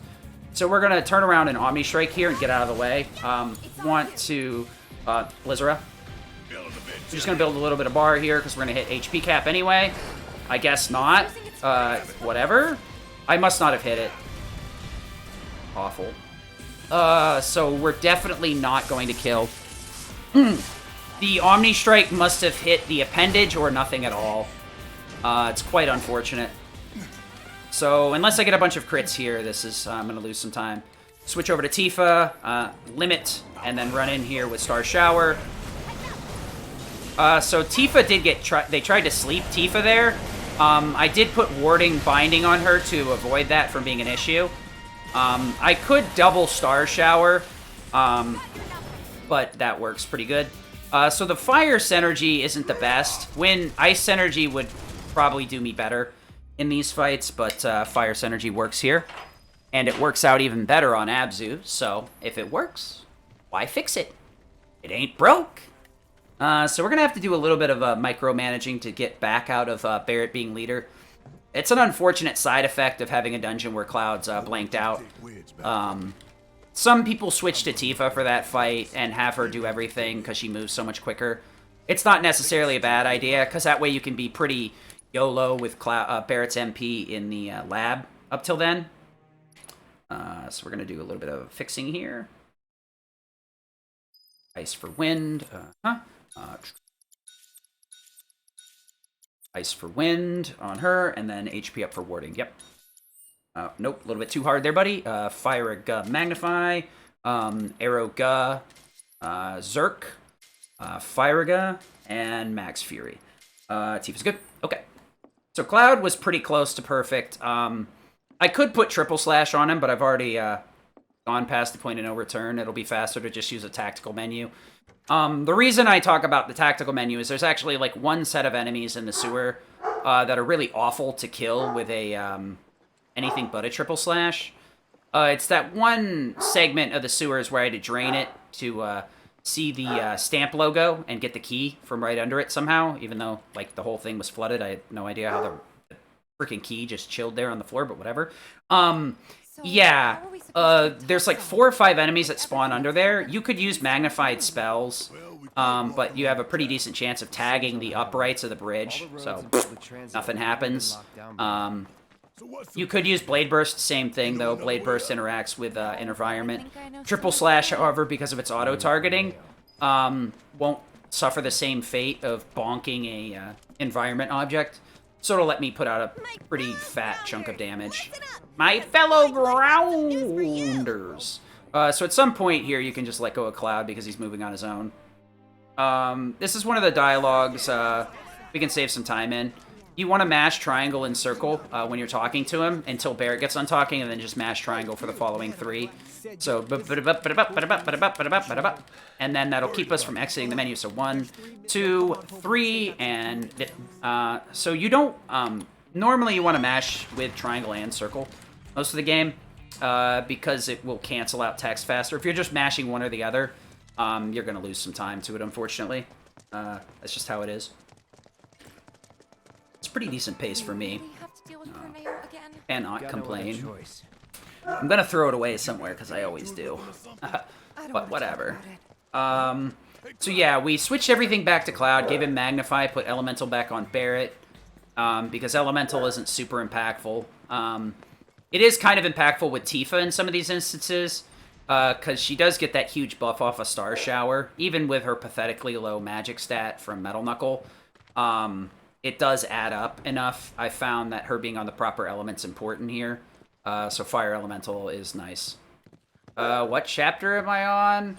I am on chapter 14, about 5 minutes ahead of, like, my previous runs, or my older PB. So I'm doing really good. I don't know where this is going to end. Probably nowhere good, but, who knows? Thanks for dropping by. Okay, we're just going to skip this. And a 116 sewer, huh? I'll take that any day of the week. Okay, so we're going to be spamming a lot of fire here. I've got MP Absorb on, so I don't really have to give 2 frigs about my MP on Cloud for the most part. I'm going to be actively recovering a ton of my MP off of him. Tifa, on the other hand, I need at least a Fire Gut out of her, so she needs around 21. Barrett needs 5 for a Berserk, maybe 10 if he has to Berserk twice for whatever reason, and possibly a 21 for a Fire Gut, so who knows. So we're gonna slide on over here to this guy. Okay, Tifa True. Pretty close, pretty close. Was never in doubt. So we're gonna get a little bit of movement on in here with Tifa. I don't know why I swap Aerith and Tifa up all the time. It's got to be the dyslexia. This is just really weird. I do the same. I do it with Yuffie too for some reason. I swip all 3 of them sometimes when I'm thinking. Yuffie happens a lot less when I'm not practicing the DLC though, but it does happen from. Oh my gosh, Barrett, why? So we're just gonna have to heal up a little bit later here. Not much I can do about it. Could you go up? I'll probably heal Barrett right here for the one time, because I'll probably grab the MP crate here in a second. It's possible to get it. So we're going to fire, switch over to Tifa. I'm actually... okay, thank you. Never mind. I rolled around those on purpose, but everything got tagged by Fire, so I'm not even mad. You don't want to parry around that corner, because you can actually like, kick the crabs and trigger their... we want triple. There we go, perfect. Nothing to it. Really didn't know what the menuing is to get into...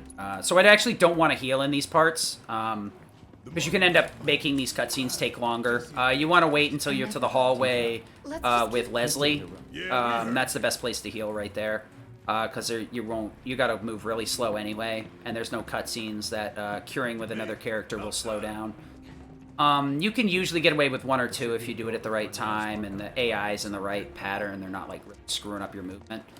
But for the most part, you want to be careful when you're healing around here. Tifa is kind of an obnoxious character to have heal on because her MP's so low, but because her magic stat's so low, it also puts you in a position where like it just makes sense because you're not wasting MP on somebody that really needs it.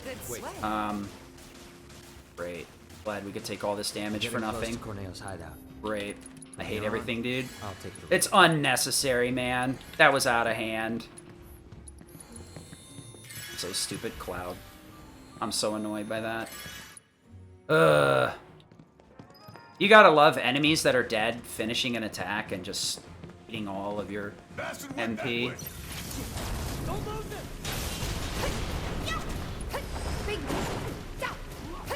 This is gonna burn. Fire a Ga.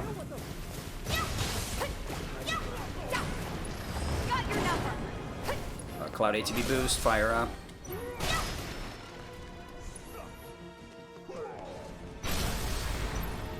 Unfortunate.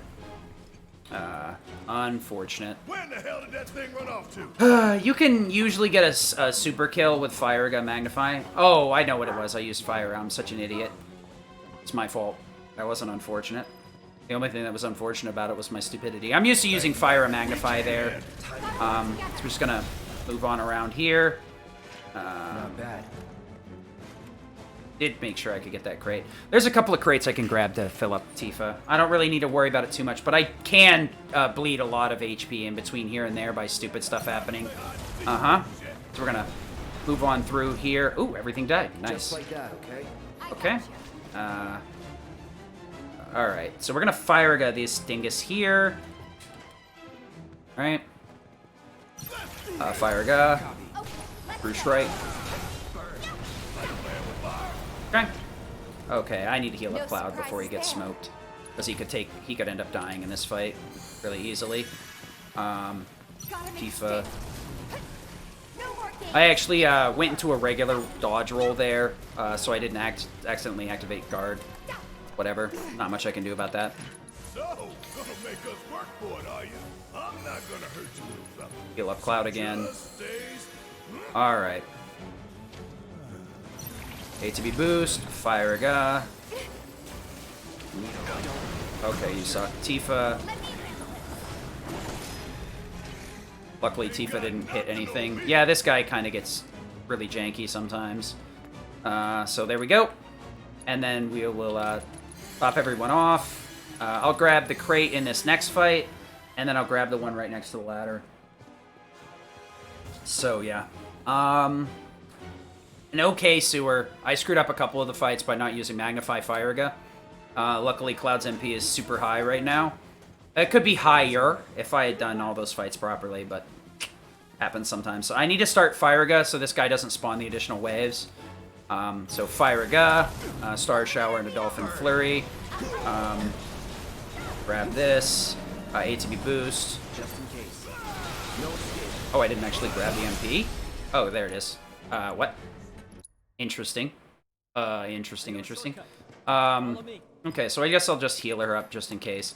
Tifa's gonna have to tank a lot of damage, especially with Cloud. Cloud 2 is a really dicey proposition here. I need to trigger at least one Synergy Fire to get through this first phase and do enough damage, which means I need to hold out on Cloud for a little bit with a Fire Ga, so that it triggers Synergy. The adverse side effect of this is Cloud's gonna lose about 1,000 hit points by getting both taking the attacks from the start of Abzu 2, and most likely getting headbutt by one or two of the little Abzu shotes that get summoned into the fight. There's not much I can do about it. He should be able to hold out through phase 2. I'm gonna need to start with him with a Fire Ga, and I should be okay there as well. The problem is his HP can give out in the final phase. Tifa will be leader, but those shotes are pretty aggressive and just will very easily pick off your party members that you're not in control of really easily. Especially when they're stuck still doing a command. I'm going to be max fearing during Dolphin Flurry with Barret to delay the Enrage animation, and I'm going to be Fire Gun Magnifying with Cloud to try and one-shot him before Dolphin Flurry finishes off. The reason that this is beneficial is it will take out a bunch of the adds in the fight, so it should make the fight end quicker. Should. And it'll also skip the Enrage animation, which saves a little bit of time, too. Okay, Fire Ga. 1, 2, 3. ATB. Fire Ga. Berserk.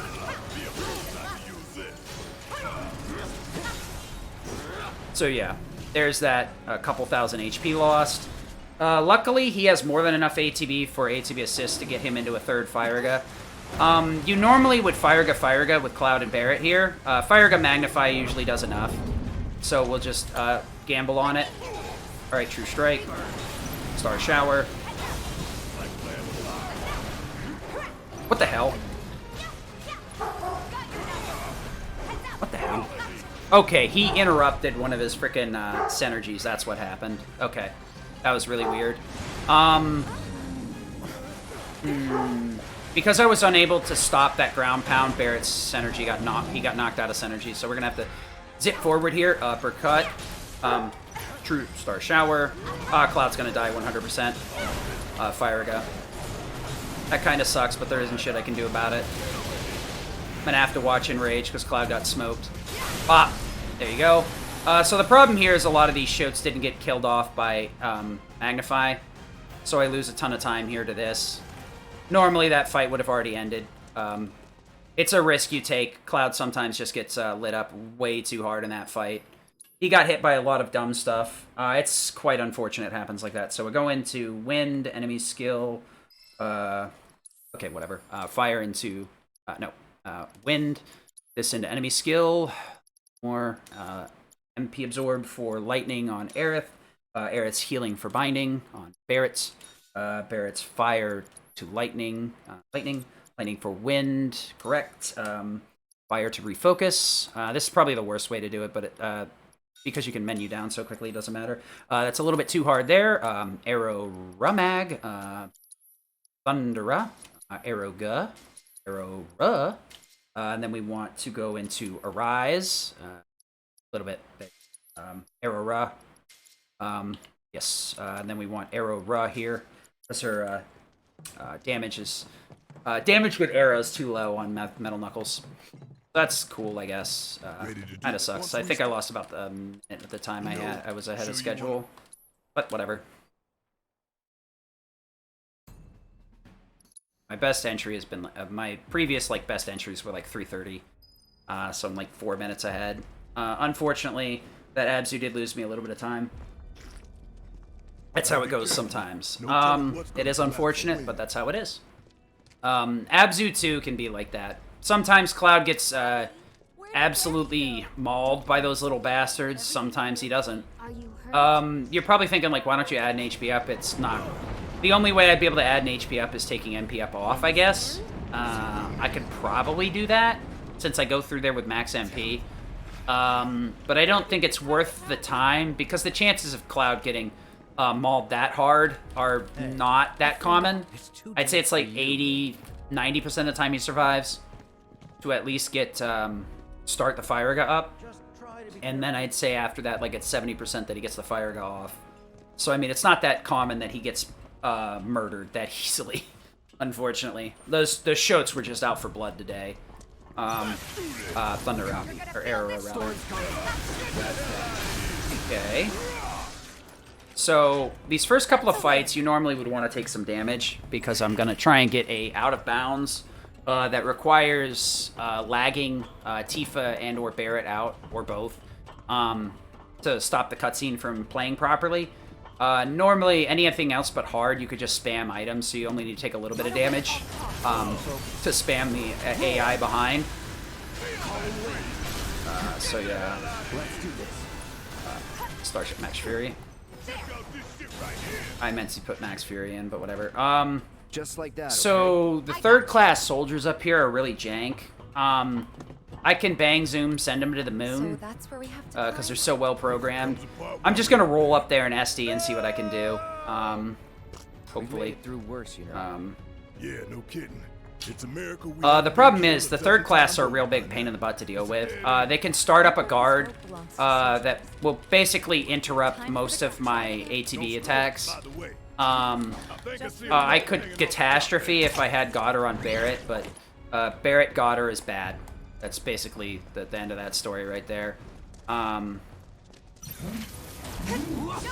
Okay. Ability SD. Okay.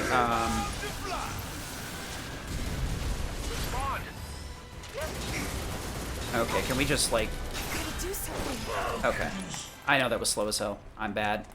So we're gonna save right here. I want to save once that camera angle changes. This will avoid me having to deal with the third class fight again. And it also, if I do have to load, it'll allow me to move at a glitch speed. Instead of slowing down here, I'll move at full speed.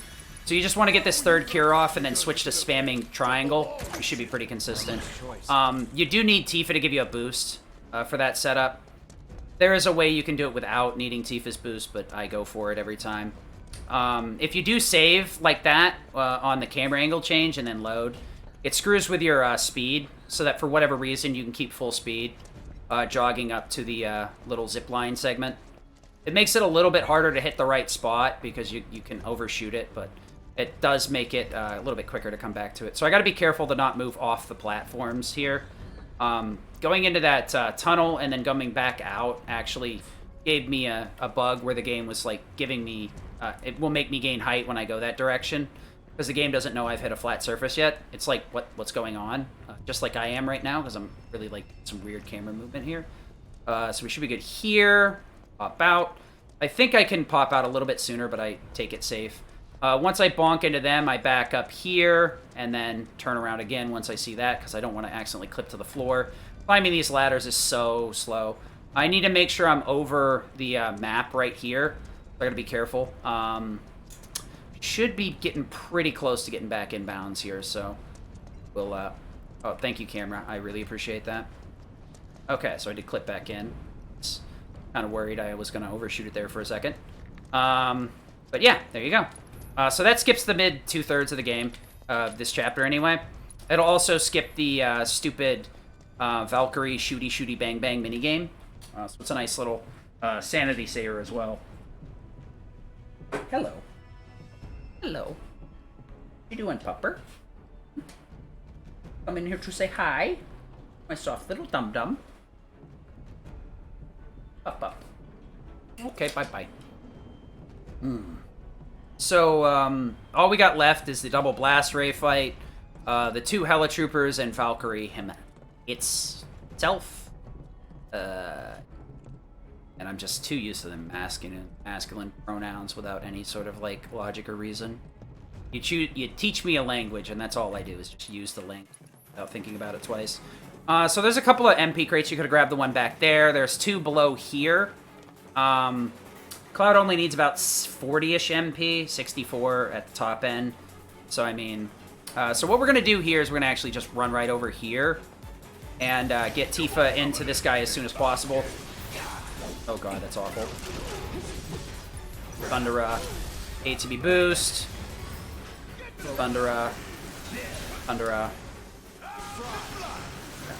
I don't really care, I just want him dead. Okay, everybody's healed. Wow. Nice. Smooth as butter. Star Shower plus Dolphin Flurry is fantastic for those guys. Because the repulsion field no longer affects limits, so Tifa just basically slides right in once he staggers. Okay, and we didn't get lucky. Tifa could have accidentally made that first one dodge, which would have been really obnoxious.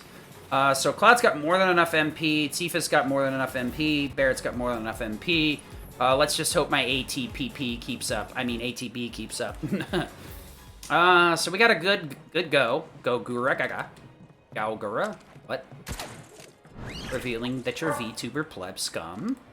Okay. So we're gonna zip, dop-a-doo-dop up here. And get going.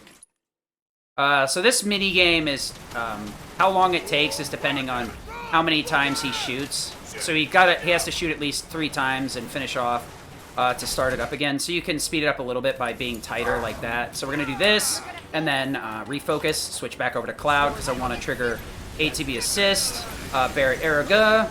Okay, I want ATB boost on. Okay. So what we're gonna go here is a little bit of Reckless Abandon. I'm gonna fire off Araga, and I'm actually going to abandon the Synergy trigger and switch over to Tifa and immediately spam Era to get 2 assist triggers and 2 Synergy triggers immediately. So it doesn't matter what I get out of this guy. That's really bad, actually. Oh, I'm super lucky. Oh, I'm super lucky with that, too. I think Barrett pushed at the last second there. So what I'm gonna try and do is get Cloud to arrow Valkyr. Like that. And then we're gonna want to get back here, toggle the laser on, get out of the way. And then I want to Focus Strike, Barret Araga, Barret Araga. Whatever, Cloud Araga. True Strike, True Strike, True Strike. Okay. I did lose out on some damage there by using the magnified one by accident, but it's not as big of a deal because I did use the one that I needed at the start. There we go. I just need to magnify that, and we're gonna blow through this garage. I'm so witty! Don't you agree? Somehow, I don't think it's all for us. Don't I look like I'm dying on the inside? Wee! Speed runs, the death of all. That only put the war on pause. We're just all speed running to the end, one way or the other. So yeah, I just need to upgrade that Araga. Hopefully it'll make some of the more Binford enemies in here a little bit less less tool time and a little bit more like toy tools in a kid's playpen. So I'm gonna ATB boost right off the bat here. Cloud's ATB can be pretty inconsistent. He sometimes will just hit 2 ATB here, and it'll be like, well, that's funny. Like that right there would have been fine. I didn't need to do that. Araga. We want to actually arrow that guy. Snap. Alright. The MP wasn't important. We're just gonna arrow these guys. ATB boost. That guy, Araga. Okay, what are you guys doing? What? Oh, that was awful. I should have True Strike both of them, but somehow I whiffed on one of them. Luckily I had my uppercuts to go. Araga. Araga. I don't even know why I thought that was going to work like that. Oh, nice. Tifa, Dolphin Flurry on this garbage. Araga. Araga, I guess. That's really awful. I totally, like, botched that super bad. My MP is going to be super tight here. I gotta be careful.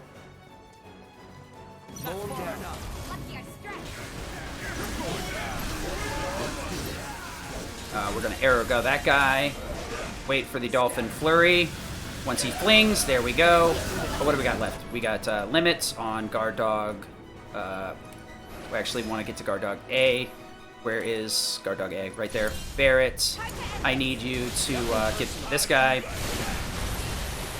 Oh, that was a complete cluster. Unfortunately, Max Fury. Star Shower. Okay, we're fine. Unfortunately, we're fine. That was really bad, unfortunately. That last one went really sideways. Not quite sure. Oh, God, I forgot. Oops. You got to be careful. If you heal in here, you're going to lose time. So that was a really bad garage. That sucks. I missed most of my speed strats in there. That kind of sucks. Do be like that, though. We're going to go into Iron Blade. Nope. We're going to put Chain Bangle. Wait, what? He's still off Chain Bangle? Okay. That's cool, I guess. It would have been if I'd realized it, not friggin' like lost. That's actually why he got nuked in that fight, then. Healing. Okay, into Disorder. I want Blade Burst. I want Self-Destruct. I want Triple? Triple. Yeah. We want Kata back. We want Thundera. Arise and Max Fury. And Berserk. And Star Shower. Burn the rubble. But not today. Oof. Yeah. So yeah, Cloud's MP, unfortunate. That's like probably What are you doing, Barret? No, get over here! Barret, you dum-dum! You dum-dum, Barret! Oh, now I got so mad I made myself lose even more time. Shit. AI, ladies. God dang it, Barret! Either the elevator. No, Wolverine, you're not getting a free pass on this. You can give me that look all you want, but I'm still mad at him. I vote we take the elevator. God damn it, Barret. Making me look like a clown. Even though that garage was all my fault and none of yours. You be careful. Oh, that garage was awful. Ugh. Chapter 14 itself was pretty decent. There was like one bad fight. Forgetting to put Chain Bangle back on Cloud was crazy, though. Surprised he didn't die in other places. That just shows you, like, some people say, like, Chain Bangle really isn't worth it, but... Yeah. You're just hoping Specimen hugs the crap out of me, so... Yes, Specimen will make me feel better. You know what? I'd actually take a Rake right now, because I'd be a little bit more interesting. The Rake route on Specimen's way cooler than the frickin' Mako Expulsion route. It's harder, but it's way more rewarding when you hit it. Damn it, I did that walk thing again. So yeah, Cloud's set up for Specimen here. This is just a big walking simulator for the next couple of minutes. It's kind of obnoxious. I think it's like 5 minutes of walking around in circles like a dingus. Hand over hand. That's fine. Getting into chapter 17, sub 4 hours is pretty nice, but that chapter 15 was a nail in a coffin right there. Well, no. It was the chapter 16 garage, actually. I guess if that's like the biggest swing in chapter 16, I'm fine. Alright, so everybody, let's pray that I do Specimen perfect and the fights after it as good as well. The first fight went okay. The second fight, I recovered quickly enough. The third fight I completely botched because I didn't even use ATB boost. And the same thing with the final fight. So I probably lost like 10 to 20 seconds from what I remember. That just shows you, like, ATB boost is so nice. What the f gives this movement? Huh? How does that even make sense? I'm holding forward right. If somebody could, like, write me an essay and explain, like, why in programming that makes sense, so I can, like, literally not get mad about that anymore, because it's like, oh, that's your fault, because the program is programmed to do that. And it's not just the program being arbitrary for the sake of being arbitrary. Oh boy. I'm missing dinner for this, guys.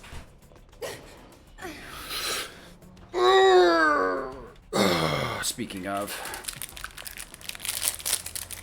Time to get out my food baggie. Ah! What the fuck? Seriously? How nice of my protein bar to break in half. As I cram it in my face hole. Okay.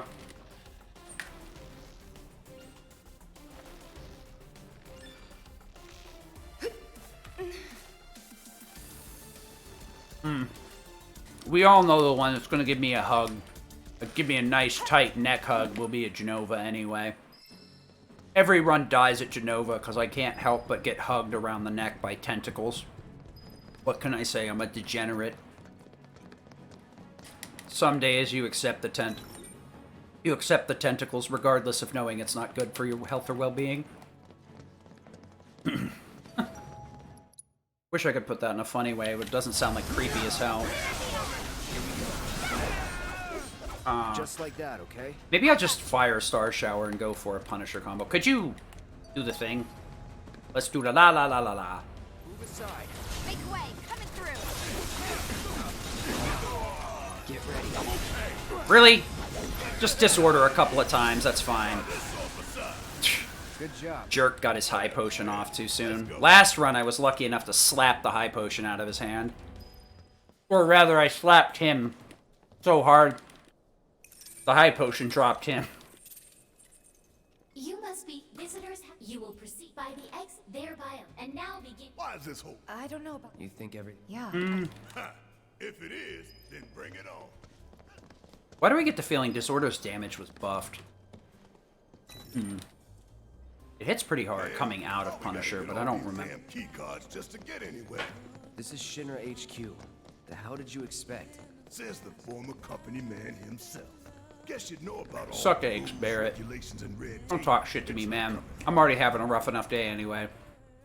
I almost got mauled. I got mauled by a bunch of ads in Chapter 14. I got frickin' mauled by a bunch of soldiers in the garage. Meanwhile, you're over there taking no damage. Passively shooting them in the back for 5 points. I just threw up a little. Look at this. I'm getting so salty I'm yelling at Barrett. Barrett didn't even do shit wrong, neither. Hey everybody, How's the grand tour?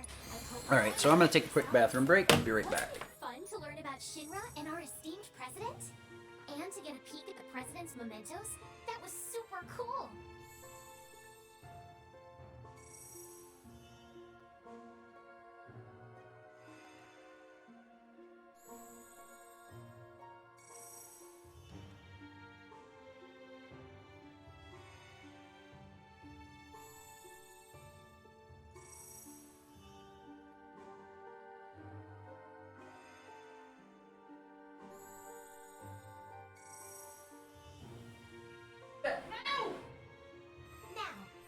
Along. The next exhibit will teach you about the important work we do here. By giving you a closer look Oh at boy, each of muscle our spasms. divisions. Exactly what you I hope last you're little ready bit. to be amazed, because you simply won't believe all the exciting adventures we have here. These all look so familiar. Because we've destroyed a bunch of them already. Impressive, wasn't it? I hope you enjoyed learning about our divisions and the wonderful ideas and solutions that are produced to benefit us all. Here at Shinra, we strive to ensure the safety of all residents around the clock.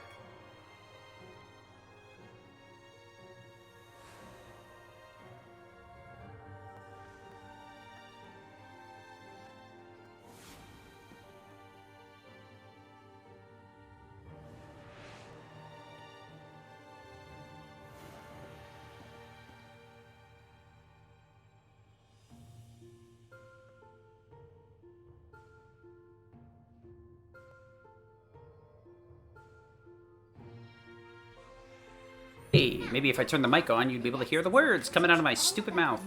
So there's a cutscene here that you don't have to actually walk into. You just stand right next to the door, and it'll trigger immediately as soon as you, as long as you're inside. So we're just gonna move around to the other side and hit the switch. See, look, I'm so nice. I even go around the other side with Tifa. I don't even bump into Barrett on my way by. I go through Tifa instead. What a kind gentleman. I bump into the woman instead. So, yeah, keeping Chain Bangle on Cloud is actually a pretty big mistake, because it definitely will deal with what happened in Abzu. It definitely causes Cloud to get smoked in Abzu. Not having that extra 50 defense adds up really fast when a bunch of shotes are jumping on top of him. It ends up being pretty impactful, fortunately. Luckily, it wasn't too important in Valk or anything. It's really hard to check that unless you're, like, paying attention to your damage values. You'd have to be actively watching your HP and being like, wow, that drained really quick, what happened? Or like, whoa, he got hit for 1,000, that shouldn't happen. You know, it should only be like 800 or something. And once you're already in the boss fight, it's too late. Most of the time, you're just focusing on movement and stuff, so it's really hard to catch that stuff early. Ugh. The last late run that'll ever happen. Outside of the one tomorrow. I'm not going to be doing late time runs like this normally. Unless for some reason I have like a full busy day, but I actually want to... For whatever reason. This is mainly going to be like a marathon time for sure. Where are you, Mr. Collaborator? I think we just need to start talking to people who look the part. Oh, I look the part, alright. If they say the best, then we have a winner. The hell's that? Combat sim. You can use it to train for battling. You work here? The mayor. The best! That's right. He's the best! The best! Alright, so Ironblade actually has a pretty nice interaction here. Because the sim doesn't have a difficulty setting of hard, we can do it on easy or normal. There's no reason not to. Just don't do it on classic. I can just kind of roll forward a couple times here with Cloud and kaboom. 2, ATB, SD. Okay, that's stupid as heck. Let's dance, asshole. Stupid. For whatever reason, SD whiffed on that one. I guess it requires that one to move forward slightly, and he just wasn't having none of it today. That's cool to know. Glad to know that's a RNG roll. This game sucks. It's finding every way to screw me over in the back end, and it's kind of annoying the hell out of me. All right. The last couple of chapters have been pretty bad. Most of it because of weird RNG, though. Meeting that's being held in. Think they like we can even Try it and secure. We need to find. So you want a spot? You can climb it. Thanks for the tip.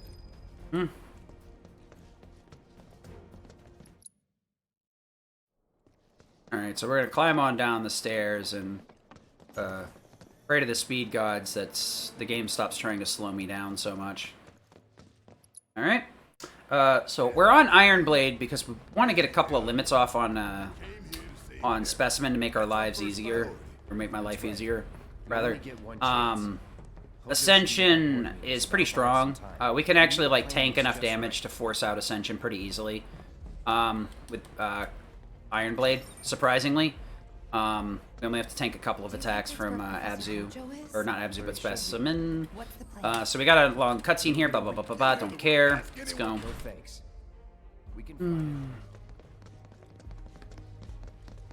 And that really sucks. I was on gold pace up until the end of chapter 14. It just shows you how, like, one little mistake can cost you a lot of time. Forgetting to put Chain Bangle on was enough to get Cloud killed. That cost me a ton of time in that fight, and it spiraled into leading to some pretty poor execution in the next fight. Uh-huh.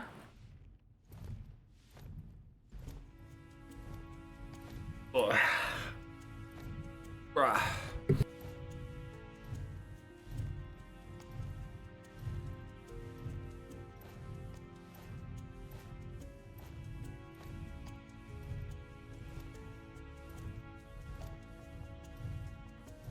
I feel like the death of this run is going to be like slowly kind of unwinding on my energy count, not being 100% awake. Yeah, so Chain Bangle you need to take off at chapter 12 for Reno and Rude, because you need to up your self-damage through the SD. Although, in that case, I got slapped around by Reno because I forgot to block. Whatever. I honestly wonder if that might be quicker with stop. But, whatever. Anyway. The reason that stop works out for me in that fight is because I have Skillmaster and Stagger. So I end up using stop. I can use stop, True Strike, Star Shower to get a Skillmaster loop, plus it activates assist because I activate 2 commands. So it ends up being effective. Go, Cloud, go. So Specimen is a pretty volatile fight. I'd say it's pretty consistent, but the eyeballs can make the first phase pretty volatile. Once you get into the second and third phases, you're usually in a good enough spot where it's not too much of an issue. The first phase though can 100% murder a run if you get a really weird phase. The eyeballs can be really aggressive and like just tag Cloud endlessly with fires. They could over aggressively slap the crap out of Tifa, which can delay Berserk a significant portion. Which there is a way for me to deal with that. Play nice. Dude, just tell the frickin' eyeballs to go away and I'd play nice with Specimen. I wouldn't cheat him by self-destructing if he would not bring the eyeballs out to play. 1v3 is fair. 5v3 is unfair. I don't like it. I get the Hojo laugh going. My brain has just stopped functioning. So we're going to try an SD in Berserk. Do a couple of different things to burn out a ton of damage here. I'm going to use a Disorder to get a Wind Synergy off for some cheap damage to make sure this first phase goes down as quickly as possible and I don't take a bunch of chip damage after SDing. Okay, I guess we're going to do it this way.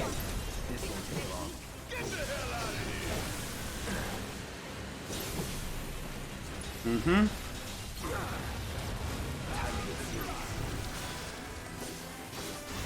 Okay. So that phase went swimmingly. Hopefully I don't do anything dumb here. Normally you would want to put your limit on your command if you're going to be doing a bunch of it, but I'm not going to be doing it that way. So I want to just send Specimen, zip out of the way here. We want to Star Shower into Uppercut. Probably I'll do Star Shower. I'm gonna lose out on a lot of HP here, but You know what? I got enough Berserk left on the table. Those phases progress quickly enough that I'm not too concerned about it. You gotta kind of like... You really want to Star Shower into this, usually. What am I doing? Max Fury. Okay. Now we want to, Urga. And then we want to, switch you back over to, Chain. Yep. And we want to put, Goddard Dumerung on Barrett. Yep. Want to change him out for, Wind for Lightning, I believe. And then Ice to Lightning as well, which would be like this. And we want to go into Thundera, and I believe that is it. Yes, it is. Okay. So we're going to use Goddard Dumerung here for a couple of these fights. It's unfortunately the best way to deal with problems. I could do some Blade Burst but it's not that consistent. So ATB boost, SD, switch over to Barrett. Oh, really? Could you guys just, like, eject? That'd be great. So the problem here is, like, these things have to eject. And the only really, like, consistent way to deal with them is through Catastrophe. Yeah, I've been on a better pace, but this is... Blech. So there's something interesting to note here. As soon as you move forward... You're gonna see I'm home for here. Look at that. Clouds keep going forward. For whatever reason, after you move forward a little bit and you hold DAC, Cloud will just keep going forward. He kind of goes at a random angle, but he ends up going forward consistently, so... What are you gonna do? I thought it was pretty cool. If you do hold back immediately, Cloud will turn around. But if you do it any time, like after that first step, he'll just keep going forward. Pretty cool. I'm not really sure why the developers did that, but whatever. I guess they figured they'd be like, no, you're not going back, dude. You're gonna waste a bunch of time if you do that. Don't do it. So we're gonna go over here, talk to Aerith. We're in Chapter 17 proper now, so we're definitely really deep into the end game. We're going into the final dungeon. So skip this. So Hojo's Lab is a 4-segment dungeon. We do Cloud and Barrett. We're gonna mess with Tifa and Aerith for a little bit just to flip a switch. Finish up that segment with Cloud and Barrett. It's gonna have like one more fight. Open up a switch to get access to some progression for Tifa and Aerith. Send Tifa and Aerith through. Switch back to Cloud after they hold the switch for us. Do another segment with them. Red's gonna fall down. Tifa and Aerith are gonna quote-unquote save in. And then we're gonna fight Sword Pete and then fight 5 bosses back-to-back, because that's cool. Yeah. Boss Rush! Genova do be hard, though, for me for some reason. So we're gonna switch stances immediately and just start building ATB and go for triples. It's over. The reason I gotta go through that extra stuff there is, if I had Ice Elemental on still, those things are weak to it, so Cloud would be able to rip through them with just a double triple slash. But without Ice Elemental, I gotta put in a little bit extra effort.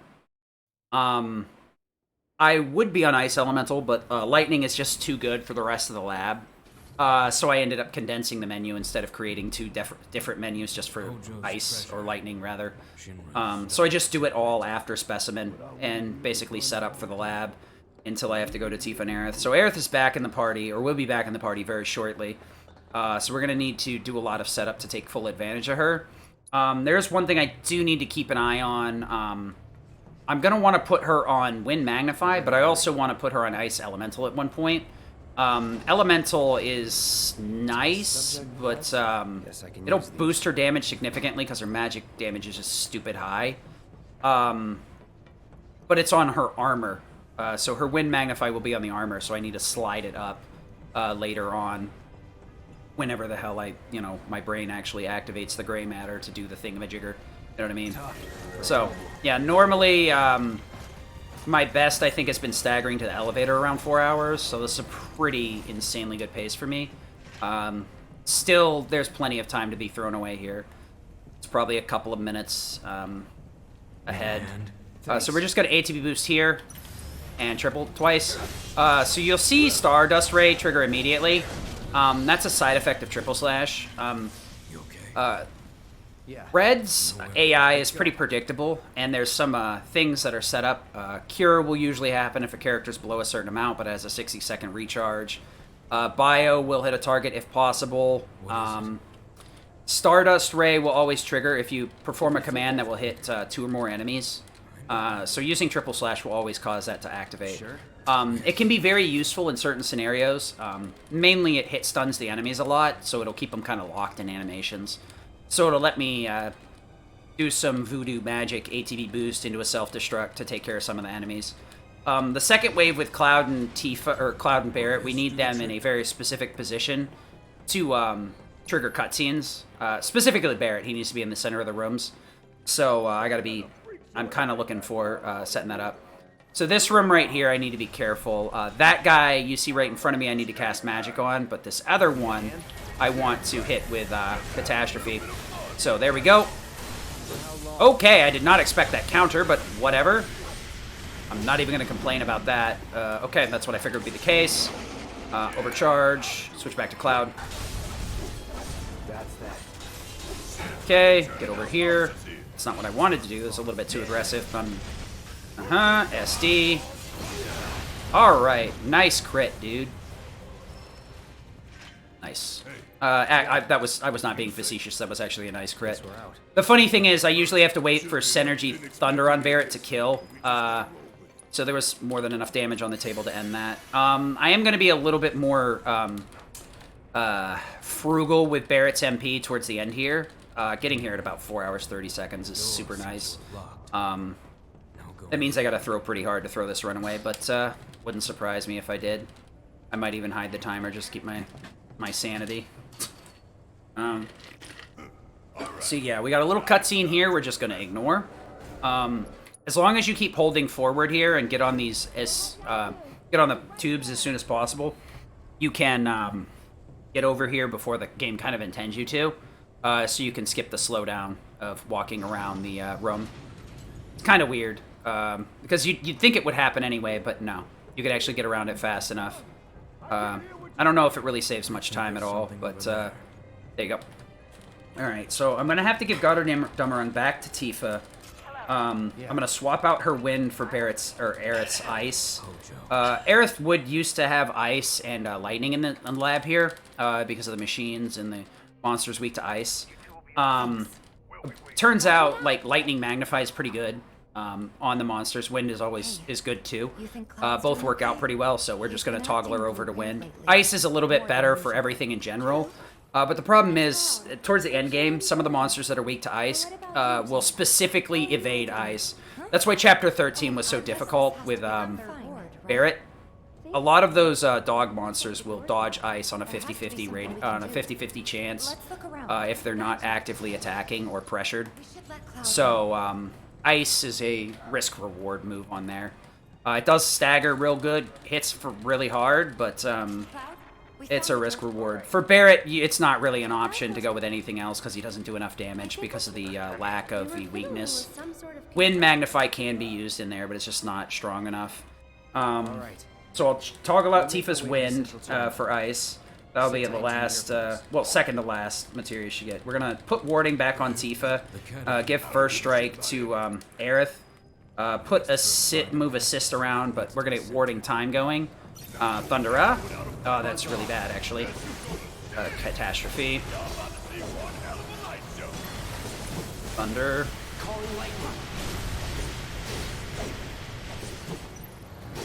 That's so stupid. My ATB was so awful, I couldn't get all the commands off that I needed to, so I had to wait for Barret's Synergy. Luckily, Synergy always comes, but it is slow. That ATB was really awful. I should have not been as aggressive as I was, to be honest. But I think I would have lost the time either way. Alright, so now we're going to go into the thing for them. Refocus is going to get removed for HP up. I will put it back on for Whispers because it's such a long fight. But for now, it's going to get cut for an HP up. We're going to get rid of Binding for MP up. I don't need to have that extra one for Berserk anymore. And then we're going to give it to Tifa and swap it out, or Aerith, give it out for time. So want to get in here for Goddard. Yep. We want this for ice, this for this, this for this, this for HP up, MP up. Wrong. The other direction, stupid. MP up for time. Incorrect. Time. This needs to be HP up. Wrong. HP up for this. HP up for magnify. Magic up. Okay, so it should be subversion for magic up. Subversion for incorrect. And I also want to move these up here. And then I want to go over to downgrade to somersault one last time. Most of the stuff in here is not strong enough to eat a somersault. So we'll take advantage of that. Aeroga is used for one specific fight to make my life easier. Oh, I see my friend Vuligen streaming. Well, I have a place to go after this, huh? So we're going to arrow magnify here. These guys. Okay. Somersault is a hit-miss there. Worked up a good sweat. The other fringe benefit of wind over lightning magnify is those guys aren't resistant to it. So you don't have to struggle as hard to kill the failed experiments with wind magnify. I'm going to run around poking these dogs for the arrow magnify so she gets synergy right off the bat. I do have Thundera. That's mainly for the sledgeworms. Hopefully all the dogs spawn at once, but I doubt it'll happen. Come on, really? You asked for it. You'll be blown away. It's gonna get windy. Watch out for high winds. You'll be blown away. Okay. I'll heal both of them, since I want to grab the crate on the other side. The downside with this is I had to add the MP up back in, because Aerith MP is just way too important to go without the double MP up here. She still has Stagger equipped. Hard equipping those to Cloud and Aerith, to some extent, I think are a pretty good idea. That Soul Drain's actually pretty nice, because sometimes the Zenane can really do some weird movement. And the Soul Drain will usually put him in hit stun and kind of pull him over towards Aerith. Plus, you get 6 MP back out of it, so why not go for it? I'll grab the crate over here as well. Not as important, but keeping her MP as high as possible is going to make your life a lot easier in here. Good, I got good enough camera movement that I didn't get slowed down. This room right here, I'm going to YOLO Somersault. I could Aeroga Magnify to pull both of these Zenanaes together. I can also just YOLO the Somersault. It'll usually kill one, like 98% of the time, and like I'd say 60-70% it'll kill both. So this is a dice roll, but I can always just Aeroga if the other one decides to not play ball. That's usually why I throw for it, because the first one is usually aggro to Tifa anyway, so there's a pretty good chance he's going to try and jump on her while she's somersaulting. As long as the other one doesn't aggro and jump her while she's trying to start somersault, I'm good. So we're going to somersault the missile turret over here, and then Thundera. Thundera Magnify would be better here, because I could save a little bit of MP. That is not what I wanted. Okay. That's actually really bad. Thundera again, I guess. Well, that's annoying. Somersault would have taken out one of the turrets, but apparently I'm an idiot and targeted the wrong one. I didn't realize Somersault wouldn't even reach the middle one. I was half tempted to reset, and then I realized Synergy was going to keep me floating. So the only downside is I'm out 11 MP now, so that kind of sucks. Luckily, my Genova strat is really greedy on MP recovery, so I should be able to recover it pretty simply without too much. I could have also gone for Tempest as well. That probably would have hit hard enough, honestly. The problem is you're just going to let them sit around with missiles.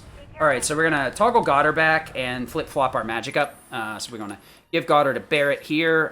Magic up for this. Okay. So magic up ends up in a different spot like every run. I swear it does. So it does. I do have to like recognize a little bit. That's the nice thing about using 2 magic materia in that instance. So it makes it a little bit easier to recognize. After this, I'll be swapping out Subversion for Subversion and Skillmaster instead. So it won't be super duper important. This will make it so I don't have to grab as many boxes because the other fights went a little bit horrible, so I didn't have to waste as much MP. This fight right here, I'm going to triple slash right off the bat as soon as I possibly can to get Star Shower or Stardust Ray going to stun lock these guys in the corner. Triple ATB boost. I guess we're going to want to SD. Okay, I got lucky. So I wanted to move Barret as close to the center as possible. Both Barret needs to be right where he is, and Cloud needs to be standing up. So I do lose a little bit of time to waiting for Cloud to stand back up, but Barret usually takes so long to get to the center that even if I'm super aggressive with this movement and trying to do shit with Cloud, Barret will usually get to the center around the same time Cloud stands up, so it's whatever. It's a lot better than throwing Catastrophe here. You could probably do some other chicanery here, but I really like Iron Blade. The downside to Iron Blade here is that you need to toggle magic ups. Your other two strats would be Hard Edge or Mithril Saber. Honestly, I think either Iron Blade or Hard Edge is probably the best way to deal with it. Mithril Saber's probably got some pretty good stuff on deck, but whatever. So we're gonna just kind of SD over here. You sons of britches. Thunder. Yeah, I just wanna... Okay. So that kind of sucks, but there's not much I can do about that sometimes. So... This next room, I'm going to be spamming a lot of Thunderas. I'm going to use Catastrophe to try and wipe out all of the Sledgeworms. That's not consistent at all. The other option is to get 3 ATB together and Thundera, Synergy Thunder between Cloud and Barret to wipe them out with a 1-2 shot. That's also not consistent, so yeah, no. So what we're going to do here is go for the God or Dummerung. That's Thunder, I guess. Catastrophe. ATB boost. Thunder. I really screwed that up, but whatever. I didn't get punished too hard for it. I accidentally cast Thunder with Cloud first instead of Catastrophe. So I just went with it. I could have, and should have ATB boosted in between so that I could get the Thunderas off, but luckily I didn't get punished too hard. More or less, that fight's usually going to take about as long as a Catastrophe takes to go off. So I've just kind of bent the knee to that room. It's not fun, it's not fast, but it's the best way to deal with it. So just double triple slash is enough to push that, finish that guy off. You can just buffer Catastrophe here at any point. If you're in charge of Barret, it won't let you. Just switch to Cloud and then switch back. Or switch to Cloud, and then it'll let you buffer the input. So switching between the two will let you unlock the lock. The reason you keep seeing me open the shortcuts, like, oh god, I forgot about this, is because it locks after you do an input. So dropping back out and then opening it back up makes it so that that lock goes away. So Barret's going to recover a ton of HP here because of Catastrophe. Okay. So I wasn't sure if everything was going to die there. Healing Barret Cloud here really isn't needed. He's going to SD on Sword Pete anyway, so he'll be getting some of his HP back anyhow.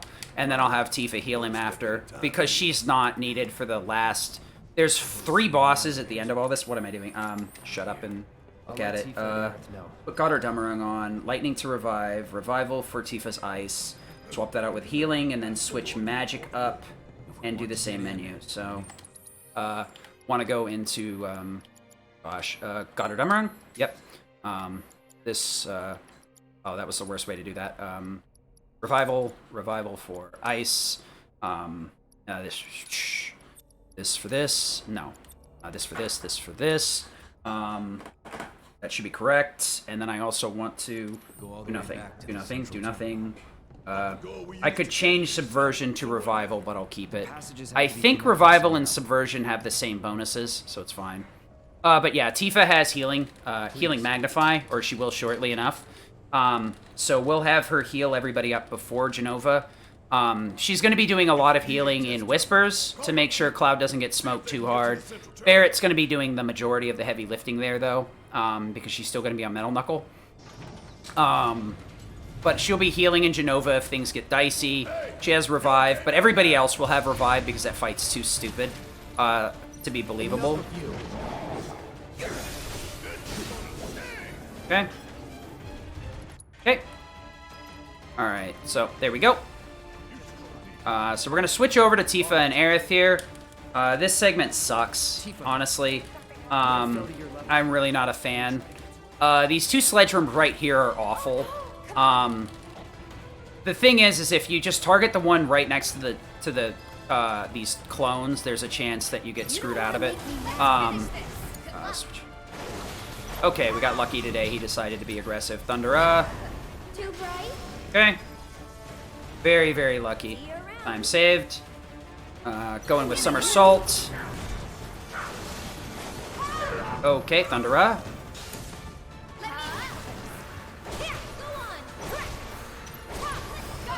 Okay. Well, whatever. Aerith got the bloodsucker out of it since she killed, so I'm happy with that. So we're gonna use Arrow Magnify. I gotta make sure that this hits everything. So we'll go Arrow Magnify. Okay, are you serious with that? Okay, I'm lucky. 2, 3, and 4. Soul Drain should kill. Here we go. Die. Or not, whatever. The Soul Drain wasn't necessary there, but it takes a while to kill those guys. So a couple of regular pokes is what I decided to go with there. So what I did is I took Lightning off of Cloud, swapped it out for Revival. Stole the Ice off of Tifa because she's not going to be using Elemental anymore. At this point, Elemental does double-digit damage, so it literally is 0 impact. So Elemental goes over to Aerith, actually, to boost her damage. I will leave that on her until the end of the game, because there's no other good use anyway. Magnify stays on Barrett for healing purposes. The fights that Aerith is going to be in are going to be 1v1s, or I only want her to hit one target. Because actually, if I have her do too much in Chapter 18, I can end up getting her too soon in the Sephiroth fight. Depending on who does what in that fight, it determines who shows up when. Okay, so that was perfect. Worked up a good go sweat. up there. So I do want to put Elemental on her. Actually, Elemental. No. I do need to do it because of this. So Elemental for Magnify. Wind to Ice. Boop. Ice. Yeah, the reason I need to do it is actually this right here. True Strike. I need to upgrade to Dolphin Flurry. Maybe you upgrade? Thank you. There we go. I need to upgrade to Dolphin Flurry. Somersault just doesn't do enough on Sword Pede. Which means I'd have to, like, Somersault, and then, like, Tempest, and Thundera, and I have to waste a bunch of MP. So I just go for the Dolphin Flurry instead. Unfortunately, it results in a split menu that I would like to do after Sword Pede, or before Red drops down. But Magnify is just too important to be removed before then. So yeah. We could do Overcharge with Barrett, but I'm going to YOLO and hope the Synergy Lightnings hit a little bit harder today than they normally do. So we're going into the final 5. This is the last... this boss is so thin on content in a New Game Plus run, that I really hesitate to call him a boss. I have reset here before, honestly. But those are not runs that I'm very proud of.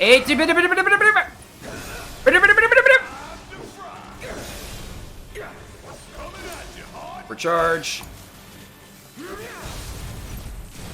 Okay, I got lucky with that. Tempest. Soul Drain. Okay, there we go. Blade Burst. I didn't think would work. I guess I don't have to SD there. I just have to double Blade Burst and build a little bit extra damage. Interesting. That Punisher does a lot more damage than I thought it did, I guess. So right here, the camera can get really screwy, so you gotta, like, position it in a weird way. So yeah. We're gonna use Tifa here to heal Cloud up. We're gonna actually get rid of that, because that should be enough. Of course it's not. Luckily, I got multicast going. Can you... See, the problem is now, once we get done with Genova, Aerith leaves the party, so we have no way to heal her. Tifa, it doesn't matter at that point, because she stops actually involving herself in any of the boss fights. Elemental, First Strike for HP up, and Subversion, we'll change this out to Revival for the baby strats. Subversion can be useful. I actually forgot what I was doing. Focus Strike, Infinity's End just in case.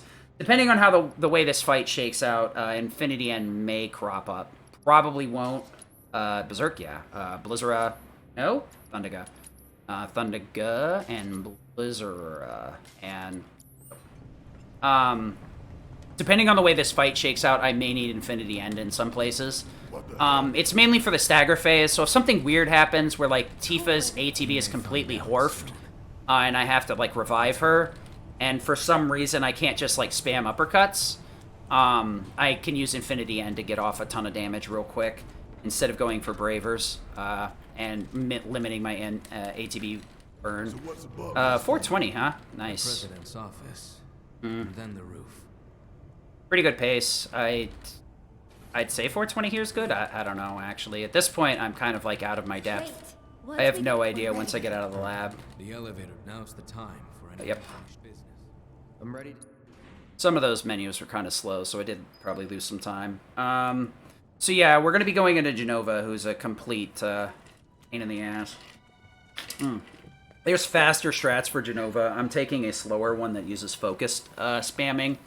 I could probably speed it up a little bit with ATB boost, but I'm worried about siphoning Aerith's ATB, because I want to get a couple of soul drains in for, you know what, I probably won't just say screw it and go for it. Yeah. So everybody's got warding. Yeah, screw it, I'll go for the ATB warding. It'll speed things up. Is anyone out there? So we'll YOLO ATB ward. We have ATB assist, so it will put the ward on. We'll feed ATB to Aerith. She's not going to be doing much because Genova has Reflect, and I actually don't cast much spells in here, so whatever. We're gonna try and get this going. There we go. Dolphin Flurry. Switch over to Cloud. Berserk, actually. Okay, I want to drop that. Triple slash. Okay, we're in a good spot. Okay, I kind of want to make sure I'm over here. What? Why did I not get... Whatever. I have no idea what happened there, but okay. Aerith, we want to ability... oh, she doesn't have ATB ward. It's not going to happen. Focus Strike. Uppercut. Focus Strike. Okay, I'm stupid. This is bad. ATB ward! ATB ward! ATB ward... Cloud. Cloud focus. Star Shower.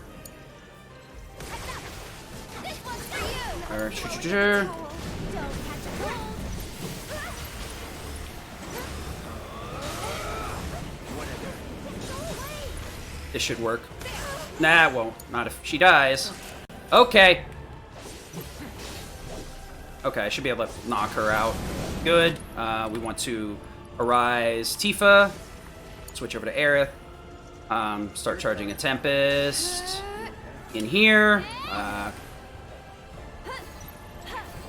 Soul Drain, Soul Drain, Soul Drain. Infinity End. Okay.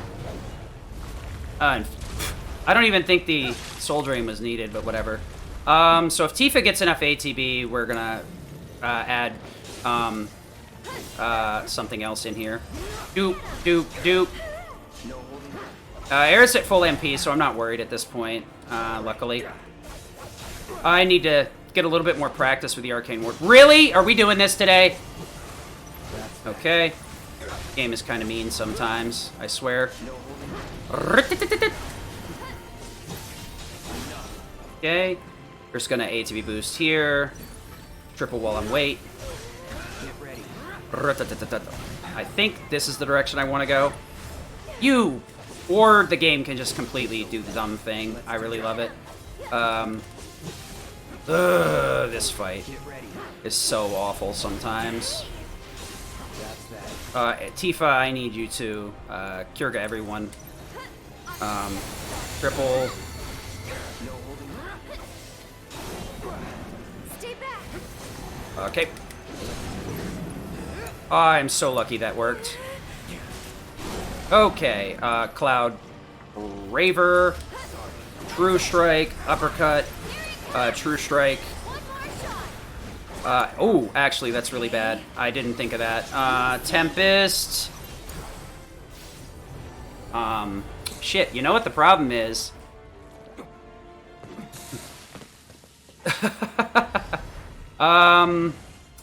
This is going to be kind of obnoxious, because I actually don't know what the end of this phase will be. Braver that garbage. Tifa Star Shower would be great. Triple. What do we got going on here? Tifa, where are you? Star Shower. Aerith, Berserk. Dolphin Flurry.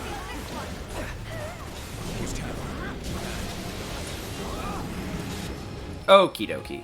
I have no idea what happened, but we're just gonna pretend like I know. Pincers, got her Dummerung. I need to swap this out for HP up. This needs to go to HP up. HP up. Binding for Skillmaster. Oh, that's right. I need to change this out to Steadfast. Then we want to go into this. Cloud stays. Point Blank. Oh god, her HP is fantastic too. Thunder. I'm kind of worried for some reason. Interesting. Yeah, 5-minute Genova fight's completely horrendous, but whatever. It's fine. Not good, but fine. I probably won't mess around with ATB Ward next time, but it does look like it could be pretty good if I make sure she has full ATB going into the final phase. I forgot that our ATB Ward needs 2 ATB. It really kind of sucks, actually. That's pretty freaking steep. Everyone okay? Ugh. So we're gonna do a little bit of a setup on the dog here. A couple of regular hits into a triple to get Rufus off of me, and I'm gonna do a really particular method of comboing on the dog so that I will 100% fill this pressure bar. Boop, boop, boop, boop, boop. And I'm pretty close to capping HP, but it's fine. The setup here is specifically to put the dog one breath away from stagger. Yeah, the Kiriga always happens, but it really doesn't waste. I don't think it loses that much time because he's staggered anyway. So it's like an additional hit with triple slash. That's it.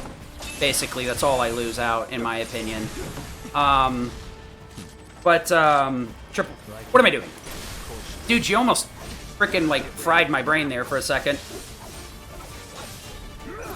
Ugh. Damn it, Wolverine. My brain shut down and I almost, like, fucking bravered right off the bat, which would have been horrendous. Focus thrust would have worked okay, but not very well. So you normally would sleep Rufus to hit a braver here, but I can do a more crazy YOLO thing. This is probably a good technique to learn as a backup, just in case your sleep gets interrupted. But it'll always set you up for this. And then there we go.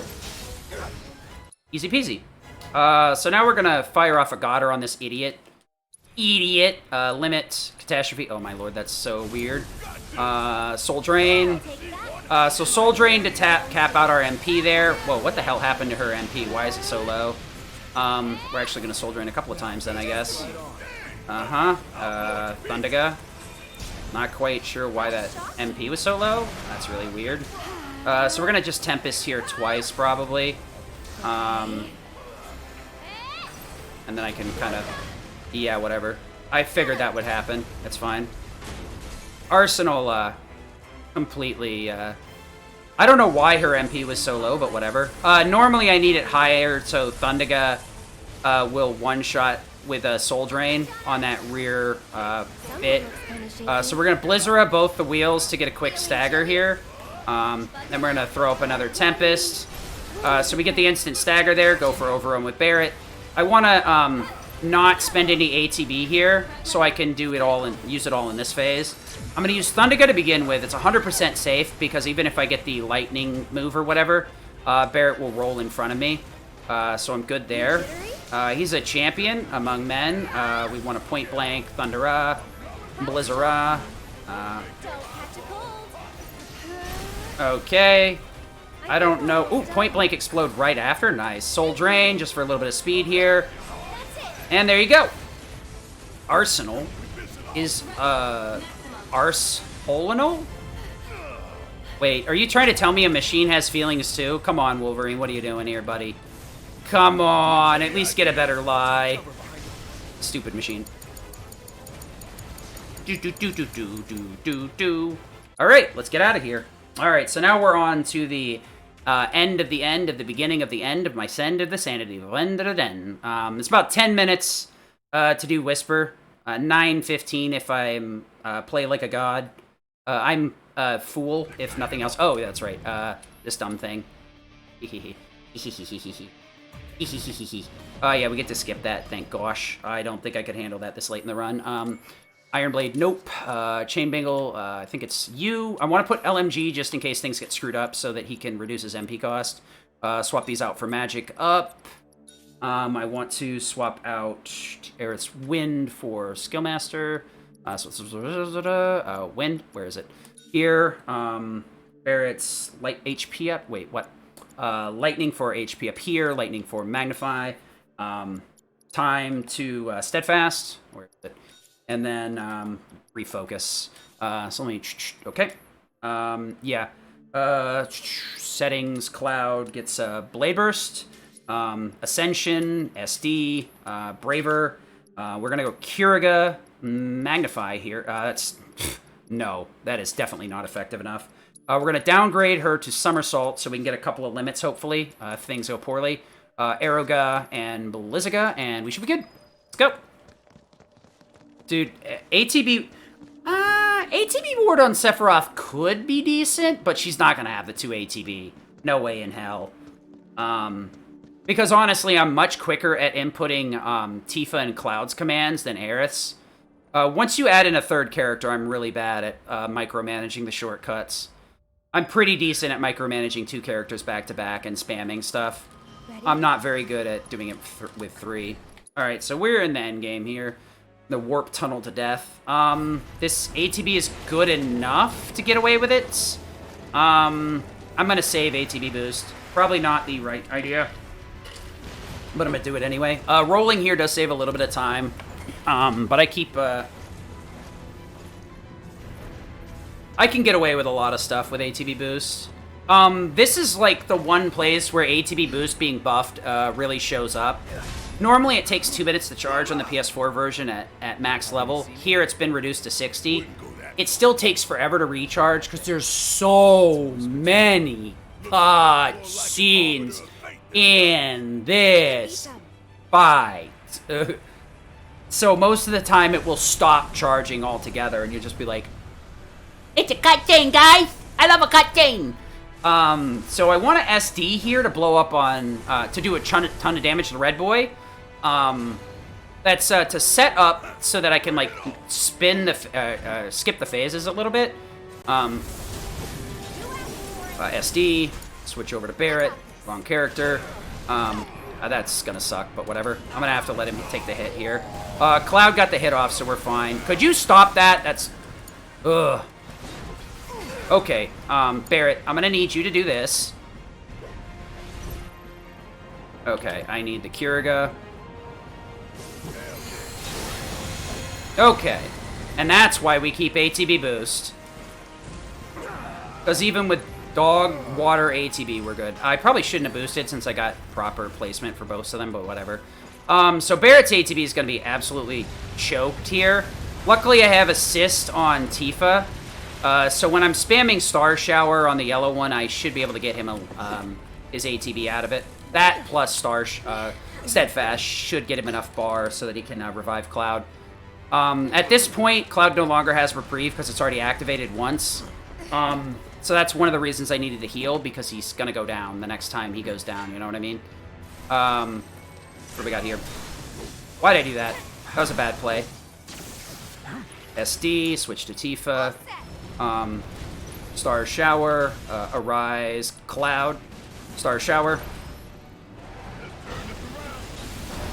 Okay, so everything's dead as fudge. That is a perfect. Nice. You don't have to kill all of them. You really only need the SD on the one of them. But it doesn't get any better than that, to be honest. Because then you could just...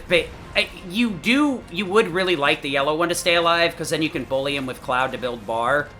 But, you know, when you don't have to worry about anything, your life becomes a lot simpler. Yeah, baby! Yeah, baby! Alright, so you don't want to move forward here. You need a Blade Burst raw, because you'll come into it. And then I'm going to Somersault with Tifa in the back end, so... we're going to Blade Burst off the bat and Somersault. Is that it? Good. Tifa Star Shower. Barret overcharge. And then uppercuts, uppercuts, uppercuts. Cloud, Barret, Kiriga, everyone. Tifa True Strike. There we go. Everybody's healed up. Cloud's got full bar, full limit. Tifa's got 2 bar for the next phase. And her skill master's all set up so that when I cure Cloud, after I get done tanking a bunch of hits from him, I'm gonna want to tank some hits from the red one before Bahamut spawns. So Cloud's gonna be at half HP no matter what I do. So I'm gonna go out of my way to cure with Tifa just to make it a little bit safer. Cloud shouldn't get hit at that point anyway. Cloud can get hit. Cloud can get mauled. He can get maulding. So yeah. But what are you gonna do? So basically we're gonna take a little bit of safety precautions. And so right here, yellow and blue is a little bit precarious. I want to fire off a limit to tag yellow, but I really don't want, or to tag blue, but I don't want yellow to take too much of the hit out of it. If he takes a little bit, it's fine, but if he gets hit by the uppercut of the sword, I'm in a really shitty position. So I am going to SD on both of them. That's why I don't want the yellow one to take too much damage. So we're going to fire this off right off the bat, switch to Barret, and pray. That's actually somewhat fantastic, I think. Okay, yellow's getting close enough, so I want to overcharge now. Cloud. SD. Okay, so I could switch to Barret to get the healing here, but I always forget to. Cloud could SD again to kill the yellow one, but I've taught myself to do a method where I don't do that. I could give yellow and I could give red to Barret here, but I find it way better to not give him the additional points by accident. Blade Burst. Okay. So I'm going to have to Punisher counter a lot of the next phase anyway. So I'm going to get a limit out of it anyway into Bahamut. So it really doesn't matter. Same thing, since I'm Punisher countering everything. To make sure I push the Whisper into Bahamut. Cloud's going to get a ton of ATB out of the Punisher counters. He is going to lose a shit ton of HP, but that's actually why I've set up the thing with Tifa, so that Skill Master will trigger, and she'll basically get all her MP back, her ATB back. But she'll end up taking a couple of hits anyway, so she'll be at max. So she's going to go from max to super max.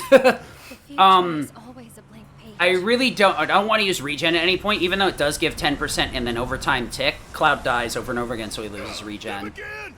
It would be nice otherwise, but you got to remember it's 10% or something like that tick. So the lower your max HP is, the more useless it is. So one day Barret will follow me to Sephiroth, but hopefully not today. For the most part, he has a ton of points, so there's a pretty decent chance he could come to Sephiroth if I screw things up. I'm going to give a lot of points here to Tifa, though, to make sure she shows up first. It'll actually speed things up with Sephiroth. So we're going to go for some Punisher counters here. Like I said, I lose a bit of HP to this, but that's fine. Tifa, Cure Cloud. So her ATB is maxed back out. No reason to take a risk if you don't have to. So we're going to ascend above and beyond to the heavens. So we're going to wait a second here. I don't want to switch to somebody else because Bahamut here will target whoever I'm on. So I'm going to switch over to Tifa, do a little bit of damage here. Did Aerith? Okay. We're gonna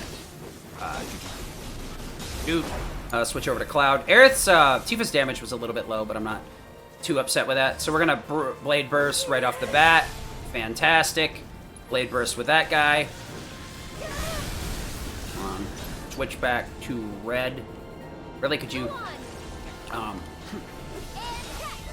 See ya. It's over. Braver. Okay.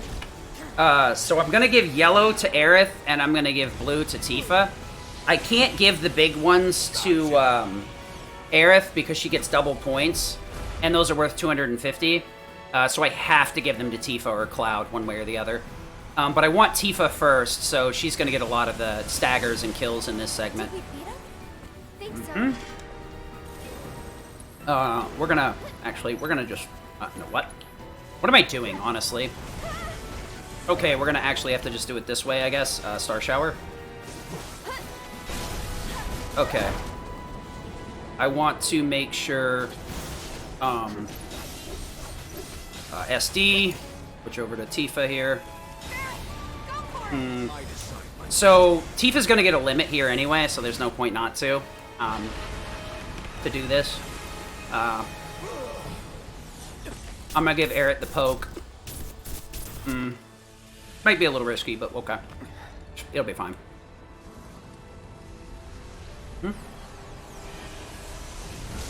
We did it! Right. Huh? Actually, I don't think I'm gonna get the limit here, but whatever. Thunder Go. Star Shower. I should be fine with double Star Shower, actually.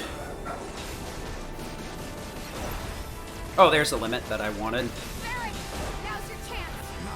Okay.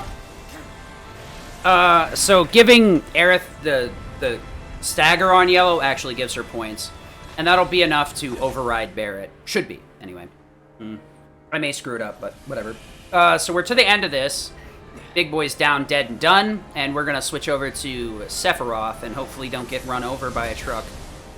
I really don't like Isekai Kun truck. It's very dangerous. So we're going to thunder this guy and move on with our life. Open up the Iron Blade. Hear the sounds of our death in the background. And now we face the final boss way too soon. We want HP up, Skill Master, and ATB boost for assist. We're gonna switch over to Disorder, Focus, Braver, and Blizzara. Then we're also gonna upgrade you to Dolphin Flurry. It doesn't really matter if it's on the shortcuts or not. Let's go! What dot Brave into Blizzara. And then we're gonna wait a second here and spin on in. This and Braver. And back on out. Sephiroth is heavily scripted with the way that we deal with stuff. Disorder. What am I doing? That's actually wrong. Blizzara. Shatter. Come, Cloud. I did that completely wrong. I meant to cast Blizzara, but I accidentally did Disorder. Which is fine anyway, because I got some extra damage off. Not great, but whatever. It's fine.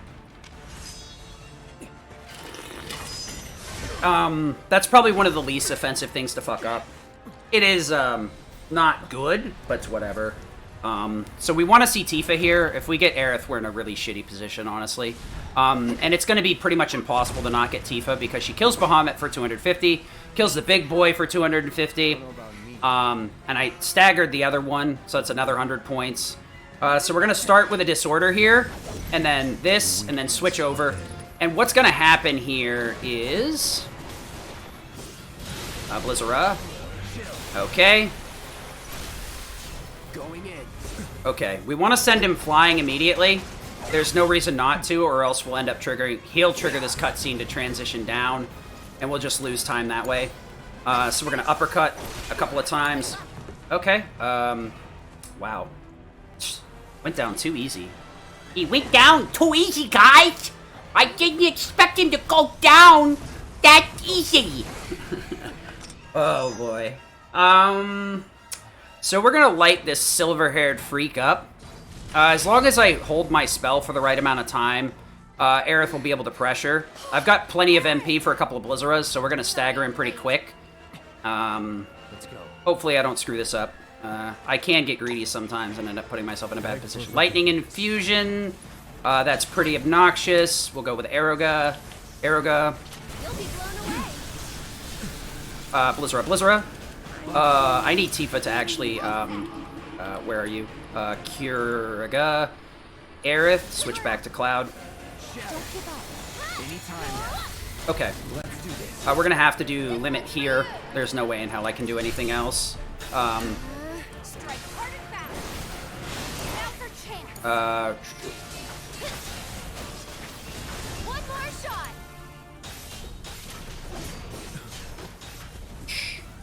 So that's gonna be really sussy Baka, but there's not much I can do about it.